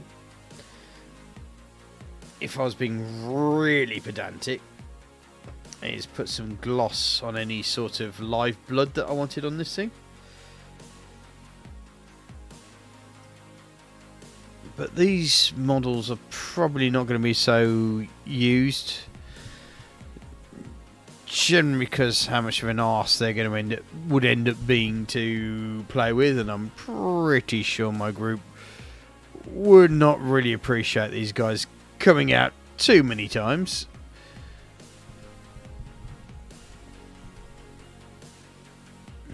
I mean, having zombies that can literally shoot you from a distance, that's an issue. I suppose it's kind of like almost like a runner sort of situation, really, isn't it? Okay, I think that is pretty much those guys. Varnished up.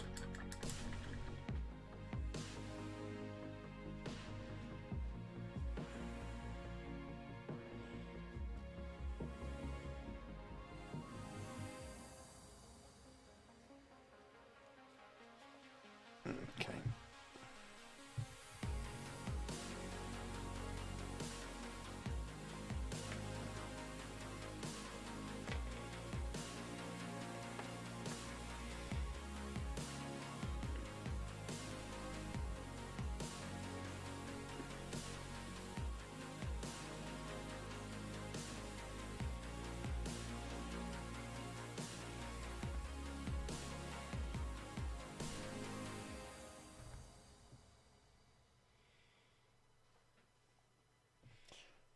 Right.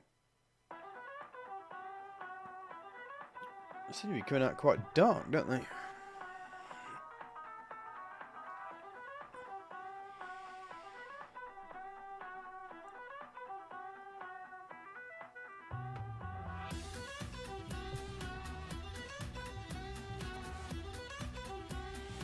Not that fussed.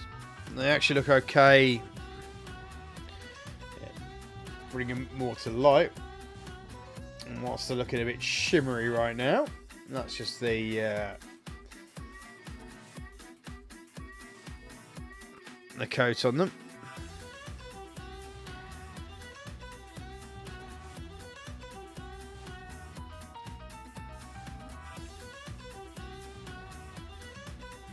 Once that coat dries, quite clear that they'll dry. Once again, watching varnish dry. That's what this channel's all about.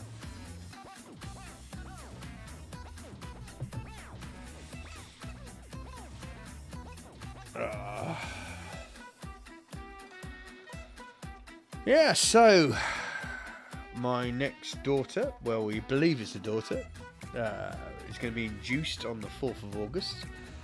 And we suspect that she'll be born on the 6th.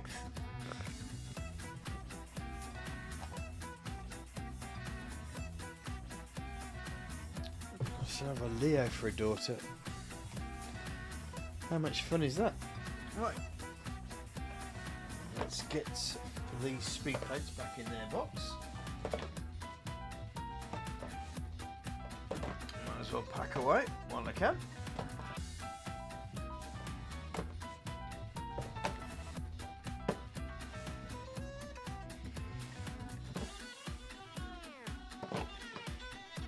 I might have to get myself some of those metal balls for my paints.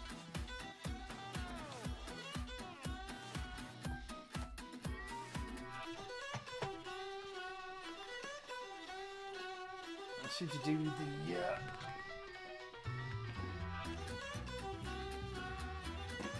the paint justice.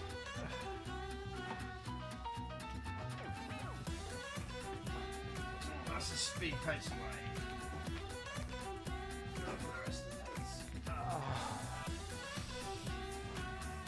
Cross the saw, yep. The only one I need left really is the glistening blood.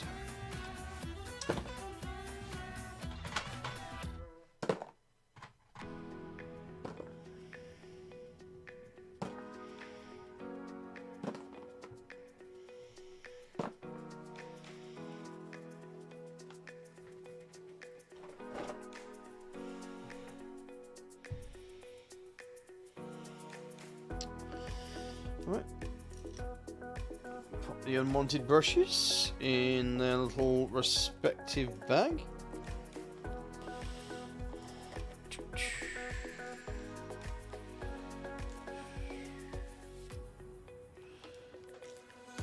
I think I'm going to use this nice long brush rather than the small brush to add the blood.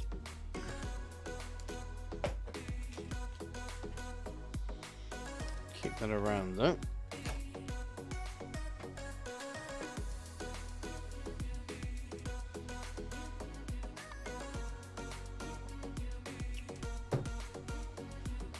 Packing up. It's always good. Ooh. Or I just throw these guys away.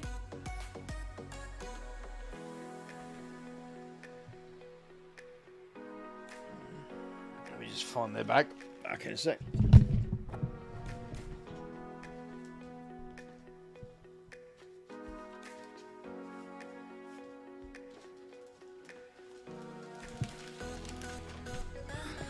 Actually, why not? Let's talk about this part. Let me zoom back out again. So the Deadeye Walkers. These are what we're looking at here. Haven't done too bad, to be fair. I can see they got a. I suppose I can keep the rest of them that particular colour. So, Deadeye Walkers into your guns easy. Add the corresponding zombie cards to the zombie pile. Follow the rules. Minimum, so they're damage 1, experience provided 1 point.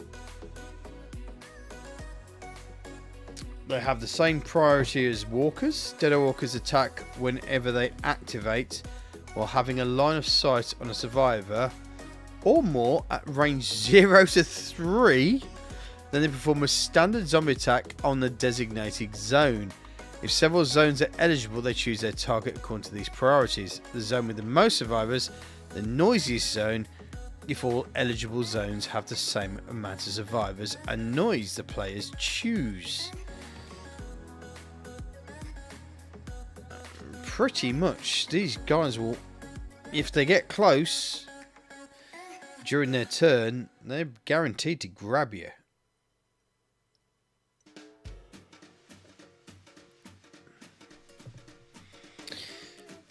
But maybe I should have looked at this beforehand, so I could have actually seen that these guys are regimentedly uniform. But to be fair, I got fairly close.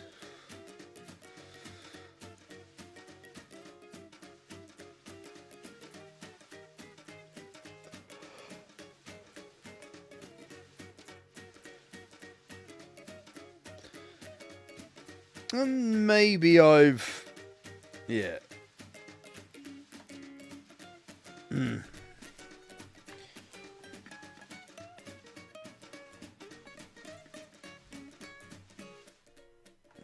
Right. I got a little baggie for them. So I'll put all the ones I haven't painted just yet in there. With a little instruction book. Oh Christ, have I got you stuck on there? Hey! I did get him stuck on there. And it's all gone horribly wrong. Whew.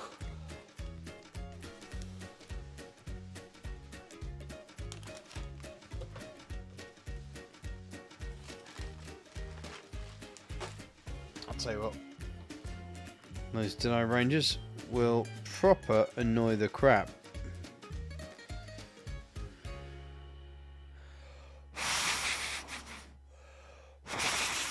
just blowing on them. See if I can get the...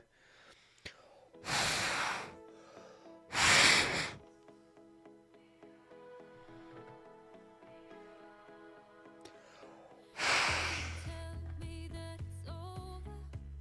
Never say that I can't relate. I still wanna come over, 'cause I know that it's not too late. Too late. Too late. Too late. Too late. I know I made mistakes. So it's still just a little bit on the shiny side there.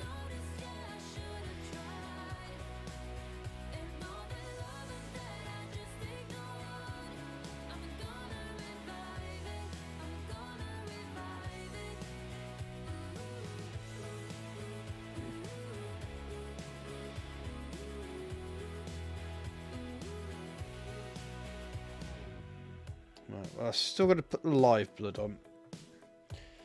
So I've still got a little ways to go.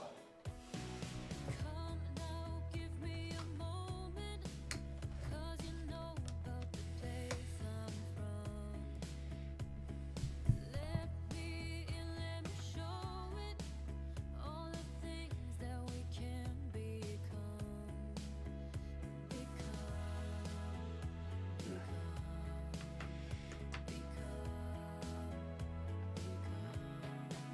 I know I made mistakes, I know I lied. I should have noticed, yeah, I should have tried. And all the loving that I just ignored. Interesting that they look really dark there.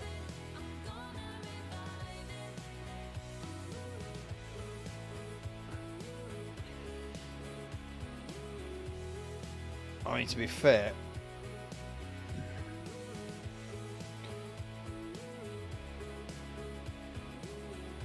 they look actually really quite good in that light, don't they?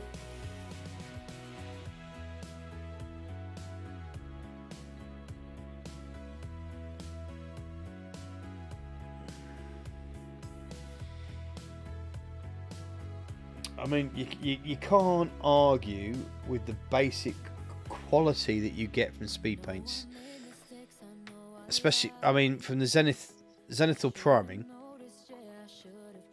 Yeah, And all the loving that I just ignored. I'm gonna revive it. I'm gonna revive it. I know I made mistakes, I know I lied. it's a little bit extra work, you know, just a teeny tiny bit of extra, you know, where you think things should go, and you've got yourself a really good miniature. You can't argue with the quality of those paints, can you?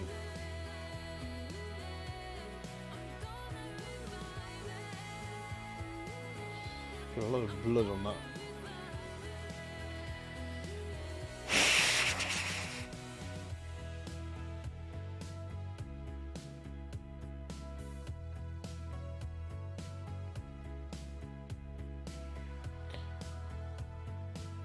I hope I didn't put any gloss on.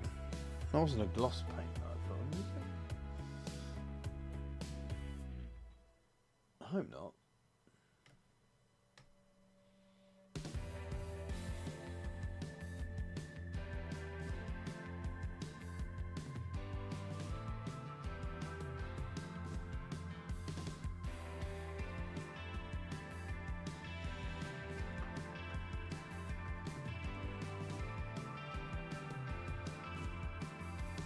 Always back down as soon as I see it. The risk of being seen as the idiot around, wasting my time, building up courage just to throw away it all in the end. 'Cause it's all Yeah. Well, the only thing I can do right now, I know it's starting to seal.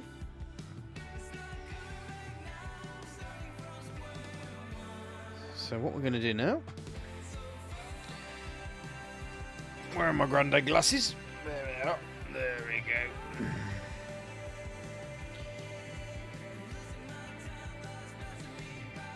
Right, just move that around a little bit so I can see.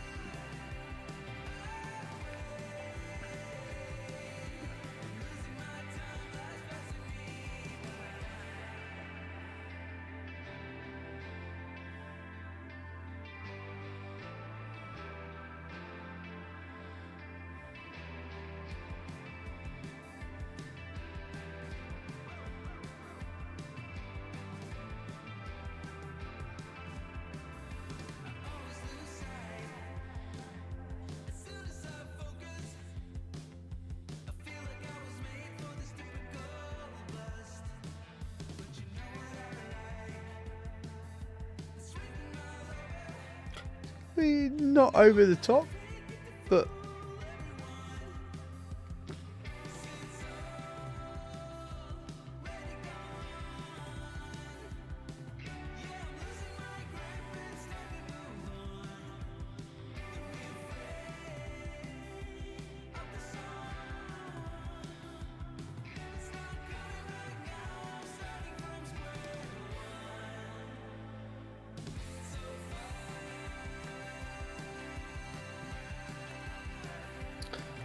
so we're kind of doing the wet blood now.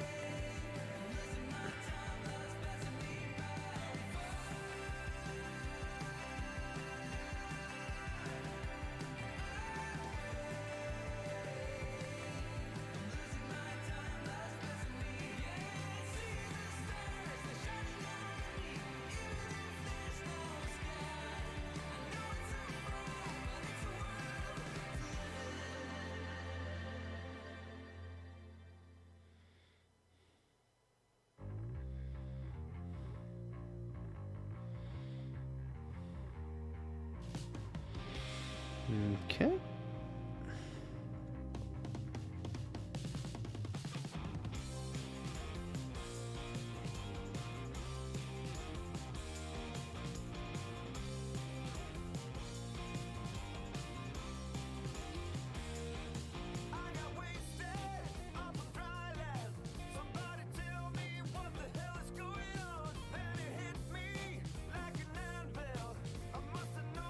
So I'll keep this one quite low.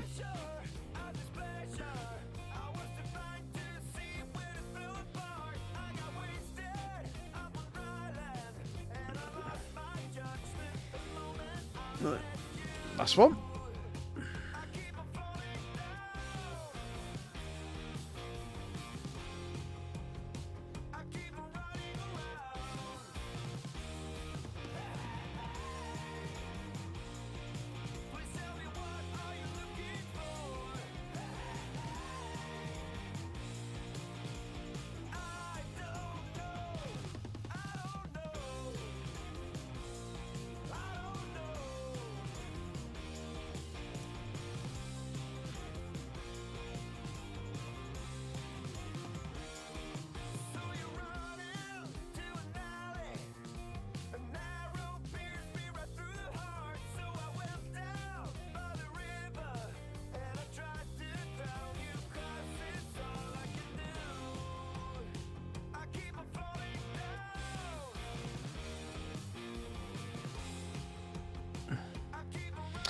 Right, so the basic point is,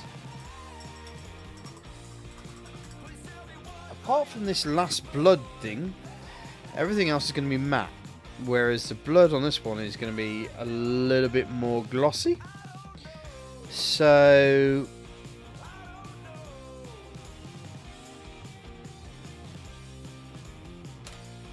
we're looking at dirty blood, or old blood, and fresh blood. So hopefully, as you can see from here, you can have some fresh blood down here. Actually, that looks a little bit crap. Let me just use my finger to smudge that a little to make it look a little bit more natural.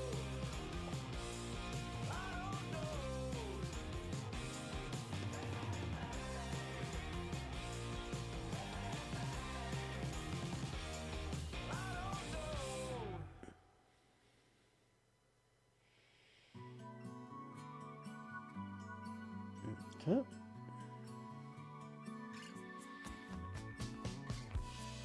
I'm a bit worried. Well, that hasn't dried.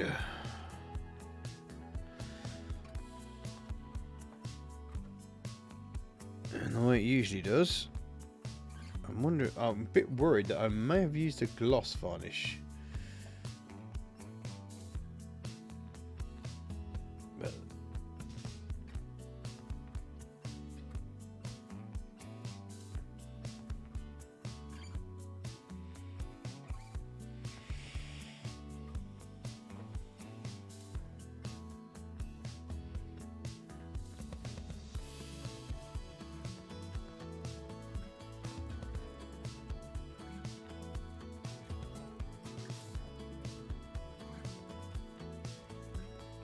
okay.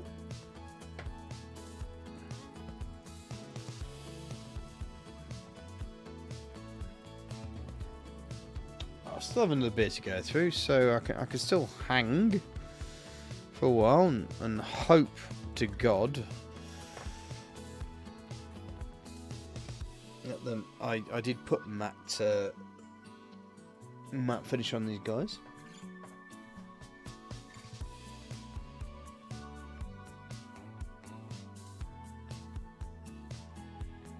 And to be fair,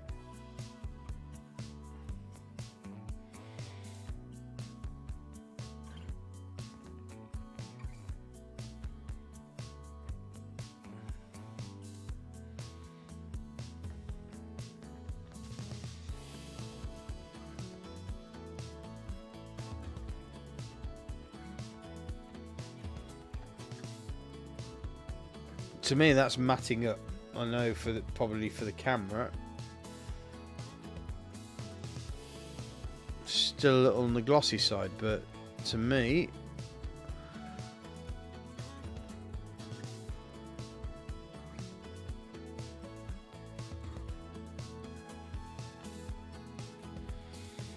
I'm just going to put that there so I can see.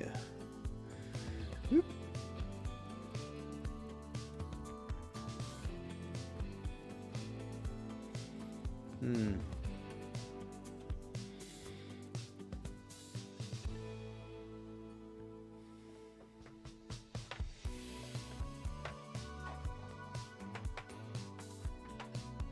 I mean, in person, they're matting up. So I'm kind of happy with that. I'm just going to grab my last beer for the night.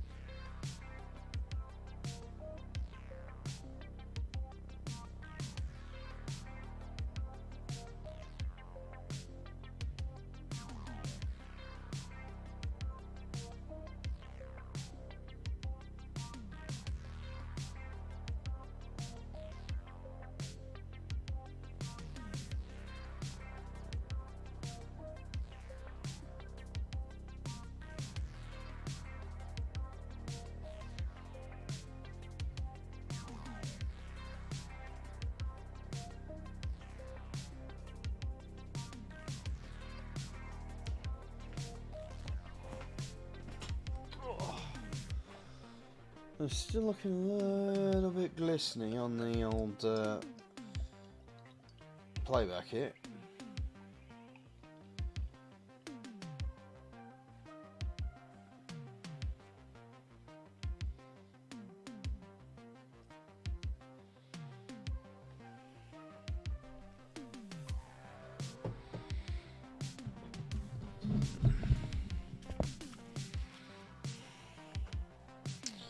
We can put that glistening blood back.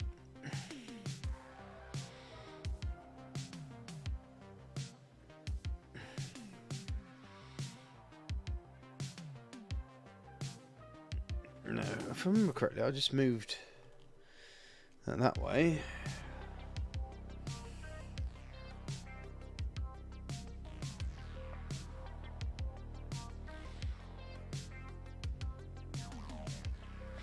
I suspect that by the morning, I should have some quite non-glistening things. They're okay in my perspective, but I can see on the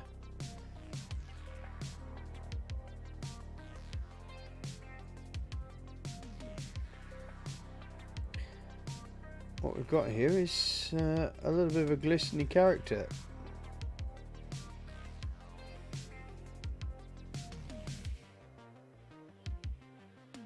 Okay.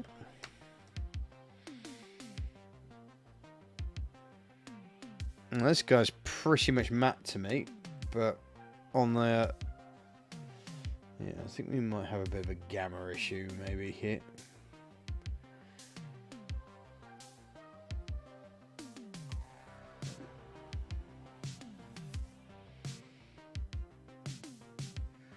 But there we go.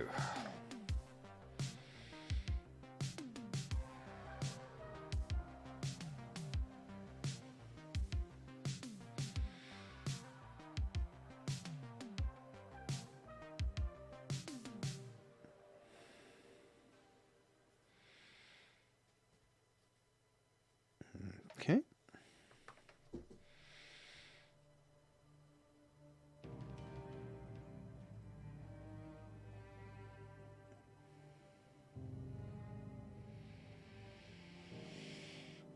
I think that's probably where we're going to have to leave it there. They look a bit shinier than they actually are, but hey, what can I do about that? Apart from maybe get a bit of video camera. Anywho, so for those who have happened to have gone through this in, well, in the most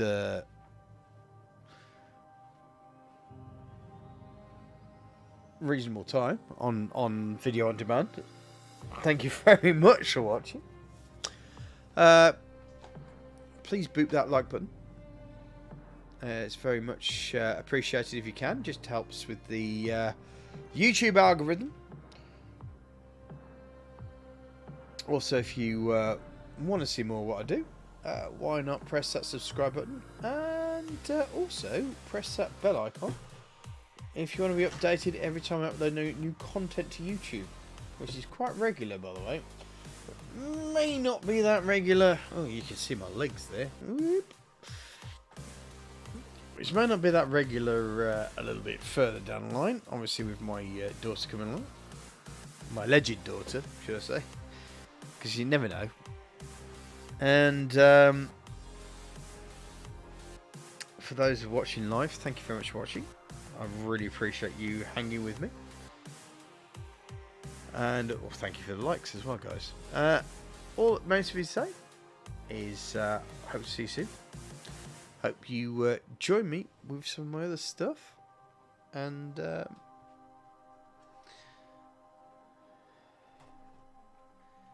we'll see you soon. Take care, guys.